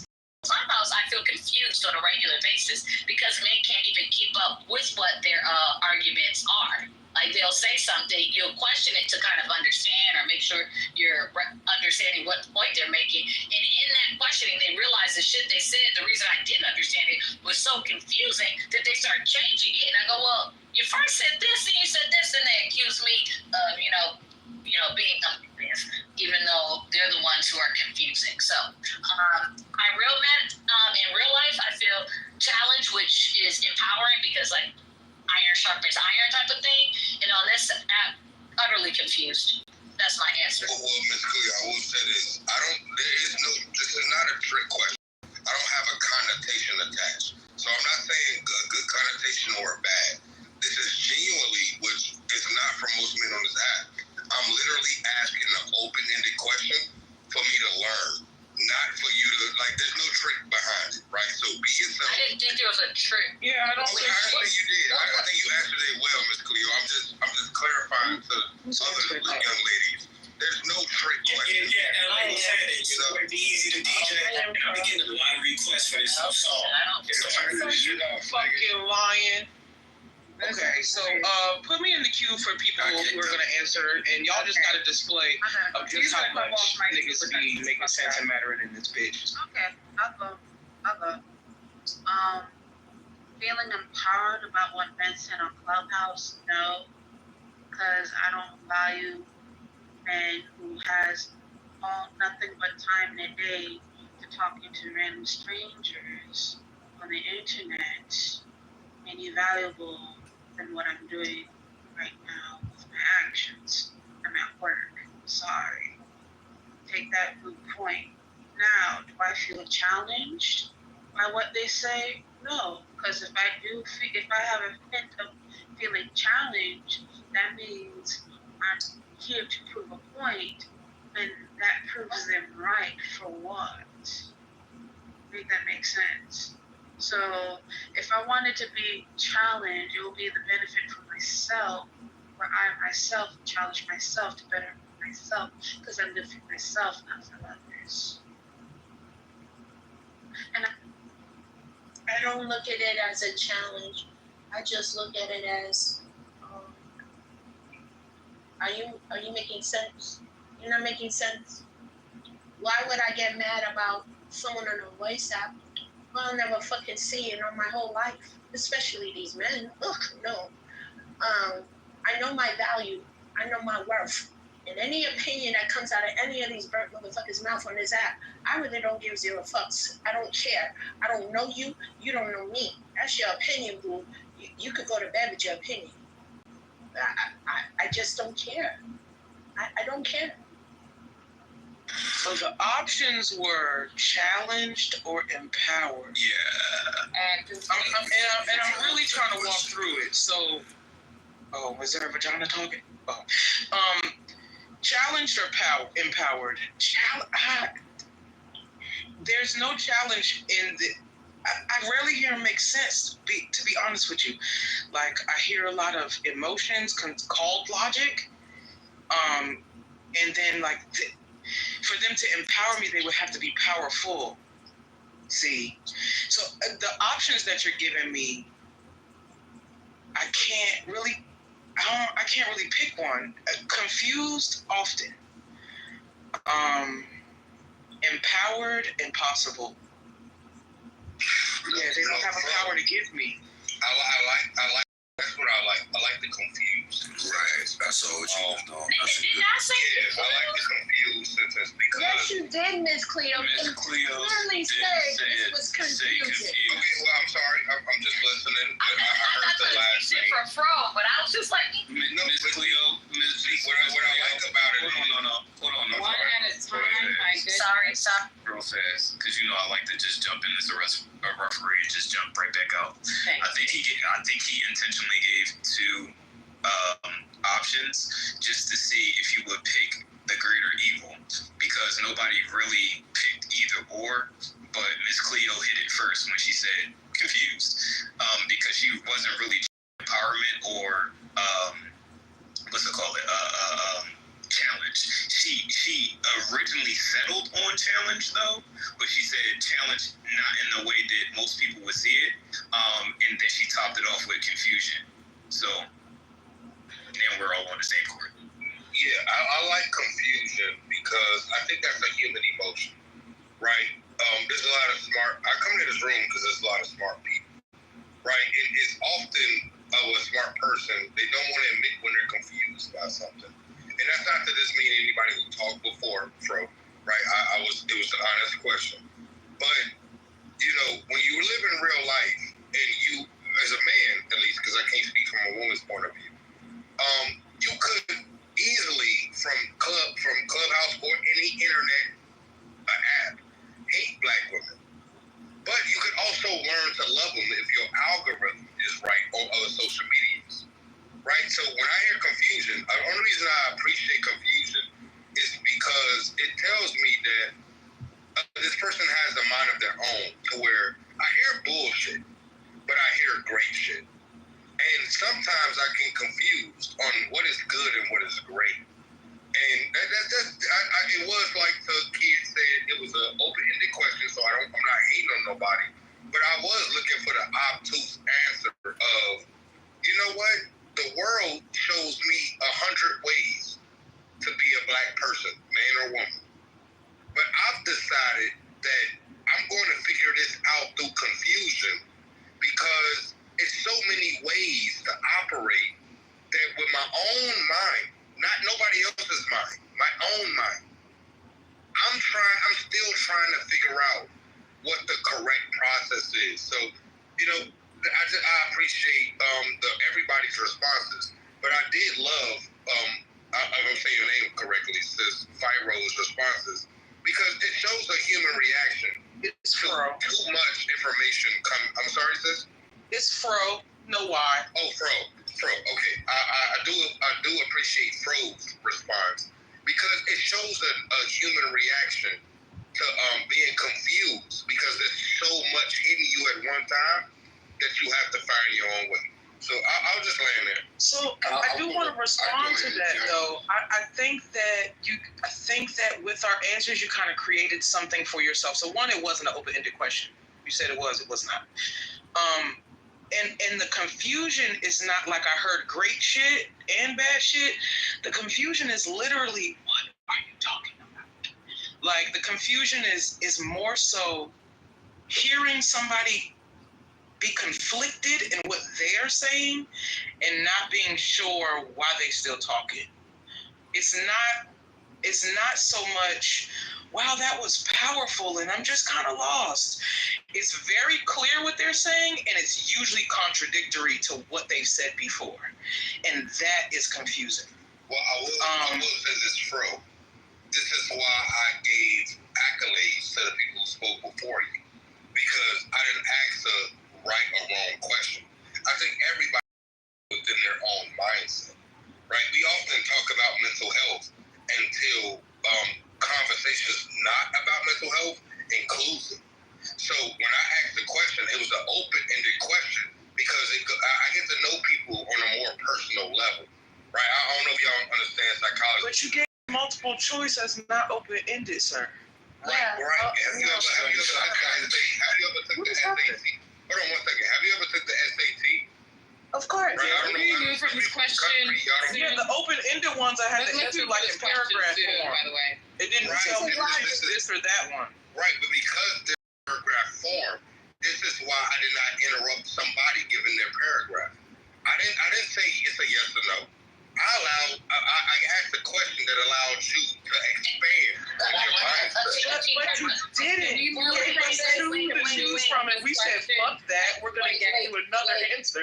Yo, a teacher's going to jump in. I just want to be, I'm going to do my teacher thing. Can we make it quick? Because it's just a question. Can we move from this question? I want to get to the topic. I need a piece of the pie. Yeah, because I don't want to get caught up in the question. I don't want to get stuck. I'm tired of getting stuck sometimes. It's like I don't even understand how he even wants us to answer this question, let alone us to even sit around answering it. Just want your like, opinion. I mean, opinion on what exactly? I don't really know. So that's why I just really want to move this because, like, I don't think anybody really understands what it is. It's not logical. So that's why I'm saying let's just move. But that was my point. There is no response that will make me happy. I want to say indulge in the people. That's not what open and close. All right, yeah, let's move. I'm saying let's move logic and stuff. Oh my gosh. He made an error. It wasn't an open-ended question. It was options. It was only two options. Perfect. So we can dead that. He misspoke. Yeah. So I have a new question. He didn't misspeak. He just was wrong. Remember when either way, let's not get second ago we just talked about like oh god. I'm with bro. So new question on the floor. There's nothing else here. Or is it this is men being the most protected. Is value self-induced or peer approved? Is value what? Self-induced or peer? Both. Self-induced or peer approved? Both. Combination.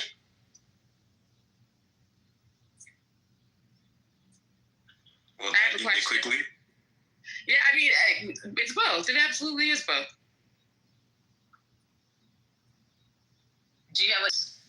Yes, I do. Share it, because that's how things don't end there. If you disagree, share your disagreement. Well, I don't want to go down this rabbit hole and, be misunderstood. But I think so. You're not going to share? Yes, of course I'm going to share. My man raised no hope. I think that value comes from the consumer. I think value is peer approved. So you can say that your house is worth $10 billion. I'm in real estate and nobody buys your house.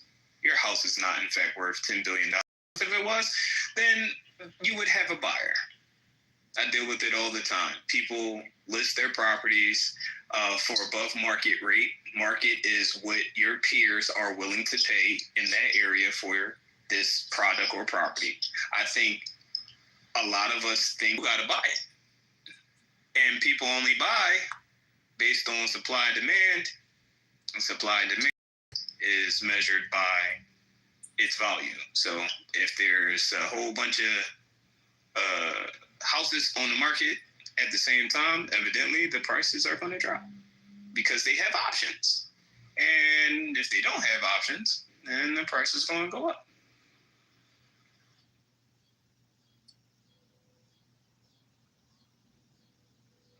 What does that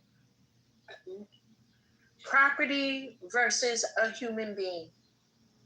I mean, I think it makes sense. I do. I think that it makes sense because if you're discussing now, I think that you can have a value of yourself. If we're talking about other people experiencing you, then I think that they do determine the value of what their experience is of you. I think sometimes what gets blurred is people that are not considered or are not of value to the person whose value is being determined think that their perception of that person's value matters. Now that's a whole different realm. Yep. You get what I'm saying? It's like if I would never sell my house to you, your value wouldn't matter. if you know what I'm saying, if I am not in the market for you to be the buyer, exactly, of whatever said house. So I think that there's several ways that a person's value can be determined by themselves, by the people that they would like to exchange with, and also by the people that they would never exchange with, but those people still want to matter to their value. Exactly. Like there's. Let me just give this last example, and I'm gonna give it back to you. Less women are going to sign up to be with a broke nigga. That doesn't mean a broke nigga can't still find somebody. Somebody is gonna, be in the running and purchase this broke nigga.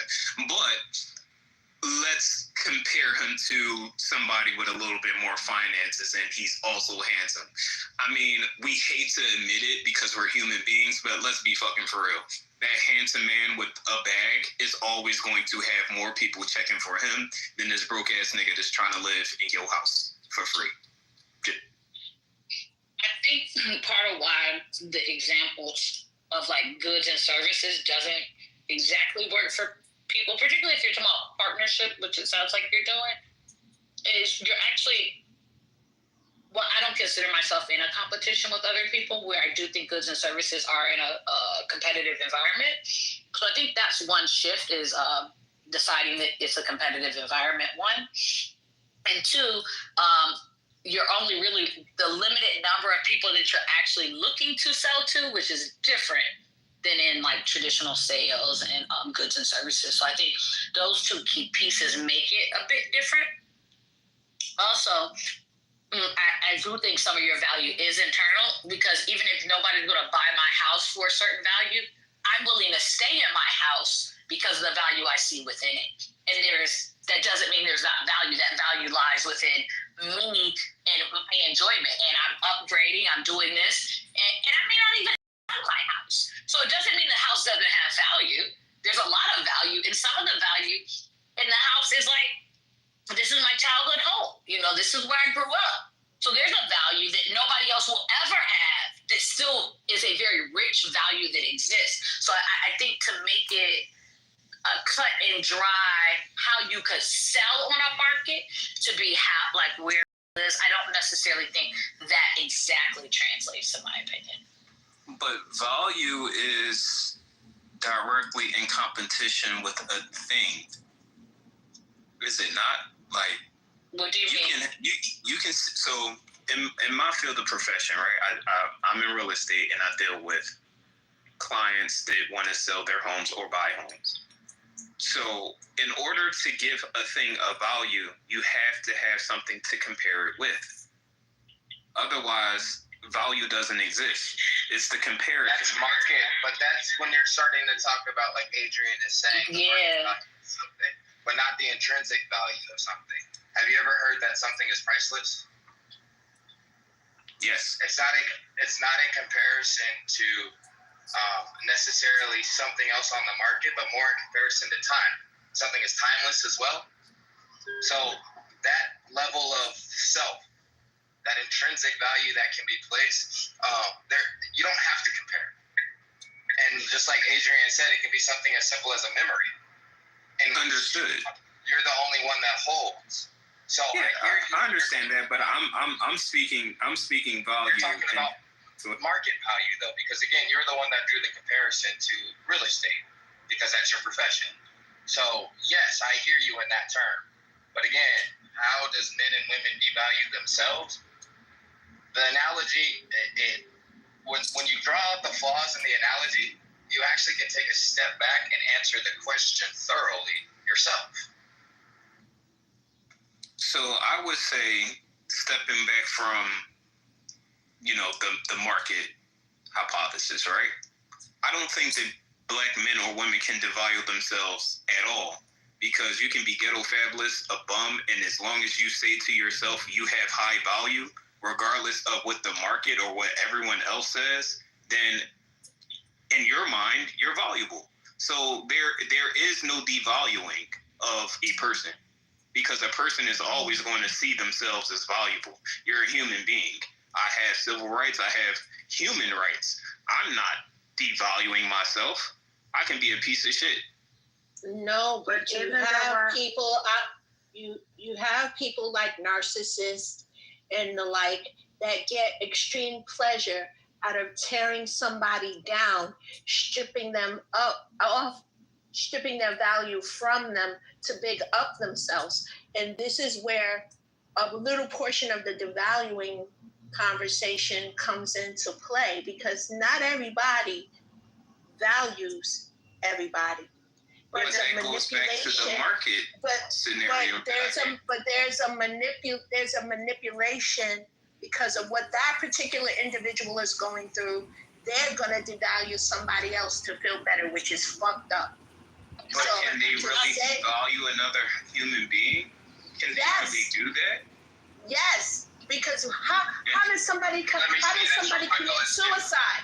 Let me say this. Sure, Donnie. And I might have been a little too poetic the first time. The only way you can devalue something is to compare it. If you're not comparing, there is nothing to devalue, value. It's literally intrinsic. So if I'm looking at myself right now, I'm driving on this fucking open road. If I was,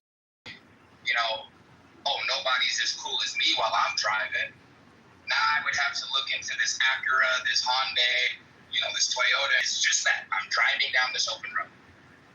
And so when I get to my destination, now that's the next piece of value with time, right? So when I get to my destination, the value is I'm home. I appreciate that. But it's no comparison. Oh, I'm going to get home faster than you, Toyota Tacoma. Like, huh? So again, value is really only placed out externally when there's a comparison. Right, and that's why I was saying that there's 3 different ways. So, Kid, you actually just contradicted yourself, because when you said you're saying that a person can't be devalued, but you explained a person as a house able to be devalued. So, I don't know. I gave 2 points. I didn't contradict myself. I was trying to better understand how someone can have intrinsic value without comparing themselves to another thing. Like, you can say, I'm priceless, or this thing is priceless. It's priceless to you, but somebody can walk into your home, look at that you think is priceless, and say that's worth $1 in comparison to all the other nickels. This nickel, it has sentimental value to me. My uncle gave this to me. You're right, which is actually...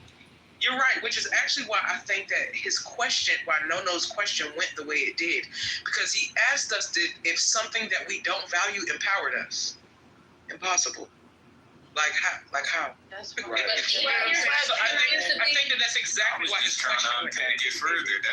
That was my whole purpose. But Kid, what you're doing is, even in the way you continuously talk about it, it always situates itself as a comparison. You don't actually, because it sounds like the way you approach looking at things is comparatively, right? And so every time you give an example, you give one that rests on comparison versus giving ones that don't. And so what happens is you give an example, go, isn't this proof? I'm like, yes, in that example, because the example itself is a comparison. I love my brother, and I value my brother to the ends of the earth. That has shit to do with my sister. Value my sister and love her to the ends of the earth. That has shit to do with my brother. I value and love my mom to the end of the earth. That has shit to do with either of the people I've named already. They are all priceless to me, and there's no comparison of them to me. But, nor is there a comparison of them to your family or your friends or myself. I disagree because, and I'm just... You're going to disagree with how I value people? No, I'm disagreeing that there is no comparison going on. You're going to disagree with how I value my family. Great, go on, tell me how I was going to disagree with the logic of it. That was it, but you got... No, go on. I would love to hear this. Sure. So when you have category, right, and you place things in categories such as family, right, and humans that are not family, comparatively, you value family more than other people. So if they're not part of this category, bingo, they're not priceless to you. So it is a comparison abstractly. It's not like we're doing it like with a mean spirit or anything. No, you've decided that I place that value on them. I've said that they're priceless, and it has shit to do with anybody else. You've decided that I've made family more important than other people. That's what you've decided. So I don't Yeah, maybe that's true. But however you view that category called there's no family, maybe there. It's definitely true. There's no maybe. But go ahead, continue. But yeah, I did not say that. You inserted a value that I never said, and then told me that I'm doing something based off of a value you've added in to my life. Because you just very specifically said that this is not a comparison to your family or your friends or even herself. The value that's being placed is just that value. She's not giving a $10 limit, right? And saying you get $2 because I like it. You get $5, you get $1.50. She's not doing that, right? She's saying I have infinite dollars. All of you get $1 because I value you all the same fucking way.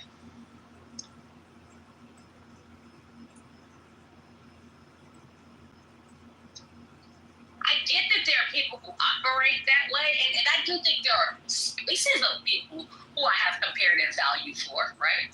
I just don't think everything operates that way, right? I definitely don't value most people who are sitting in here talking. Don't. So it's not that I live in a bubble that there aren't comparisons that exist, right? That's not what my argument is. I don't think that everything rests in a comparison. I'm with that. And that's what I noticed when he first asked the question. When he asked us the question, he placed value in people that we don't value. And that's what I'm trying to tell you. That shit was very difficult to answer. He was but how do we have the bad without the good? Yeah, just talk. I know this analogy shit ain't working. Well, let me ask him really quick. Let me dialogue with him for a second. Let's talk. What's up, bro? How do you have the bad without the good? Why can't you just have? He left. Who left? Because it was literally that simple. Why? You made a good point. Wow. They all come together to form a beautiful picture. What? So we still talking about this Da Vinci shit. Especially having kids. Can we just speak clearly, like, without like analogies and metaphors and poetic? In Morse code right now, but I'm decoding a little bit. Please, can you translate? Yeah, they all come together to paint this beautiful picture. Who's they? The good and the bad. He's trying to create this level. He's trying to create this level of duality within everything, right? Value, devalue, men, women. So, how do you have the good without the bad? Why can't you just have? Well, they come together to create this beautiful picture. Once that picture is created, this is to you, Bolt. Once that picture is created, what do you have? Beautiful picture. Donnie, I think you have a picture that has this good and bad that would not be considered if it were something else that had to include the good and the bad. So I think we get to this place when people realize that they are the bad or the devalued and they still want to be included. And I peeped that when the dude said something about people don't like to admit being confused. A newsflash, we all have vaginas. We actually don't mind admitting that we're confused or we don't know shit. That's actually not something that we got a problem with. Like, we don't live in a world. We don't live in a world where if we're confused or wrong, we lose marriage. We don't live in that world. So who's confused about who even shared confusion? Like, right, like it was just interesting. Well, I think Donnie made the point earlier. Hold on one second. Let me say this real quick. I appreciate you picking up on that, bro, because his submission was you need the good and the bad to create a beautiful picture. So you're putting the bad back in this realm of being included in this beauty, right? The existence is the beauty. Like Fro said, you have a picture. Why can't you just be okay with that? Having good, bad, happy, sad, anything in between, you have. So that's the problem with me in this conversation as I'm listening in this devalue value. the level of intrinsic, whether that's motivation, love, self-esteem, it's lacking. And that shows in the comparative nature, because niggas want to look at the fucking homeless man and say, I have a studio, I'm doing better than you. No, nigga, you don't know what, that nigga might have a Cadillac fucking van behind this liquor store, just panhandling, you don't know that. So why compare it? Because it looks good at face value and makes you feel good about yourself? The second part, Donnie. That part. Can I just bring something? So Donnie, because if it was about having the good and the bad of like terrible ass women and good ass women, the narrative would not be the same. This is about including self in something that you want to be included in. That's just so easy to, it's transparent. So Donnie was right when he said there's a difference between intrinsic value and value by definition. So I just asked Chad, pulling up the definition and scrutinizing it to its core, right? So, no, value in the sense cannot exist without comparison. For example, saying this is expensive assumes a comparison to something cheaper. This is better assumes another thing that is worse. This form of value requires a reference point, whether it's another object, a past experience, or an internal standard. But if you mean intrinsic value, yes. In some philosophical and theological frameworks, something can have value in and of itself, regardless of comparison, which is why I gave the submission. If we are talking about intrinsic value, then there is no devaluing of a person, because a person will always have value according to how they see themselves. So no, a person isn't going to say, oh, I'm not valuable as a human being. But people do that. It's called depression. Okay, people all right, do that. You're right. You're absolutely right. They do that. I stand corrected. They do that. It's depression and suicide. Yeah, and comparison. But it's not value. It's intrinsic. Right. Comparison. It's intrinsic value. So for the market, like if we're talking about dating or comparison, like business owners owning shit, competing with other nationalities and ethnic groups and shit like that, yeah, value does exist. Yo, did you not listen to my submission at all? Like, he had to mansplain it and had the word intrinsic for you to... This shit is crazy, because I legitimately said in my submission, I go, in a market situation, that makes sense. I literally said that this... I didn't say that you didn't say This that, Ms. Cleo. I just devalues the reiterated. conversation. This devalues the conversation. Because Ms. Cleo has made it abundantly clear. She has said this several times. See, this is where we draw the line as to whether or not you're going to value this conversation or you're going to devalue it because you have a one-track mind to believe what you want and just go with that train of thought instead of listening. Are you not listening?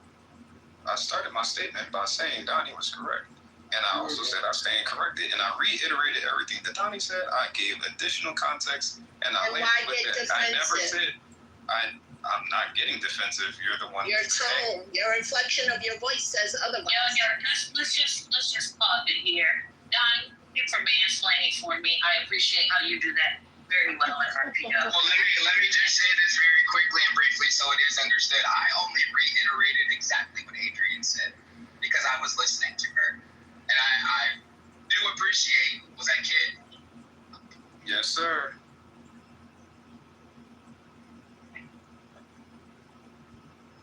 Damn, he driving and went into the abyss. Is there a reason or a reset?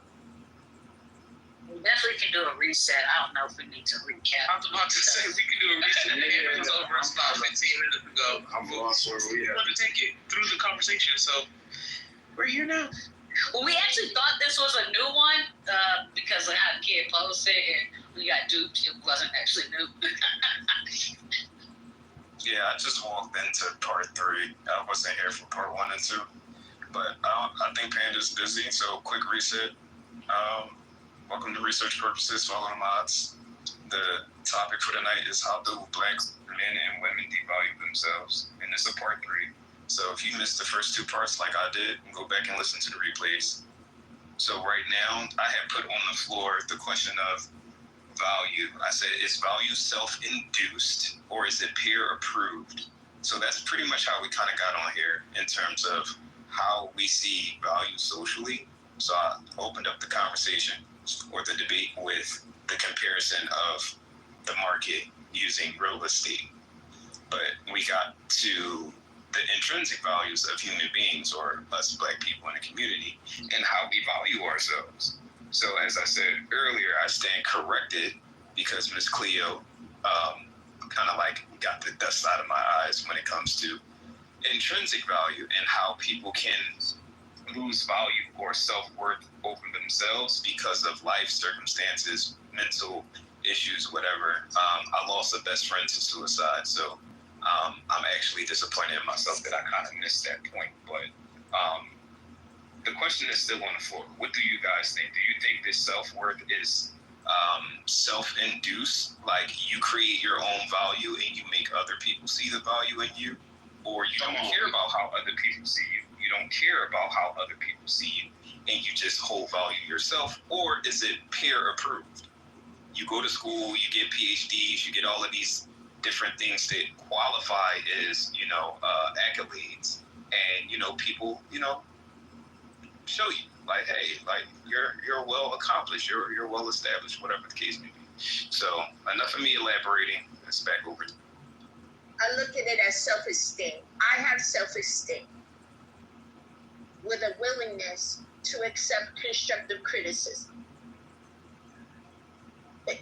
Esteem is defined as to hold something in high regard.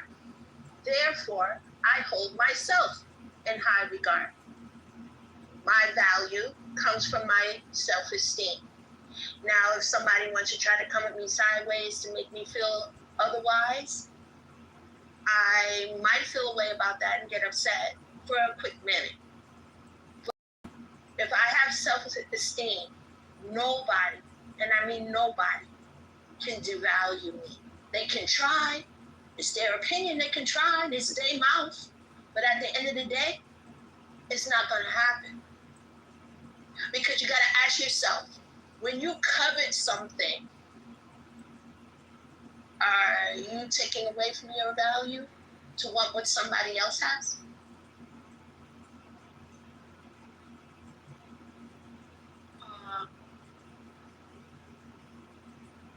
I still agree that value only comes self-worth, only within.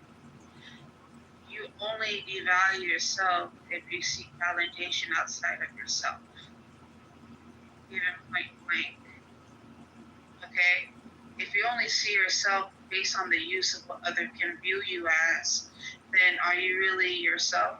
Yes or no? I want to say yes. You can still be yourself even if you seek validation from others, because their critiques of you can perfect you. You may not ever become perfect, but their critiques of you can make you look at your weaknesses and make you want to go out and try to improve those weaknesses. And then maybe somewhere down the line, it can start to become intrinsic, or it might start off intrinsic, and you may want to seek validation. I feel like it can play off. It can sort of play off each other. But see, here, let me be the devil's advocate. Are you going to go ahead and take critiques of people that you don't see value? Are you going to accept any critiques from anybody by anything just because they feel like they want to go ahead and pick your brain? Yeah. So, why do I have to in this state? Hold on one second. Right. Let me get in here. Why do I have to in this state of comparative value adding to my esteem? Because I can sit in places and spaces, and I'm going to reiterate my question so it's not lost. I can sit in places and spaces that I know they're going to praise me. So why do I have to take into account not being myself when I'm seeking validation? The part of me that's seeking is putting myself in places and spaces to be praised. Man, we can use this for example. Let's say, like I want to start out working, and I get a subscription that what is it? Crunch, whatever. Hold on, Bo. That was the young lady. Okay. I don't want to overwhelm her with information you get right after. I just wanted to include that. So that was for you, ma'am. I found that. Oh, wait. Damn. I haven't thought it that way.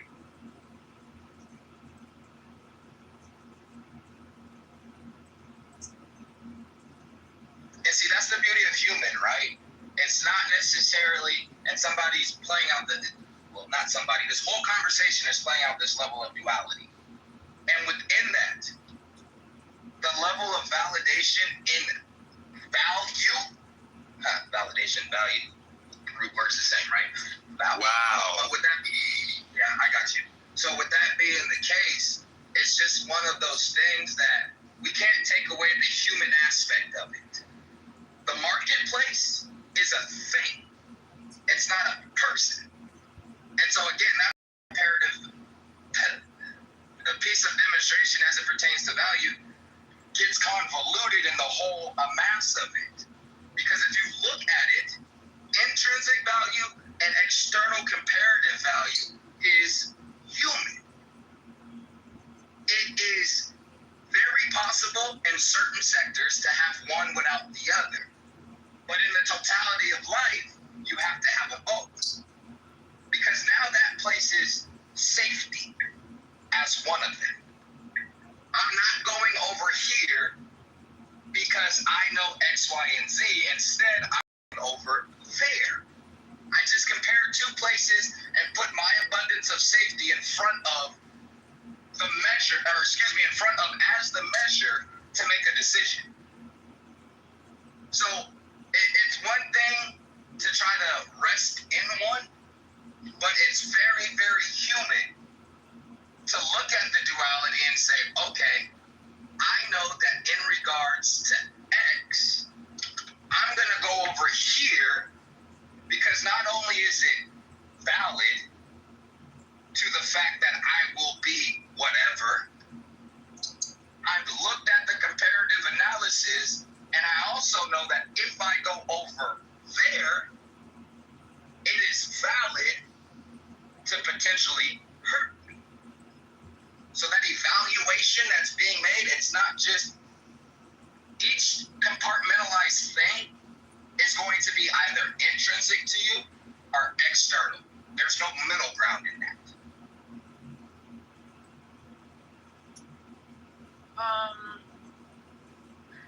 You're right on a certain point, but I definitely disagree when it comes to external validation, because people utilize external values that needs applause. It's not considered value, it's considered vanity.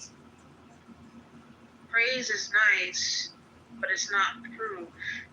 Real worth is what survives the silence. So when it comes to validation and seeking applause from other people of your worth, that diminishes your intrinsic value of yourself, if you get what I mean. Yes, but if you do not know yourself, this is why we're going in circles saying the same thing, but in a different way. Hold on, Alicia. Let's not be so, contrite in the response. Not talking. Yes and no, right? Because again, I can know myself and understand that in this realm, that praise is because of me, whatever section of me that is. So externally, all I did was accept your applause. But internally, I did all of the work. So you just gave me an Oscar, that's it. So that doesn't really, it doesn't blur that line whatsoever. And I'm not saying that's all people, but there's a fraction of people that can do that. And your question was, can you essentially? That makes sense. That's a lot to think about. So, Donnie, what you're saying is that accolades and all of that is fine and dandy, but at the end of the day, we just know ourselves and know what we value so as not to be The value? I'm not telling you to do anything left or right. I'm just sharing. Right? No, I'm asking, is that what the gist of what you're sharing? Maybe I missed something? I'm just asking, because I like the way this is flowing. I'm just a little curious about something. That's all.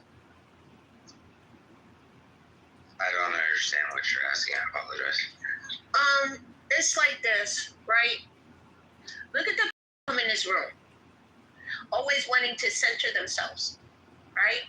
How many times have you and the other moderators had to silence me for something, right? Yeah, hi to you too, Corey. So anyway, what I was saying to you.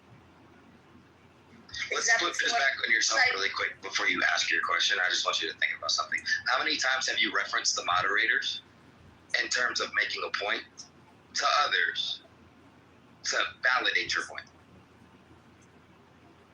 I've done that several times, but not because I feel devalued. So now think about your question and then ask it in a couple of seconds, because I think that might hit home for you.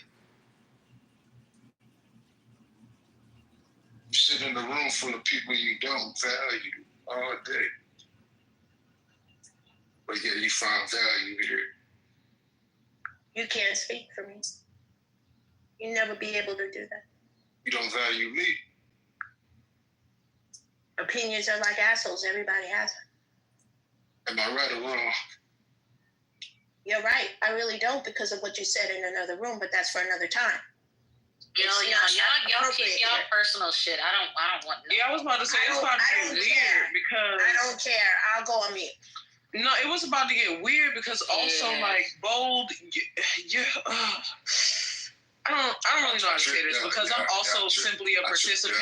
I am aware that I'm a valued participant, but like you just be here. So like to say that to her is weird because you're not the room. So I don't know what be going on. I mean, one of y'all said it earlier. I do not value anybody in this room. I mean, but her not valuing you, and then you saying you come in here and sit in a room full of people you don't value. You don't value me. It doesn't matter that she doesn't value you. You're simply another participant in the room. She didn't come here to value you. Yo, Bold. No, I'm gonna put you on mute because you're confusing the word every and anyone. And those words are very different. Don't value everyone in this room. Facts. It does not mean I don't value anyone in this room. Not facts. There are people who I've shown that I value them by action too. Right. So do not confuse the terms. Everyone and anyone, although sound really close, actually don't mean the same thing, and their context really matters here. You see all hold on one second, Bold. I got happen at the same time. You see all these little hearts that I'm putting up? Oh damn, they froze me out. But you see all of these little like fires and hearts. These are the people that I extremely appreciate because of their value. Right? I can't get around to everybody right now because again they fucking froze me out. But one thing that I do understand is not everything is meant to be valued. Let me say that one more time. One thing I do understand is that not everything is meant to be valued. Say that. Because not everything is for everybody. And I'll end there. And I think that was what was getting kind of lost and confused between No-No's question and Kid's question. I do think that sometimes there's this assumption that if somebody is valued in the space, everybody's kind of valued the same or worthy of being valued the same. I made a comment in the chat. It's a brother who comes in here and he has this little energy where he kind of tries to like make the conversation go his way or like, I don't know. The nigga's name is Dr. G. Anyway, we just kind of step over his body every time he do that shit. I think it's the funniest thing in the world because I don't know what you came here and thought your value was, but it's what we think it is. And if we don't think that it matters right now, we will step over your body.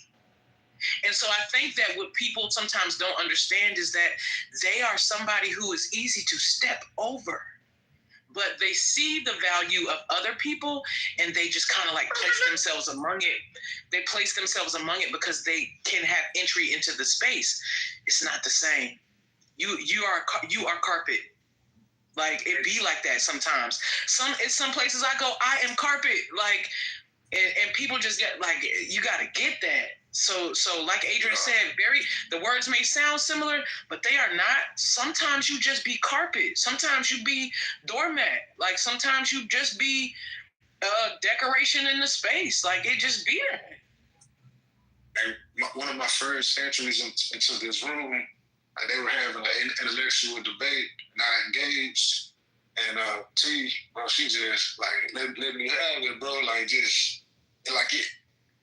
If you just like sit back and listen, don't even say shit. Just let a motherfucker talk to you. Just zone out and really like soak in what they're saying. Like damn, that was some hurtful shit, but I can take some of that and apply what you're saying. And then like you go apply what they said to your weakness. But like most people just don't know how to shut the fuck up and listening is a superpower. But when you applied it to your weakness, did it make you quote unquote better? I would like to say so. So you initially said that quote unquote it was some, and this is the beauty of constructive criticism, right? There's no feelings behind what he said. I was there. I was the one calling you a dumbass. Remember that? Right. Yeah, I let y'all talk, didn't I? Yeah. Right? And I would say just based off of, what was that, 3 weeks ago at the most? Mm-hmm. Just based off of that time, yeah, you are getting better. So how is that constructive criticism hurtful? So do you really want to hear that? They say the truth hurts. Do you really want to hear that shit? Or will your ego snap in and want to go back and forth? But the trick is shut the fuck up and listen.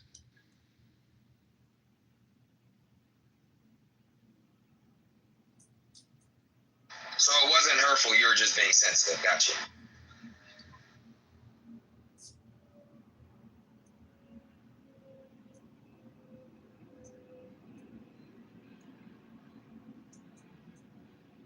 I don't know. It makes the question very interesting about the devaluing. I think men and women devalue differently. I think right now we're kind of in the nucleus of how a lot of men end up devalued, and I think it starts with this idea of like socially being valuable regardless, like just because there's a man in the world. Like I think it's bad. And we've had the display about 2-3 times in the last 30 minutes of how that happens. I don't know if anybody else saw it. I definitely did. There's this placement of value prior to asking about their own value. And then when like the answers come back as like, who are you again? Then there's this space of like denial for the comfort of ego, confusion for the cradling and the safety of ego. It just is. Like I don't know, man. I don't understand it. Like I said in the chat, like when I'm carpet in some places, that shit don't bother me. I don't feel like I need to try to become a flying carpet. I don't feel like I need to, like, I just understand that these people value something else, and it just, maybe it's not me, and that's cool. Like, it's nothing wrong with that, but that's because I don't come into the space expecting to be valued by strangers simply because I exist. And I think that that's something that, you know, a certain group of people they kind of like expect that they be valued because they kind of exist, and it just don't be that. I don't know. So the it kind of feels this, or it kind of hurts. I don't know, man. Can't really relate because I don't come into spaces expecting to be valued by strangers, people who don't give a damn that my parents fucked and had me. Like, I think a lot of people need to get used to that. Most people don't give a damn that your parents fucked each other. They don't. It doesn't matter. That was special to your parents. Like, I don't know. Run that shit past them. See if you're a flying carpet to them. Your existence is merely an observation. We do understand that. And I can literally close my eyes, plug my ears, or leave quietly and you no longer exist. Not in my world. You may exist in your own or somebody else's, but I'm the observer, and that's the only thing that really matters, is the observation. Because or lack thereof. Or lack thereof, correct. And so it's just one of those things, like, I just hate this value and needs and versus wants. And you guys know me, like, it is what it is. It's there. Good, bad, happy, or sad, or in the fucking middle, it is there. What happens next? Can I say something? You just did. I want to say more. Then talk. Absolutely. So when a baby is born, the baby doesn't pay for a room. The baby don't pay for clothes, a place to stay, no parents. But because the baby exists, all of those things come with it because it's attached to its intrinsic needs. So just because you choose not to pay attention, you just choose to not be a part of me that other people need, what makes you a liability to humanity. Because at the end of the day, we all know that those who want to pay attention to people and want to listen to them and to give them attention, that we value people. Why do people care about people who don't value them? You understand what I'm saying? And so it doesn't matter if you observe somebody or you actually. You asked, do we understand? I don't understand actually anything. I didn't either. That you just shared. And I'm saying this from like a legitimate, I'm lost. That's okay. Like, I hope you hear in my voice that I'm not. Yeah, you don't want to understand. That's the thing. It's not that. It's really not understanding. So I didn't want to. No, hold on. Value is hold on.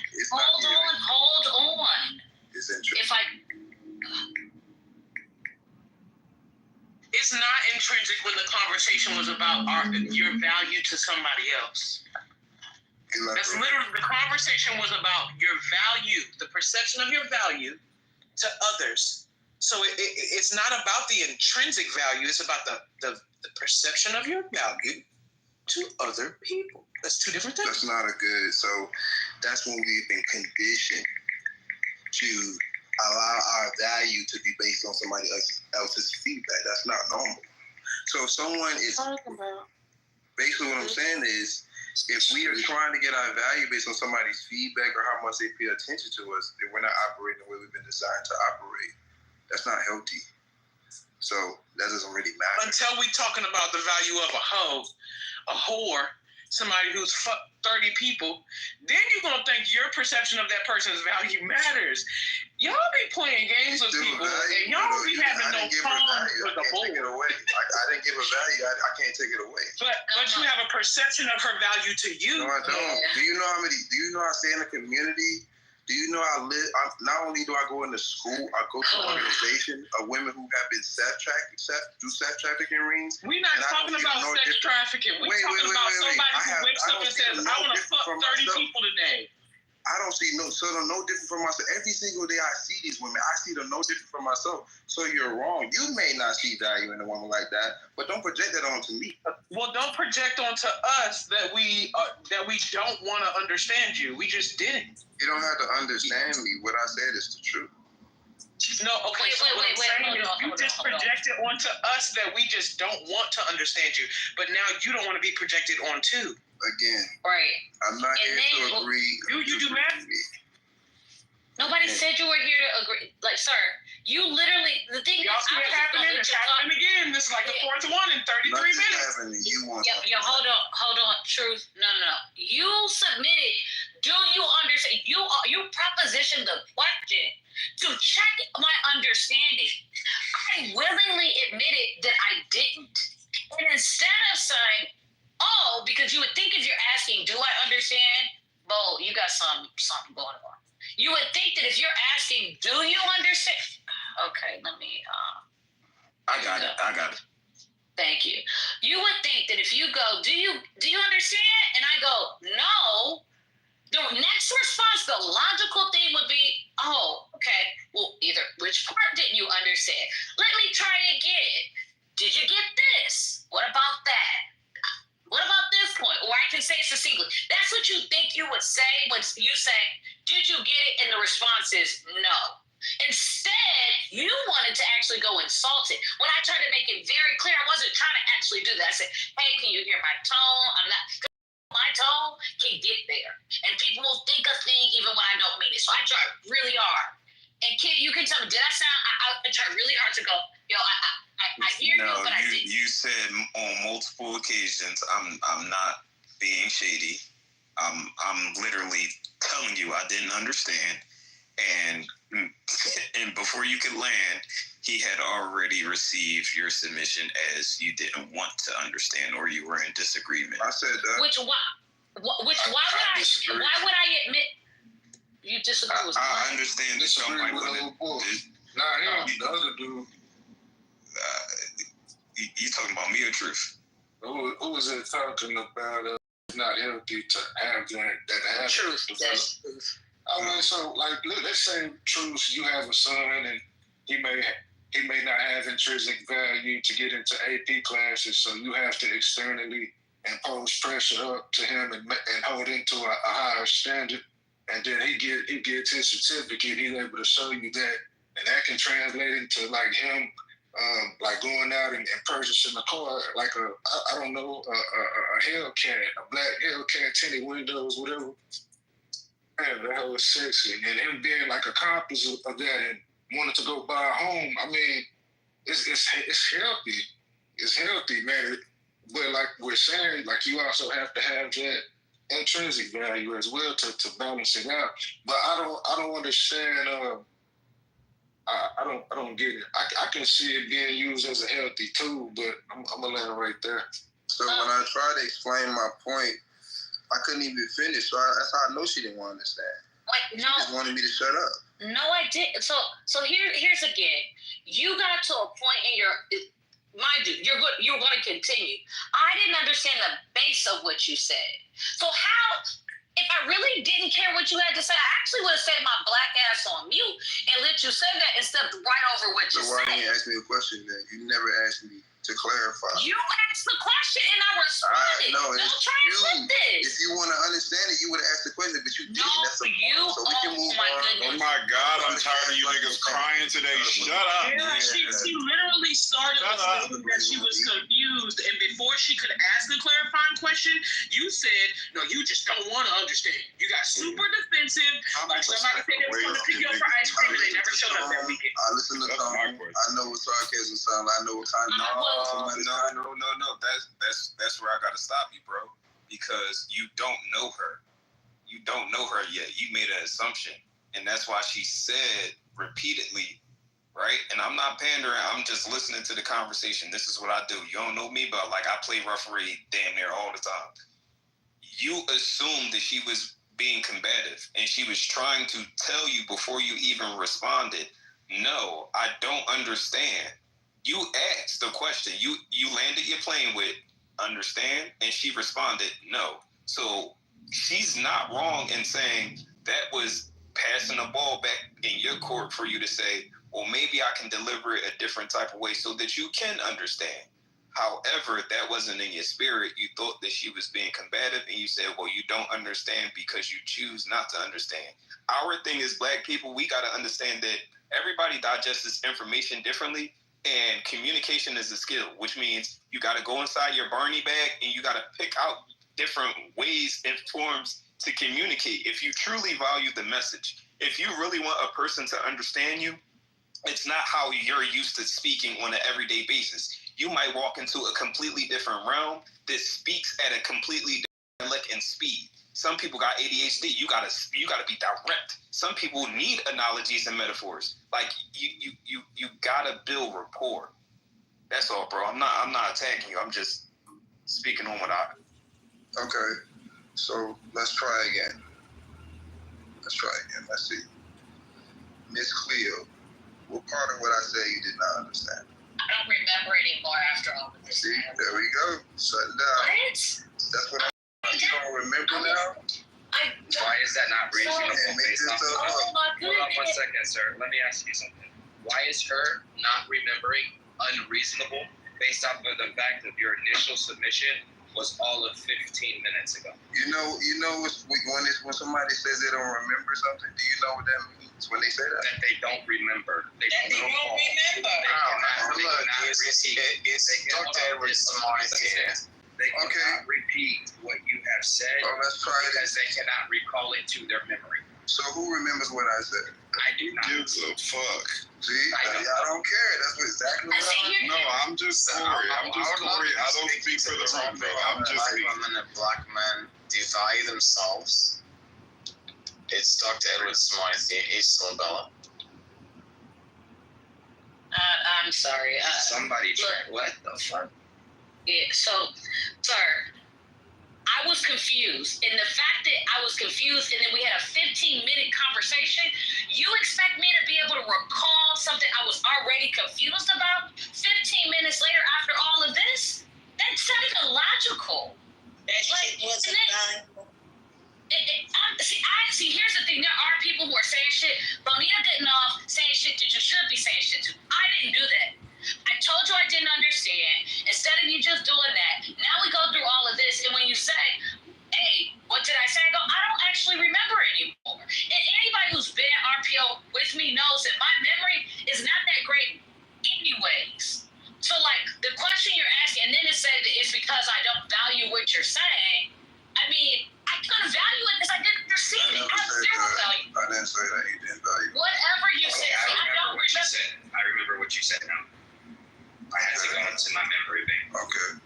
Because initially I did not, but now I, sat with it. You were talking about babies being born and how when they are born, they don't pay for anything. It comes down to, the mother and the father giving them basically their intrinsic and immediate needs. And then you said the basis of what you were saying when Adrian said she was generally confused is that you're talking about intrinsic value. I know that's parsed and not verbatim, but did I get the gist of what you said? Yes. Okay, so the part I'm confused about is how that baby had intrinsic needs that were being met by the parents. I actually didn't understand that. Because at that point, a baby to me would be getting their needs met, have their extrinsic needs being met. So I didn't understand that. And then everything after that, because it built on that idea, I was even further confused. So the question is, what is your definition of intrinsic needs? What needs? I'm just going to go to the... Compensate. I'm just going to go to compensate. Intrinsic.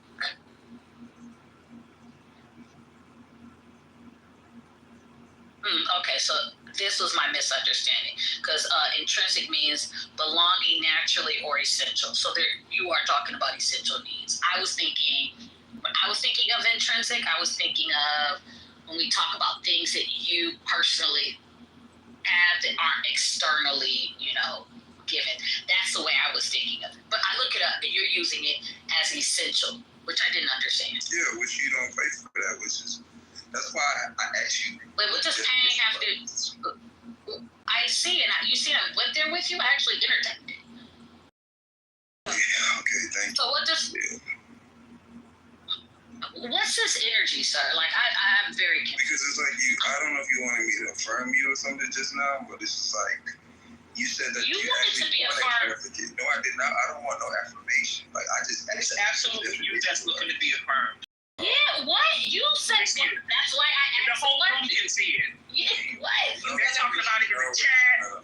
Everybody came here to be affirmed. And the fact that we didn't understand what you were saying first bothered you because you wanted to. We value you. Everyone sees it. We value your truth. We value you, Truth. If it would have bothered you, you would have stopped talking about it a long time ago. We value you, Truth. I would not be calm. Truth, we value you. I would not be aware. You are valued. Bro, I already know that. Truth. Was there any question on the table? The main character. The question was, what does the paying for the child's needs have to do with what we were talking about? There's no need for a transaction for the baby to be this need because you can't pay for needs. Needs are intrinsically given because you are valuable already coming into the world.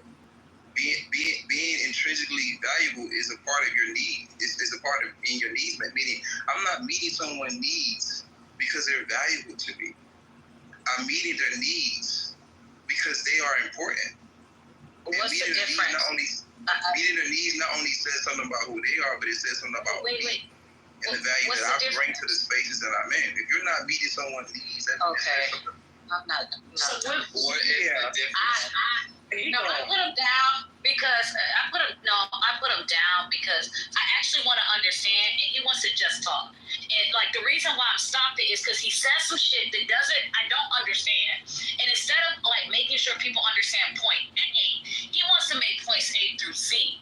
And that's just not, I'm not here for it. And nobody else probably even wanted to talk to you. They all probably like, Adrian, shut the fuck up with this nigga. So I ended it, and you're welcome, everybody. I'm sorry that I took so long. Thank you.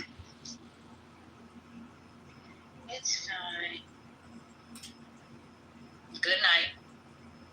That man said, you're not valuable, you're important. Yeah, I mean, I was like, wait, What the fuck? What the fuck? And I was like, wait, I want to sit with it. Like, where's the difference in those two? He just kept blabbering. I was like, oh, I see what's happening. I was slow, and it took me a long time to realize what was happening.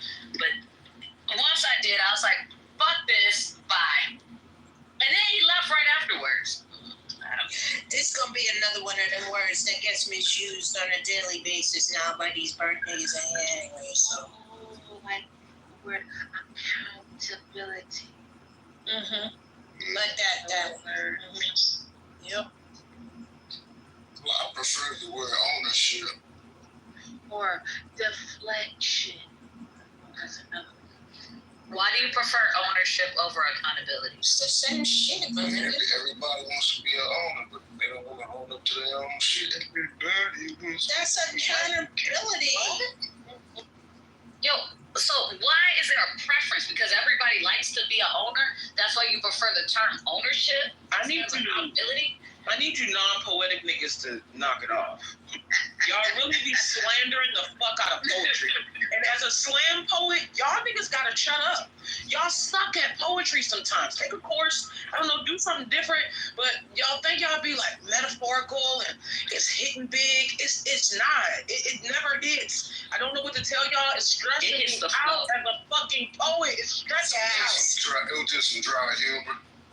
It's very dry. No, it wasn't even dry. It was a humor.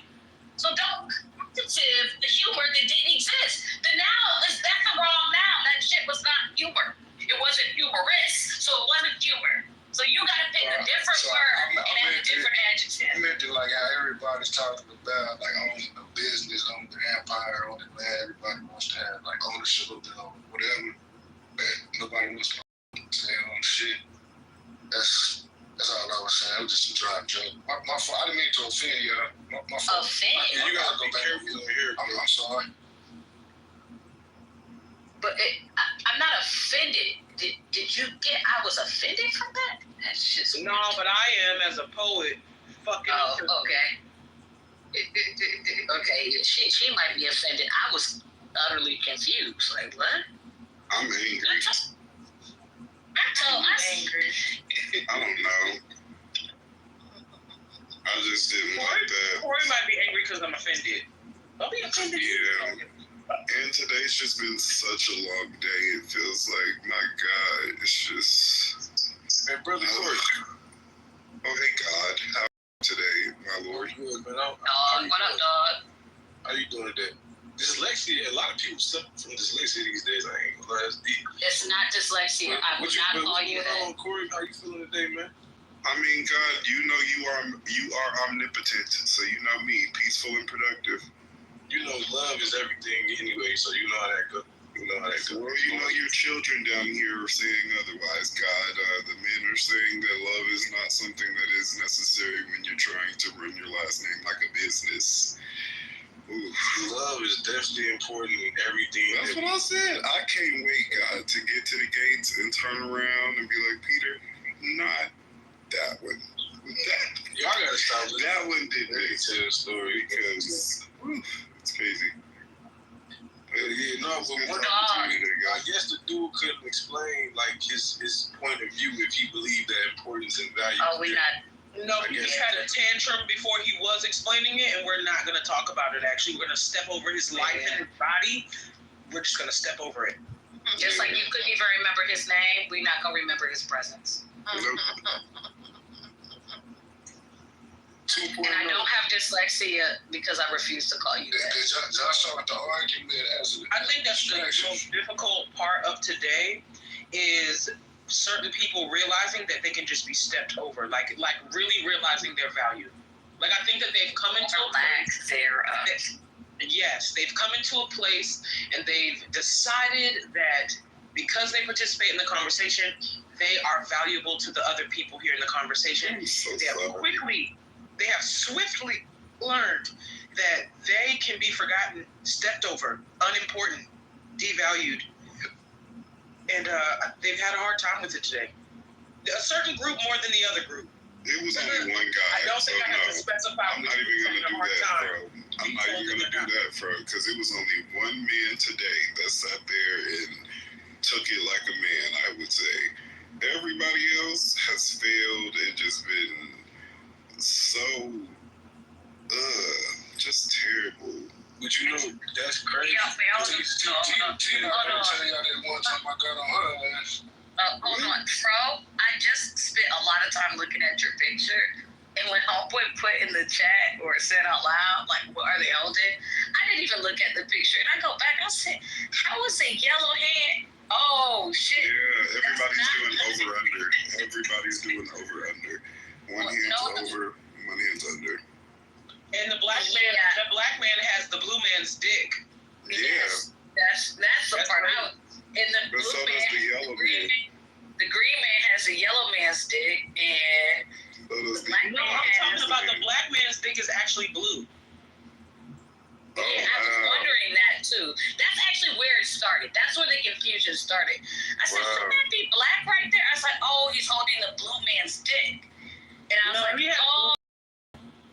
Yeah, the black man probably just got blue balls. The black man would be the only one. You're talking right there. I would not take y'all ass to an art show.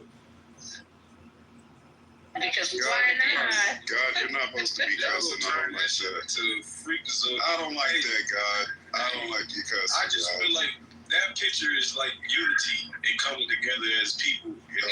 That's coming together. It's coming together. Absolutely. Everybody was like, yeah, coming together. Yes. Mary, you're so right. Omniscient, are you?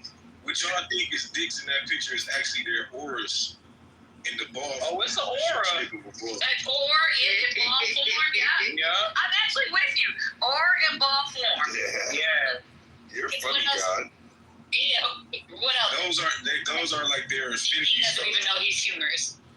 Those are infinity. So I agree with that too. What else do you want to say about it? Yes. Infinity Stone. Yes. Hard. And beyond all of the above, dicks. The yellow person is actually a woman. Ooh. And y'all didn't even know that. And they're trans? Okay. No. The green. Y'all into some freaky shit, guys. No, the green person is actually a gay man. And then the red person is actually, that one is a transsexual. Then the blue person is actually actual African American. What about the red person tells you? What about the red person tells you that they're trans? I would say the black one is a woman. There's no dick there. No, but you gotta look at the red person is actually transforming the black person's orb into the same color as the blue person. No, see, I don't agree because I feel like the bisexual person. That makes them trans? God, shut up. Damn. See, look, God Listen. will never shut up because God is love. Listen, As long as you, God, God gotta listen. even if You God gotta shut up. You God gotta shut up because God, you getting a little bit disrespectful and unruly, and I don't like that because you have power here. So what I'm trying to say is, people, Corey, no, I'm trying to make an understanding, sir. Fuck. Well, stop disrespecting me. No, you stop disrespecting this conversation. I'm like a goddamn lion. Listen, what I'm trying to say is that I feel like, okay, I feel like the bisexual would have to be like the blue one because he couldn't be touching the trans person. Damn. I don't know, that was a beautiful way to explain the photo though. God is good. God is all the time. But that dog that just left.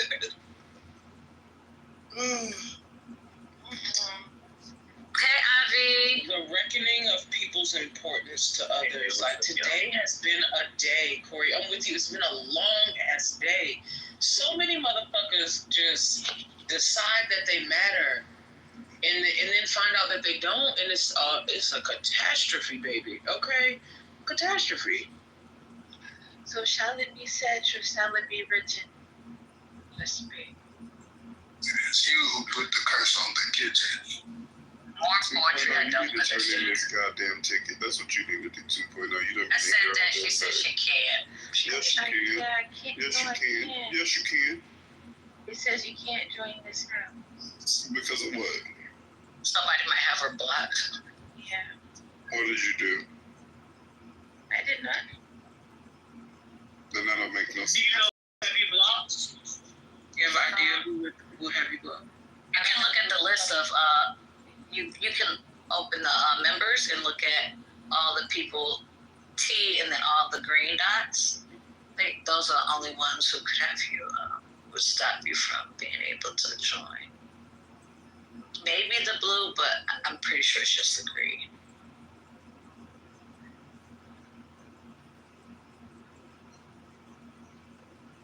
I don't know. Earlier she was like, I can't get in, but I have an idea why. Look in his profile. Look. No, here's why I asked, Corey. It was not completely from Barbados. I know, but literally his profile said, voted top 100 most influential African Americans by The Root. But he's not African or an American. I don't even see Rohan. Where is he? Okay, so she was asking, we were trying to figure out who would have her blocked. So I went to the members list and I was looking at the top, it has the admins, right? So I was looking at the admins, and under the admins, it has the first line of their profile, right? And so under Rohan's, it says, when I looked at it before, I could see voted most influential African. Mm-hmm. I was like, I bet you it says African American, and it did. And I said, yes, I'm like, yes, that's what I was asking. He mentioned it the other day. He was like, somebody was arguing with him about his accolades, and he was like, well, I was voted the most influential, one of the most influential African Americans, and I'm not even African American. Like, you niggas ain't even filling up the spaces. They put a foreigner in. Like, fucking I was like, how is he voted an influential African American? He's not African or American. They had to find somebody that hopefully nobody asked no questions about, because they couldn't find enough niggas to put in there. Shit's sad. I could see if it said, see, he's not even a Black American. Yeah, I think it was in an article that he was written into. There is this worker. No, I get it. Is he your admin? Who? Let me send you that. Okay, send it to me. I'm looking.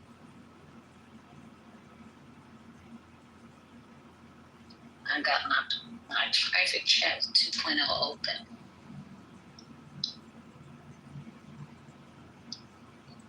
That dude's not one of our, I don't know that person. Sure? I don't know. Let me go back to here. I'm nosy. I want to know who it is. I'll send it to you. I'm sure you don't know the person either. Okay. We text.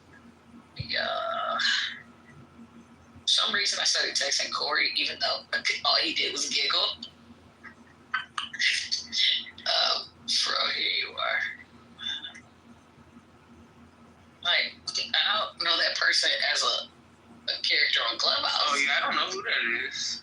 Yeah, I was like, I don't know that person as a Clubhouse character. Like, no, here are the people. Adrian, what's happening? That's who she was asking me about. I thought you giggled and were interested. Yeah, we were trying to figure out why 2.0 can't turn our ticket in.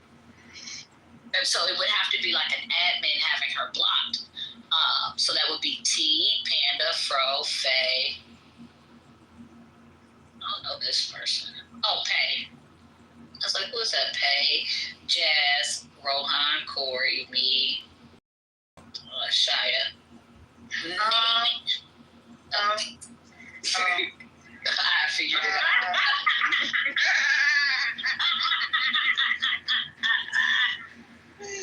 The way you said, I'm confused. She stopped on a specific name and was like, oh, she knows now why she can't. Yeah. He's real clear. And the worst part is, this is something. I did. Who is it? I'll text you. It was the last name said.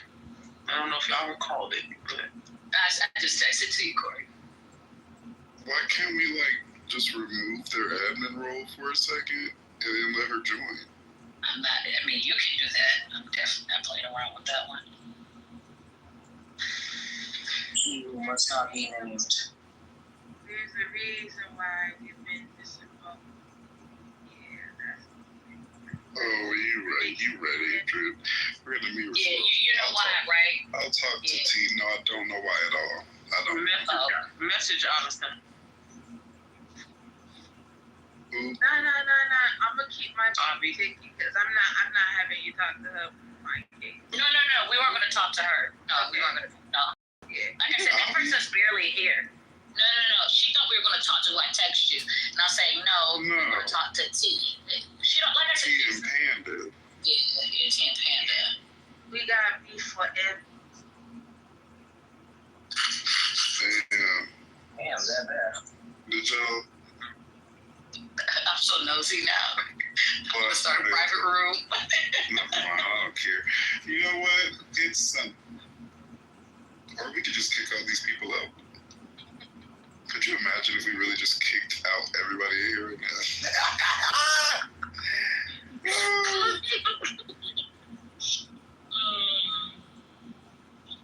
Olympia came out with a new outfit for me. We are working on a new outfit.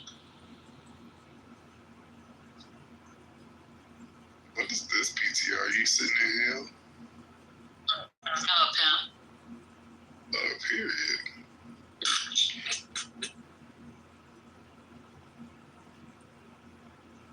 I'm a pimp. I learned a lot today. You love how casually I said that?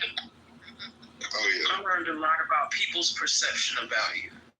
And actually, I don't know if it's a learning or an affirmation of something I already kind of peeped. But it's been interesting. Long day, but interesting. I just hate that men can't focus. DEFCON, did you get your Good Burger costume yet? Hell nah, you gotta do that shit last minute. No, that's not what you gotta do, actually. I just get disgusted niggas, man. It's just so bad. Why do you gotta be so trash?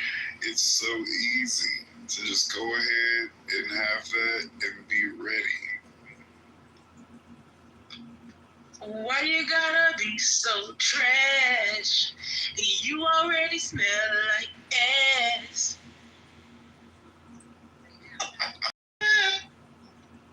Look at that.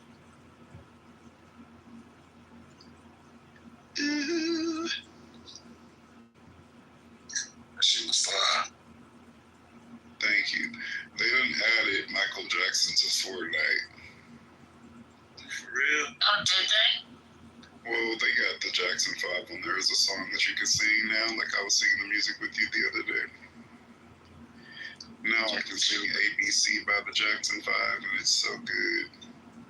They can't just leave that man in the ground. They just want to bring him up for profit.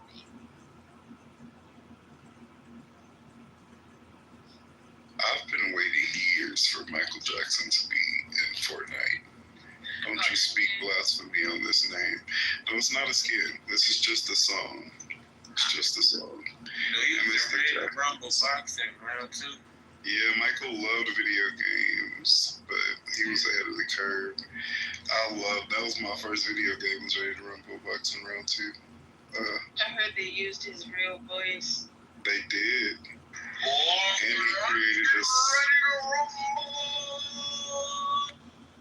Yes. He killed that shit, okay, Daddy.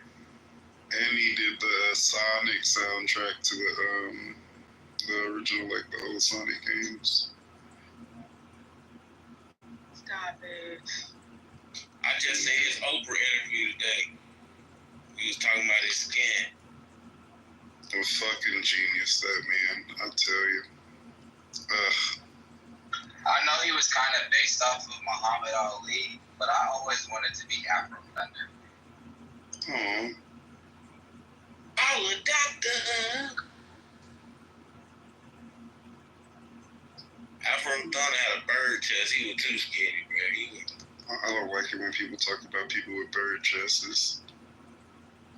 Taking notes on men's misinterpretation of shit. Wait, what we do this time? Just in general, the way men respond to shit on this app is very interesting.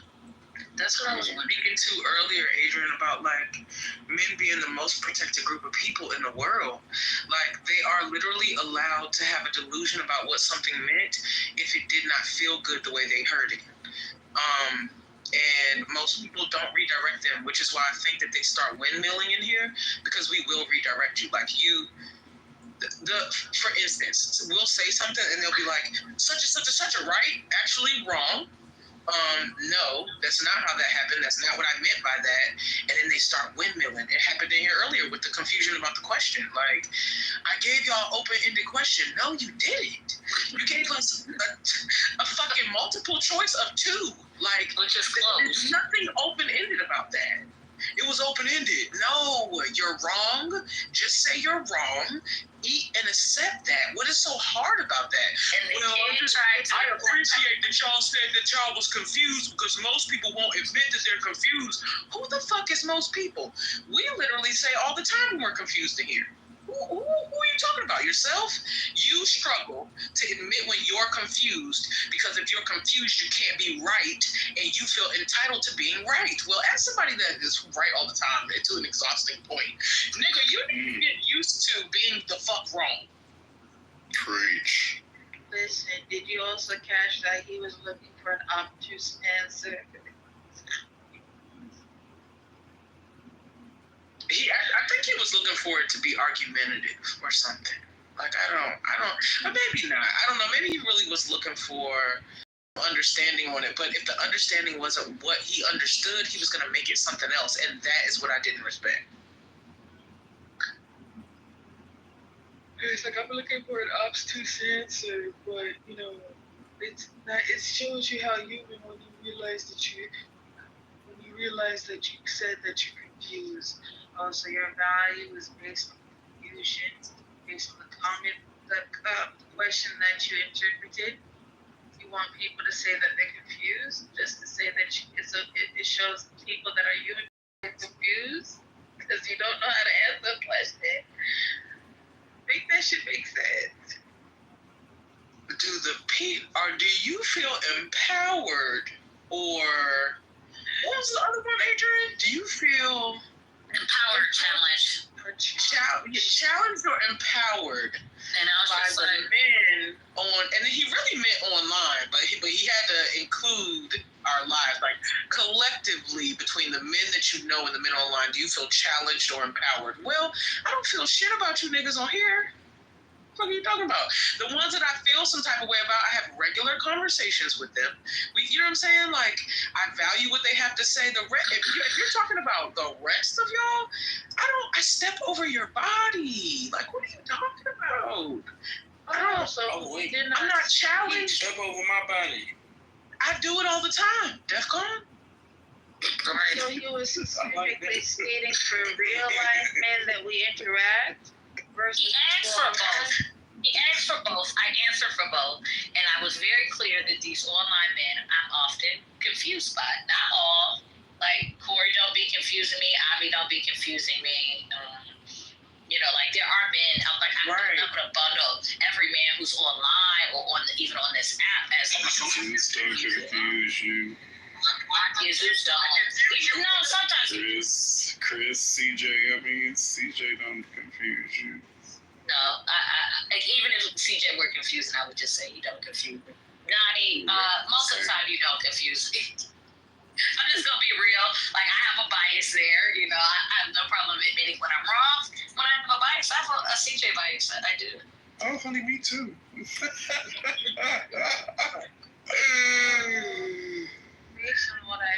See, Adrian, I was just gonna make a proposal.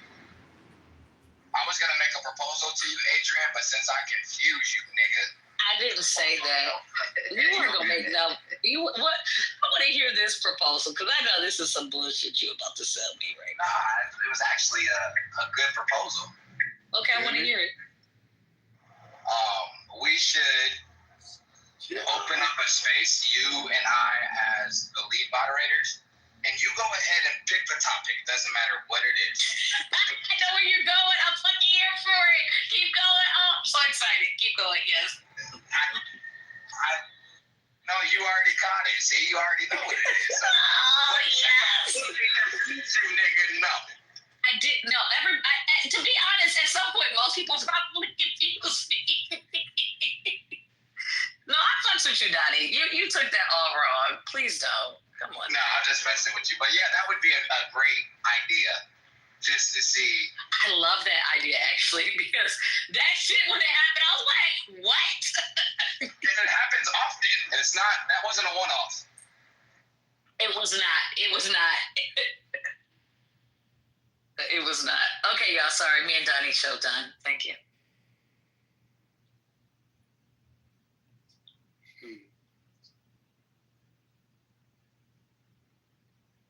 I have dreadlocks down.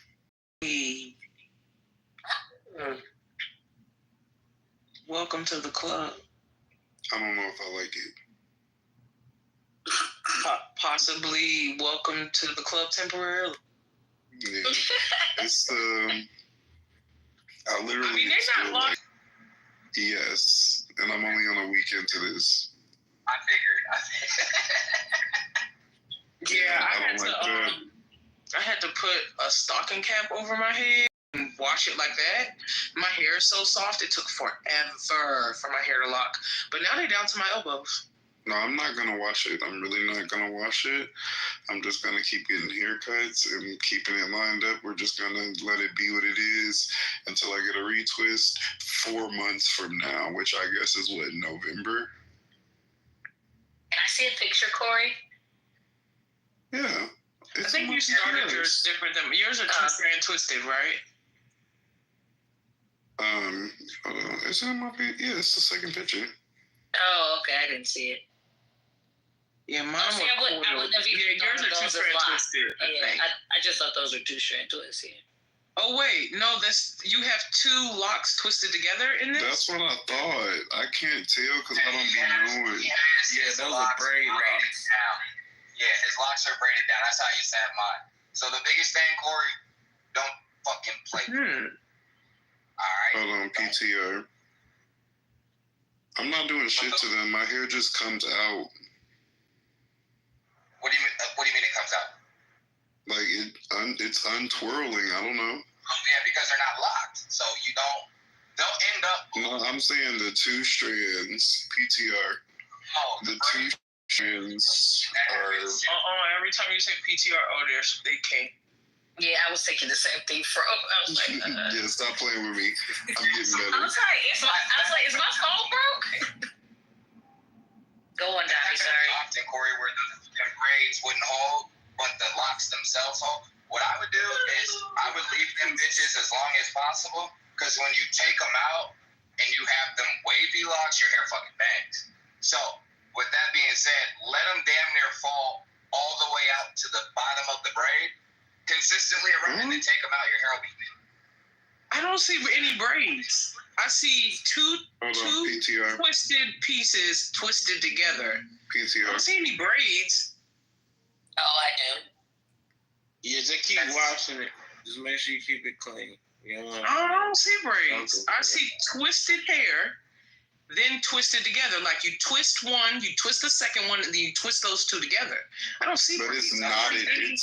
Some of them are knotted at the bottom. Did you PTR, Fro? I do see. I mean, I did PTR.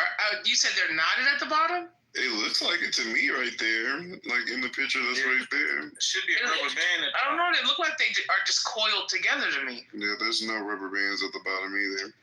Yeah, they just coiled together. If they braided the tip, it's just so it doesn't come apart. But I don't see any braids. The braid is just when you twist them. 2 strands. No, a braid has 3 strands. What the fuck is happening here tonight? Can we look at the dictionary for the braid? Oh my goodness. Ivy. Dude, that was funny. Can you do some fake research? My hair is so fucking long. But I just... So those are gonna get some extensions in there. Don't cheat him for the extensions. I don't do extensions. That's all my hair, Bookie. But what did you say, Donnie? Let me look again. Yo, Corey, I thought of you earlier. Somebody said some shit to me in real life, and I thought my head, no Bookie butt. And I was like, oh, I almost texted you. Like, that's how much it hit me when it happened. Like, literally, I was like, no Bookie butt. And I was like, oh, I can't do that. Like, this person doesn't know me. I called somebody sweets earlier today in Corey Energy. I was like, no sweets. Oh, no sweets. I think it was a nurse, and I was just like, no. And then I thought it's no Bookie butt. That's what I wanted to say. But I was like, no. And then I was like, I should stop it. You should have did it. I was like, I think no would be a good place for me to stop. I think some of the people at the hospital really hate me. Oh, yeah, that's what I was going to say to y'all. So, look, I don't want to wash my hair or nothing like that, but I do sleep with, like, a bonnet on and shit like that, or sometimes a do-rag. And when I take the shit off, I be trying to, like, kind of, like, re-zhuzh the hair. Am I just not supposed to do nothing? Like, I'm just supposed to be ugly? I mean, what do you mean? Does shaking it help, or do you have to like run your hands through it? I have to. Or you can't just shake it back. Well, not without like wetting it or something. Which I mean, guess I'm not supposed to wet it. Kind of to leave it alone. If you just have to like run your hand over it, but you're not running your hands through it, that is okay. But running your hands through it is going to be a problem. Oh my God. The coils are like coiling up though, like the do-rag be pushing it down. Yeah, locks, I don't know, Corey, I don't know if you made for it. Locks do have an ugly stage. Like, they do have I don't believe in that. Oh, well, you're about to find out. I do not believe in that. An ugly face. Never. See, I started my locks on my hair with to my shoulders. Hey, Donnie, you sound very hard. I'm gonna be quiet. Right, let me say this really quick. Corey, the uncoil them motherfuckers, shake them bitches, and then get a little bit of oil sheen, spray it in there, shake them again, and they should just fucking fall where they're supposed to. But you gotta kind of put some rap music on and be a headbanger for a second. And then the ugly face. You can make the ugly face pretty. All right, you just like everyone saying, don't fucking play with them, because then you're gonna be extremely ugly, and you can't make that pretty. Ain't no rules that shit. You touch your hair, Corey. Do that shit. Oh my God, it's too many different opinions. DEFCON should never be one. You should not listen to DEFCONs because DEFCON hair is niggerly. You have hair more like mine, Corey. I think your hair is thicker than mine, but you have hair like mine. And the more you tamper with it, the looser it's going to get. It's going to take longer to lock. I would say if you're going to do anything, you could do what Donnie says, but just be mindful of how often you do that. If you're going to be doing it every day, you are going to start to compromise the style. Okay. And give yourself, if they're two-strand, that's what I was saying earlier. I actually looked at the second picture. Those aren't braids, they're two-strand. But give yourself a good amount of time. Even if they start pulling out, give yourself a good amount of time to keep them two strands in. That's really going to help that shit a lot. That's what it's the formation. It helps. So, yeah. Can he use a little bit of beeswax, bro?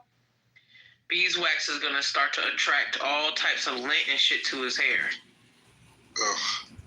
But what about... Beeswax is very tacky and sticky. Ugh. And we don't do nothing. What about the water-soluble stuff? Water soluble.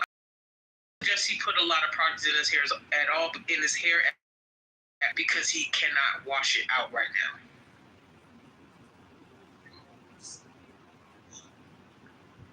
Especially being in LA with that fucking sun, your scalp is what's most important. So if you can get it, there's these and don't use a lot of it, right? You don't want a bunch of product, but there's oils, natural oils that have that refined tip, that shit right on your scalp. Give it a little squeeze, let it do what it does, let it run, and do that every week. Don't do it after 2 weeks, but just make sure that scalp stays moisturized. Excuse me. Oh my God. Did you look up the process of locks before you got Corey? No, what he said, keep that scalp healthy, you good. I mean, I'll talk to my ex about it and everything, but she honestly wasn't really the best at even aftercare for this shit. She just did my shit and was trying to suck my dick, and I was like, no. But you want to moisturize the locks, get a mousse. Yeah, it's a tedious experience. That's what I have, DEFCON, but I'm worried to listen to you now. No, the more product you put in, the more you gotta wash it up. If DEFCON is talking, you should be worried if it's... A mousse is actually cool. What do you have? What type of mousse? It's called, it's like a white, and it's like spray painted black. I forget the name of that shit. It's sitting there on the counter, though. But I have mousse. When you're starting, it's like foam. Yeah, you just don't want to use a lot of product until that bitch is actually fucking locked. And once it's locked and secure, that every 2 weeks can be, every 5-6 days. And you can actually wash the shit out. But when you're starting out, you just gotta let your fucking hair do what it does.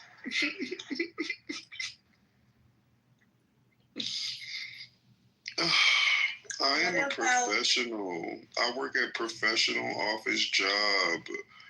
And I just don't believe that Black people should be out here looking to fucking mess with their hair all nasty. But your hair doesn't look a mess. I know, Adrian, but it's gonna in 4 fucking months. No, it won't. Like you said, keep your regular routine, fucking shadow fade all the way across, nice line up, keep your beard all tight. You can make the ugly face look pretty. Now, when the shit's growing from the root, you got a little baby afro, you need to get retwisted. Just get the shit retwisted, but you can still make that look good. Yeah, and one thing about locks that I think a lot of people, including myself, do not grasp when they're coming from having loose hair is locks are they're not neat. It's not slick. It's not like slickly brushed edges and flat edges. It's just that's not the nature of the style. The nature of the style is fuzzy. It is a little messy. That is the nature of slick hair, you better get a baby, fucking start doing baby hairs or some shit. But that's not locks. That's not what it is. Actually, are gonna push your hairline back if you think that locks is a slick edges, neat ass style. You're gonna push your locks back. You just have to remember that locks most times comes as a derivative of an afro. And an afro is not clean. Yes, it is. Nah, brother. Niggas with afros need an haircut. Stigma. Right? What? That's what you're placing on it. Donnie's talking about the edging. Donnie's talking about the edging of it. Like it's not if you're just if you're rocking a edge afro. with this PTR. I'm just saying. Yo, I'm so mad you had this PTR before and I never looked at it. Oh, you see that shit is now, don't you? Yeah, I can't. I'm so mad because she's had this PTR up several times before. Several. And I feel like a fucking idiot because I just was like, some colorful niggas and moved on with my life. They colorful, all right. They some colorful niggas. And now I look and I go, there's a lot of color in these niggas, literally in them, on them. So question, y'all, last one. Are the 2-strand twists supposed to become one dreadlock? They shouldn't. No, I think she just did that to keep them together. They can. Or to keep them unraveling. Yeah. Some people, we call them wishbones, right? Some people have wishbones in there where it looks like one at the base and then it splits out into the actual 2 dreads. It's just a matter of how those. That is I thought so it was a yucky. fishtail. Let's see. But I think with Donnie, I don't know if I haven't seen anybody start that on purpose. Usually when I see that, it's somebody trying to keep 2 locks that are thin. And so the ends of them are separate, but somewhere down the line, that lock was getting thin and they had to twist that bitch together. Thin in a specific area, or if it's not going to necessarily lock the right way. Yeah, but I think yours are like the parts in between them are too straight. Like I think they're intended to be individuals. She just put them together so that they would stay twisted. It's more protective that way. But a good way to refresh your scalp is to get some fresh aloe vera stems. Take that out. Blend it with some distilled water, or just take some of it. Sun. Have you had locks before? She Mexican. No, I have a friend that has a natural hair salon here in Brooklyn, and I went to one of her classes where she was showing people with locks how to keep What the their fuck were you doing there? Excuse me? What were you doing there? Because I can be. Oh, period. Oh, no, that's where we go. Free world, free country. But you can use aloe vera. Oh, you know why she was there, Corey. Don't even ask. Excuse me, it was a woman's salon. What the fuck is you talking about? Johnny, go walk the dog. No. Just because there wasn't niggas present, you trying to learn to let me step back. How to catch a nigga. I can redo your dreads. I got a little aloe vera if you want to come in. Say the girl bitch that cares. How to Catch a Nigga sounds like a bad episode of some shit. It does. I got a little aloe vera. I can play in your hair. It's a natural plant that I grow in my backyard. You want to see my garden? Yeah, I love y'all hoes too. Yeah. That's the bait car. Mm-hmm. I know. I'm not talking to you, DEFCON. Child, what is the bait? Oh, you like cake? I got an oven. Just come on. Shut up. Just go make some. Go make you empanadas while in your dreads. Who just said that last shit? I hate all the empanadas while I do the locks is crazy. Very. Yo, how have single for so long. I don't. Damn. No, not like okay. No, so that okay. Let me try and rephrase that because that's not how I meant it.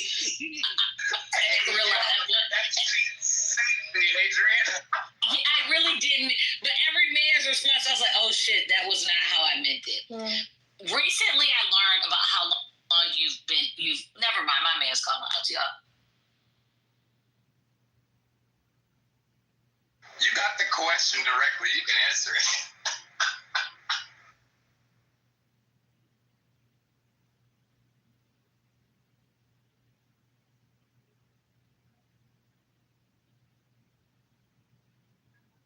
It's okay, Alicia. I'm going to be single for forever. Excuse me? I wasn't paying any attention to any of you. Oh, wow.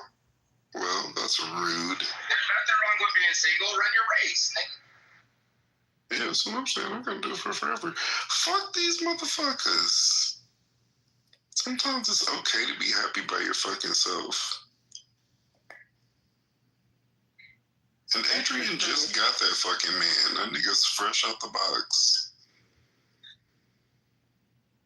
He still smell like plastic. Bring me out the plastic, bitch. I'm feeling brand new.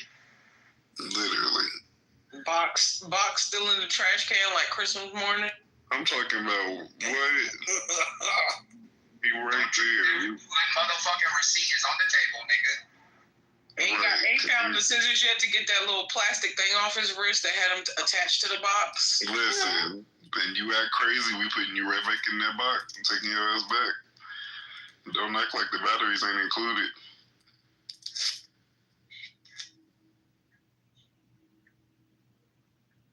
Damn, I'm driving behind this new Model Y and their temporary plate just flew off. Should I tell them?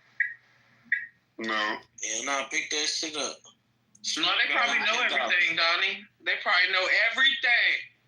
Yeah, no, especially if they're white. Oh, yeah. I haven't looked inside the car yet. I'm going to take a peek. I mean, if they're white, it's a no. If they're black, then it's just a maybe. It's late, so I'm still kind of leaning towards no. They look brown, so they might be Asian. Oh, no, absolutely not. Oh, nah. They're going to be fine. Let's not waste time. We're trying to get where we're going.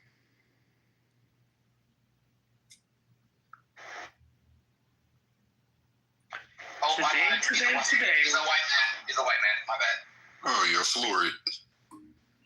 Yep. Here we go. Call the police on him. Call the police is crazy. That's crazy.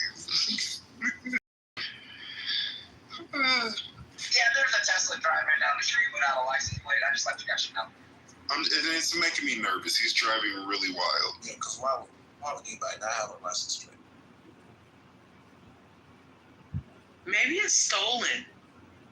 Right.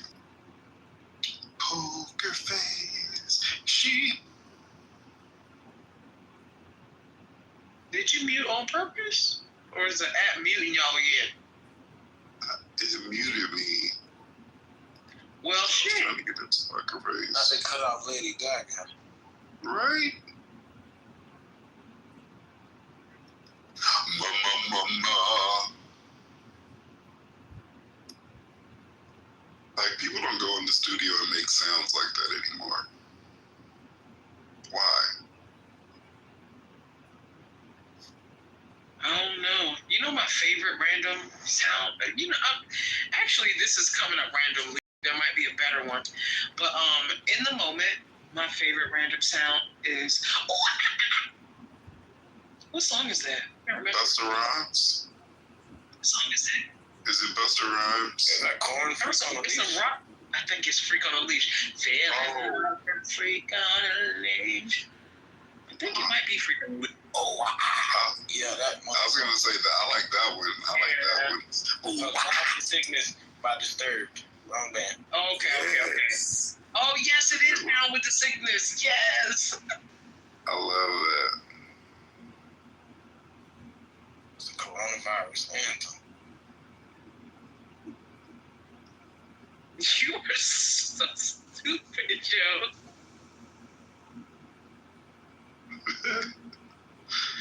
Come and get down with the sickness.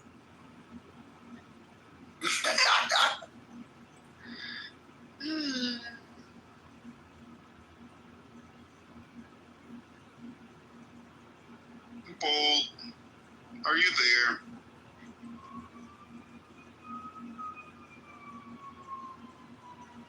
So, y'all. Hey, Bold. Hey. PD is just physical disorder. No, his pupillary distance looks very much like 40, like a 40 instead of like a regular ass 60 something. The niggas be good at basketball. I just want to say, Bold, I don't like the sideburns. Weird. Yeah, it looks very Dominican, and you're not Dominican. It's like, that man said, why y'all call me just talk shit? What are you trying to correct everybody? I can hear his thought. He said, these motherfuckers called me off the microphone just to ask me why my eyes so close together and what the fuck is going on with my beard. yeah. Because it looks like the Avatar arrow. Crazy. It looks like the Avatar arrow, and that's what I don't like about it.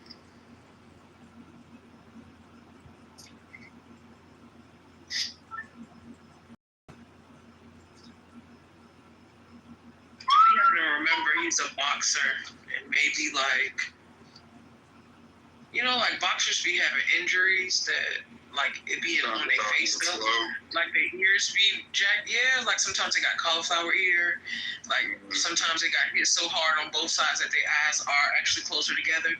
You know, should be happening. It's a very dangerous sport.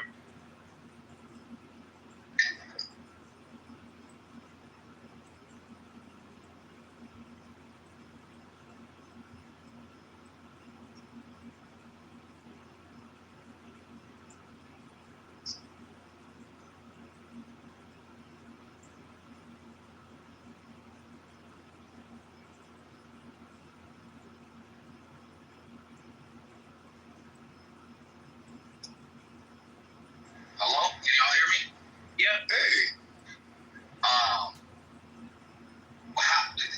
How did we get on this subject? I just looked at his PTR. Well, I was about to say, are you talking about what Corey and I are talking about, or are you talking about the title? Who is he? Where did he go? Who is he? Yeah, you probably not talking about what we're talking. Are you talking about the title, man? No, I'm talking about what you said you just looked at his PTR. Who is he? Oh, Bold.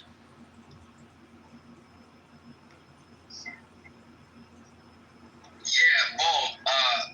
I met this lady this morning when I was sitting outside the hotel, and she was looking at me and the hotel sign at the same time. I think you guys might be a good match. Oh, she was cockeyed. Like a mother. I like that shit. And my thought process is, especially, I'm looking at your PTR right now. You're not cockeyed. I'm not saying that. But it looks like you might be half asleep. And my thought process is, if you look at her hard enough, she might wake you up. That's all. Donnie. Oh my God. That's why I asked, like, what is your pupillary distance?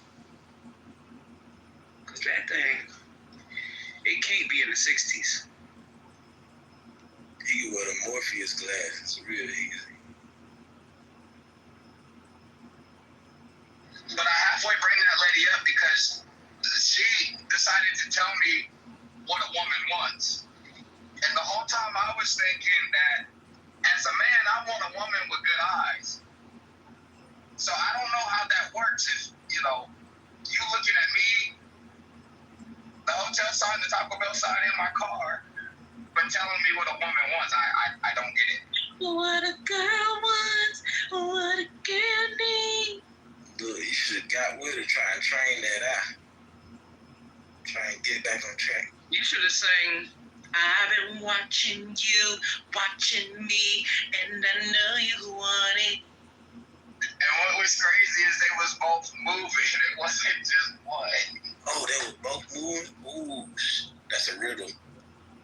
You just got turned on DEF CON, and I'm sick of it. Yeah, I be trying to figure out which one's the good eye. That's like one of my favorite games. I also feel like you matched the blue man in my PTR, and it's making me uncomfortable. Nah. That nigga ball.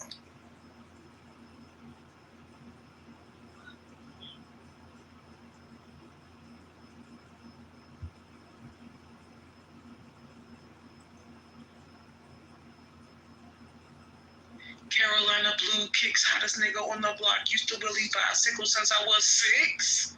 Face that.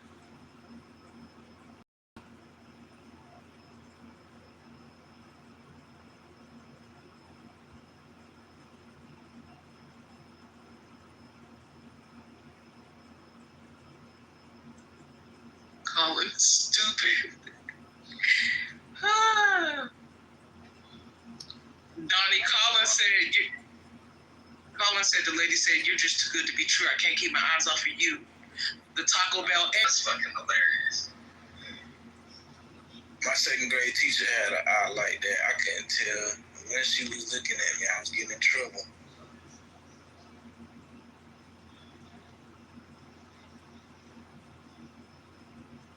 Can cross-eyed people look somebody up and down? Stop. Up, down, and all around. Pass out.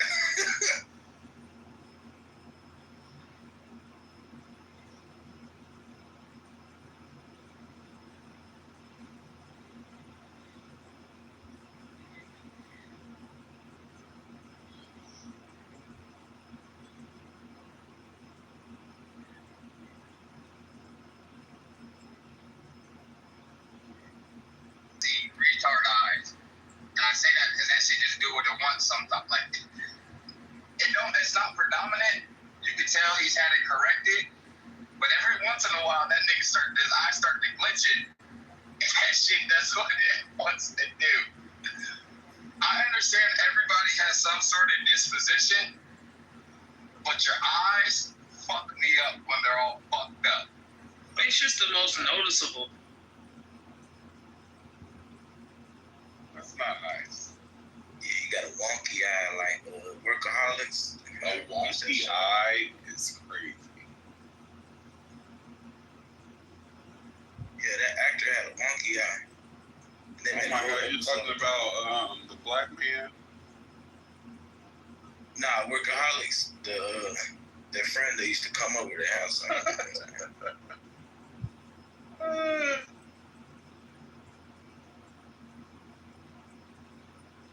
Keep rolling. Keep rolling. Yeah.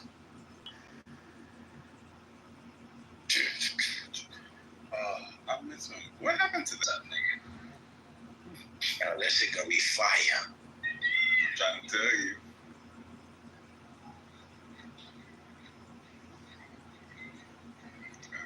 The Destiny Child rock album. Act 3 for DC3. Oh my God, it would be so crazy.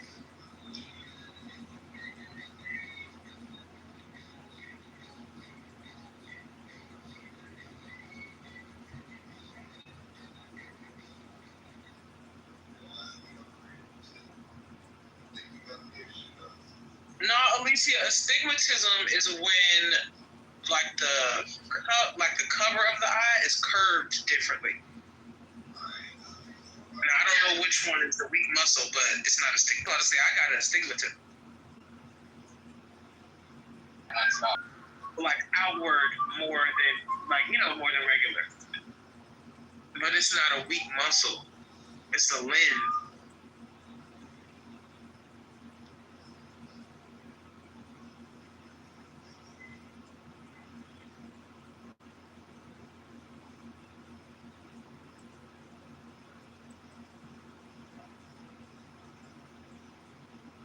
I can't get this damn song off my head now. I've been watching me, and I know you want it.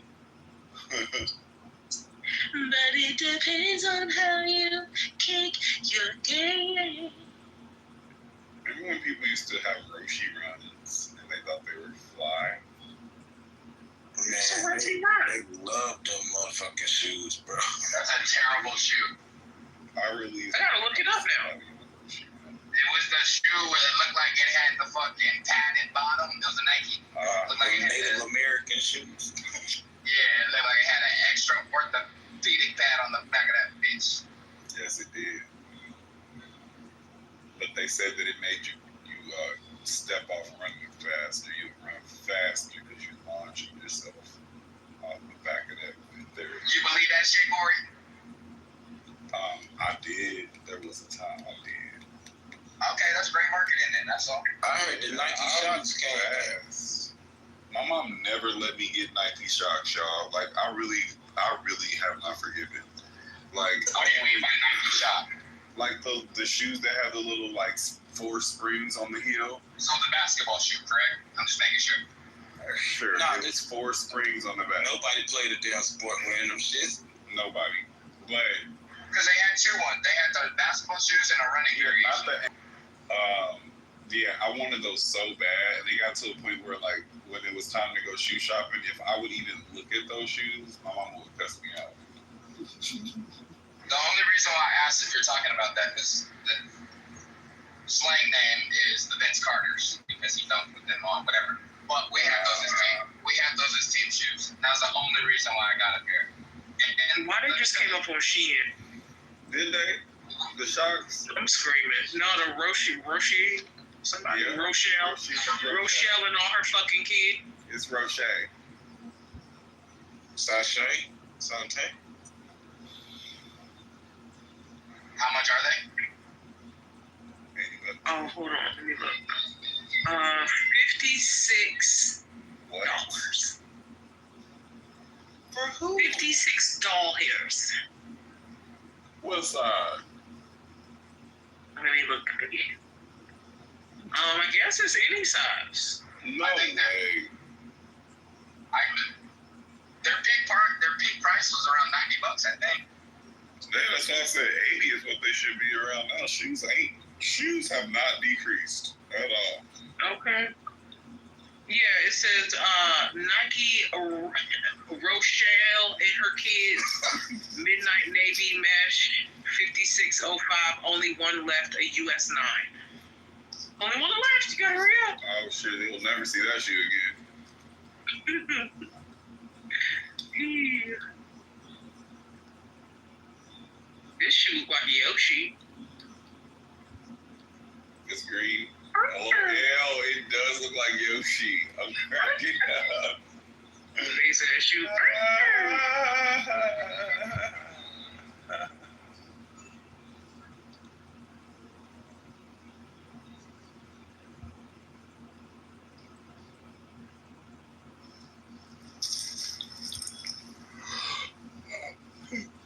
I think the Nike Presto took over the Roshi's.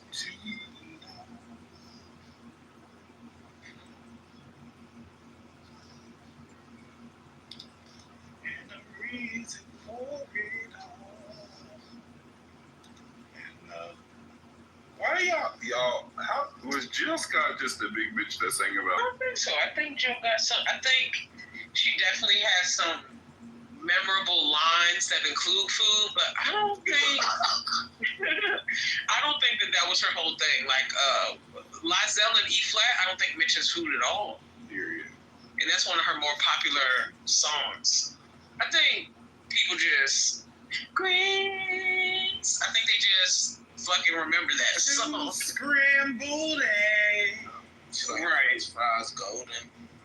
I've been looking in the Goose. So right now, the Goose seems like our regular. It's kind of regular. And like avoided the stage. Have y'all seen that? Yeah. Very specifically because they fucking know better, yo. Like they knew that they would end up in an emotional fight on the stage. I love Mr. Immaculate. Mr. Immaculate was in here, and I know he would have ended up in an emotional. One of those super New York ass. I'm actually not emotional, but you can hear it in my voice. I'm getting really like, what? So I don't know what y'all talking about. I don't know what y'all talking about. Face that.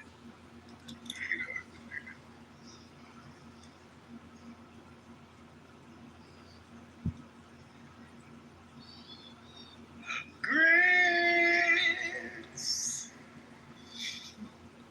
Grab my keys, grab my purse, grab my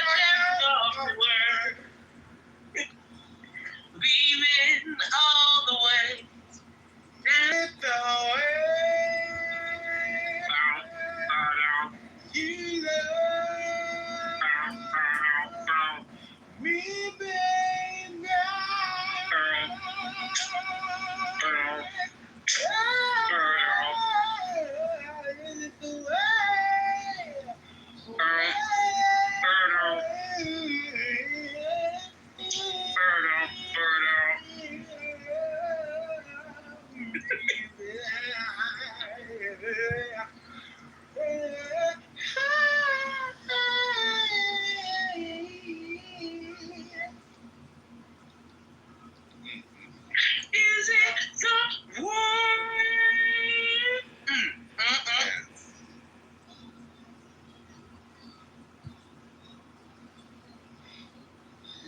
Because I'm good as butter. Boom. I'm so mad that it's fucking Sunday. But, you know, This was a rough ass Sunday, man. I think I threw up about 10 times today. Yo, I was over here having it. Do you hear me? And in between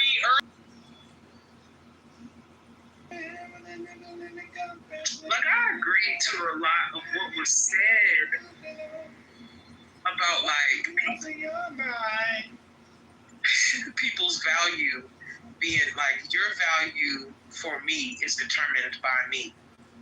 What was hilarious, though, was the amount of people who had no value to the person or people they were trying to assess the value of, and how they don't realize that regardless of what they feel or how aligned they feel they are with other people that they think are consuming you, if you don't value them, what they value about you or not isn't gonna matter. Like, that's why when Kid said what he said, I'm like, no, I mean, I feel what you're saying. But there's 3 different ways that breaks down. Like, there's the way you value yourself, there's the way other people value you, and then there's the way that people you don't value you. And some of those people don't matter, and I don't think that, and that's on RPO's Goop. okay.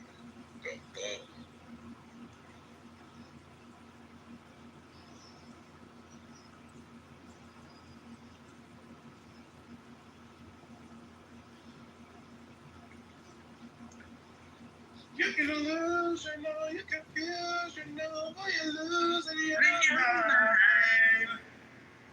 You better sing it. Who's eating? Why you wasting your time?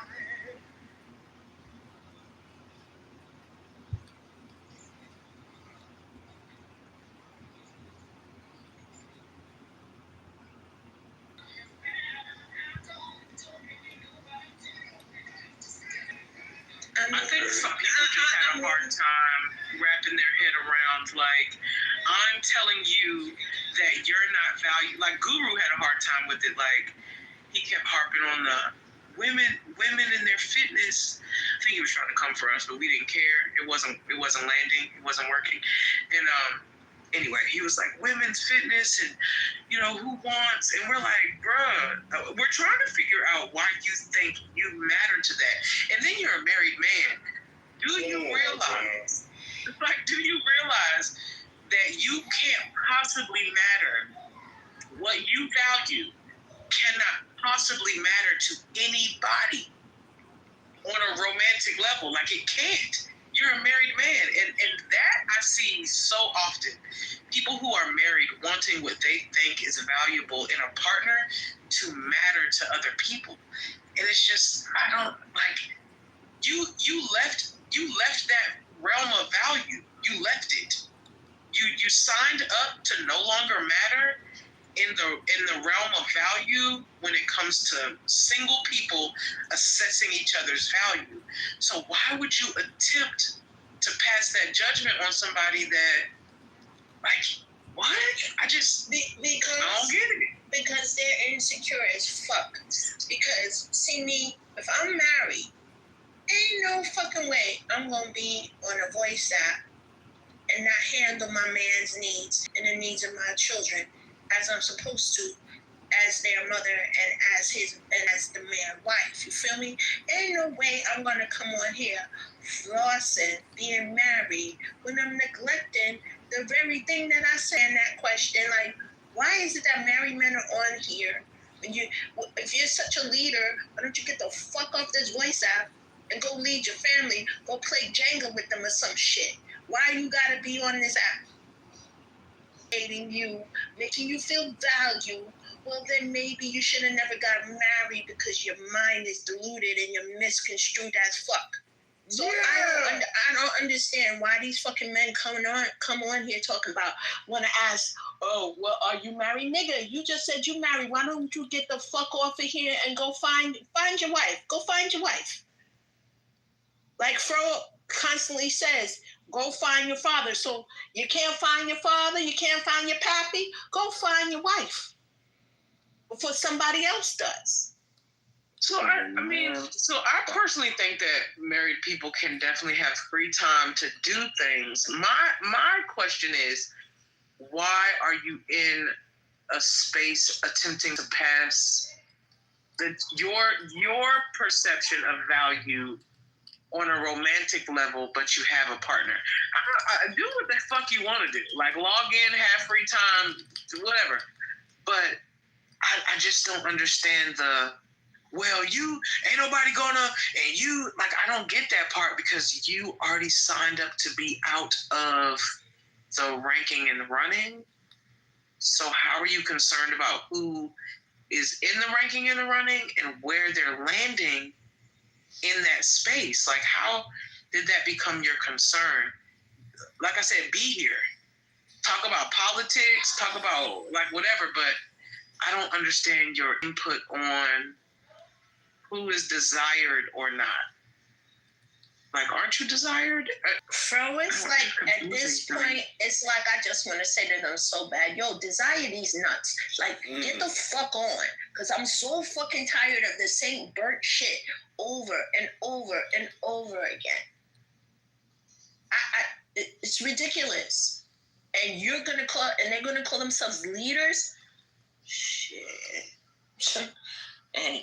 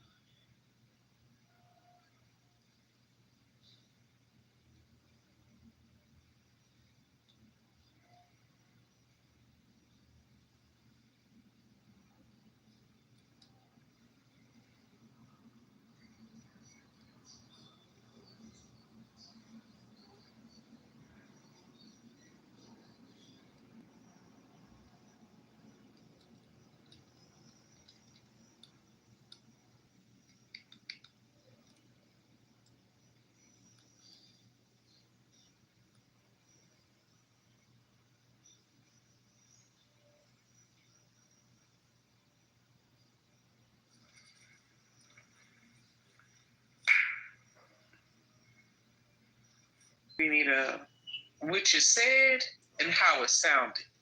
You know? What you said and how it sounded.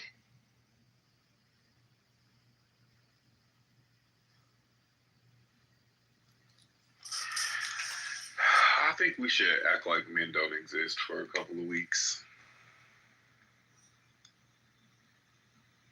Just especially after today, I think that it's very clear that they're not able to. They don't exist to themselves. So, what are we doing? Are we making it? How about women? It's scary. Yeah, so how scary. About invisible man? Since we want to, right? Adjectives. Invisible. And then they're like, nobody cares. It's clear that y'all don't value us. You don't value yourself unless you have access to pussy. So why should we value you? That's crazy. It's themselves or see their value unless they have access to another human being's genitals. You actually don't have value. Because without the pussy you came out of and the one you're trying to get in, who are you? A nobody. A fucking nobody. And that's self-proclaimed. A nobody. Self-proclaimed. Yeah. If we got to listen to people self-proclaim things, I'm going to listen to you understanding that you're nobody. I'm not, like, I can't listen to you're a leader, you're a protector, provider, you a builder. I don't believe those. So and you are nothing without vagina. You keep telling me. Over and over again. Poor baby. Oh, and then the dude, like, how did he get there? Yeah, he was like, I didn't see that part. What? What do you mean? It's been the whole damn time.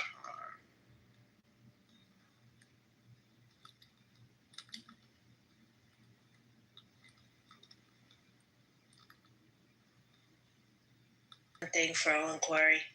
That motherfucker. These motherfuckers are so burnt. You might as well forget about putting new batteries in the damn smoke detector. It's like beyond burnt. Fuck it. Like there's no saving these motherfuckers because they don't want to be saved. Oh, I forgot all about rightfully. They don't want to be saved, man. They don't want no constructive criticism. You know, they just twiddle their ball sack between their fingers, trying to find the secret of life, and they ain't found the shit yet. So it's like at this point, I've lost hope in these crusty roaches that say that they're leaders. They're not. Because if anybody, it's like I told somebody before, if there's three men at the most that I will follow in here, it's Rohan, it's Avi, and it's Corey. That's it. I ain't see, it's like I'll be looking around like, where the real men at? And then Rohan will come up and I'll be like, woof, woof, a voice of logic. You know what I'm saying? It's like that. How this shit, man, oh, burnt dick dogs in this motherfucker. I can't. I almost left RPO today because of this shit. And I'm like, ain't nobody gonna chase me out. But every fucking time we try to have a logical conversation, here come the men talking about being gay. What the fuck does being gay have to do with the subject matter? Absolutely motherfucking question, either yes, no, or let me get back to you. You can't answer this shit, so automatically suck my dick, motherfucker, you gay. OMG, I'm getting so tired of hearing that. I don't know about anybody else, but I'm so tired of hearing people throw that around. Nigga, you wish you was being thrown around and butt fucked. The more you talk about it, and then if it happens to you, you get called out on it, or you feel away. See, Corey, that's why they can't get mad when you come for them. Because guess what? They open their mouth, and you can oblige and stick something in it to shut them the fuck up. I got a question, Empire. Are you really minty, or you just like stealing that man pictures? It's like the third picture of his you got. I'm just confused. I'm curious.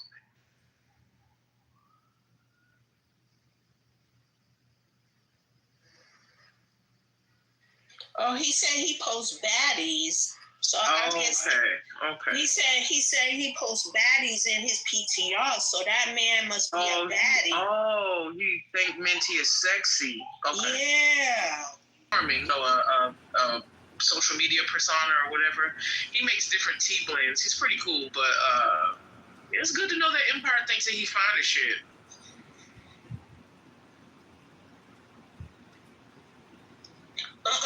Nigga, don't you dare post me, motherfucker. Hell no. I will slap the taste out your mouth. No. Get your own shit. Leave me out of it.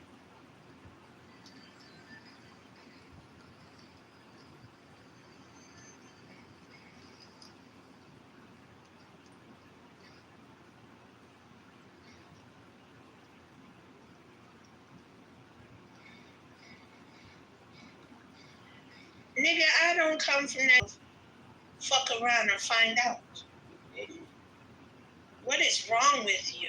See, your low vibrational level. See, because I made a promise to certain people in this room that I will not do certain shit no more. You's a lucky motherfucker this morning. You's a very lucky motherfucker this morning.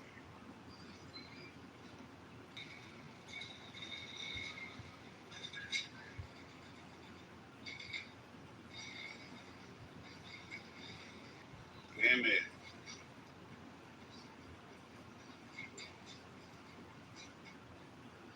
If anybody happens to be near any cannabis that is lit at this particular moment, please inhale some for me. Thank you kindly. I was just thinking about lighting up, and I don't know if it's going to make my headache worse, so I'm pretty scared about it right now. Did you eat something today? Did you eat something yesterday? I had some broth that I managed to keep down.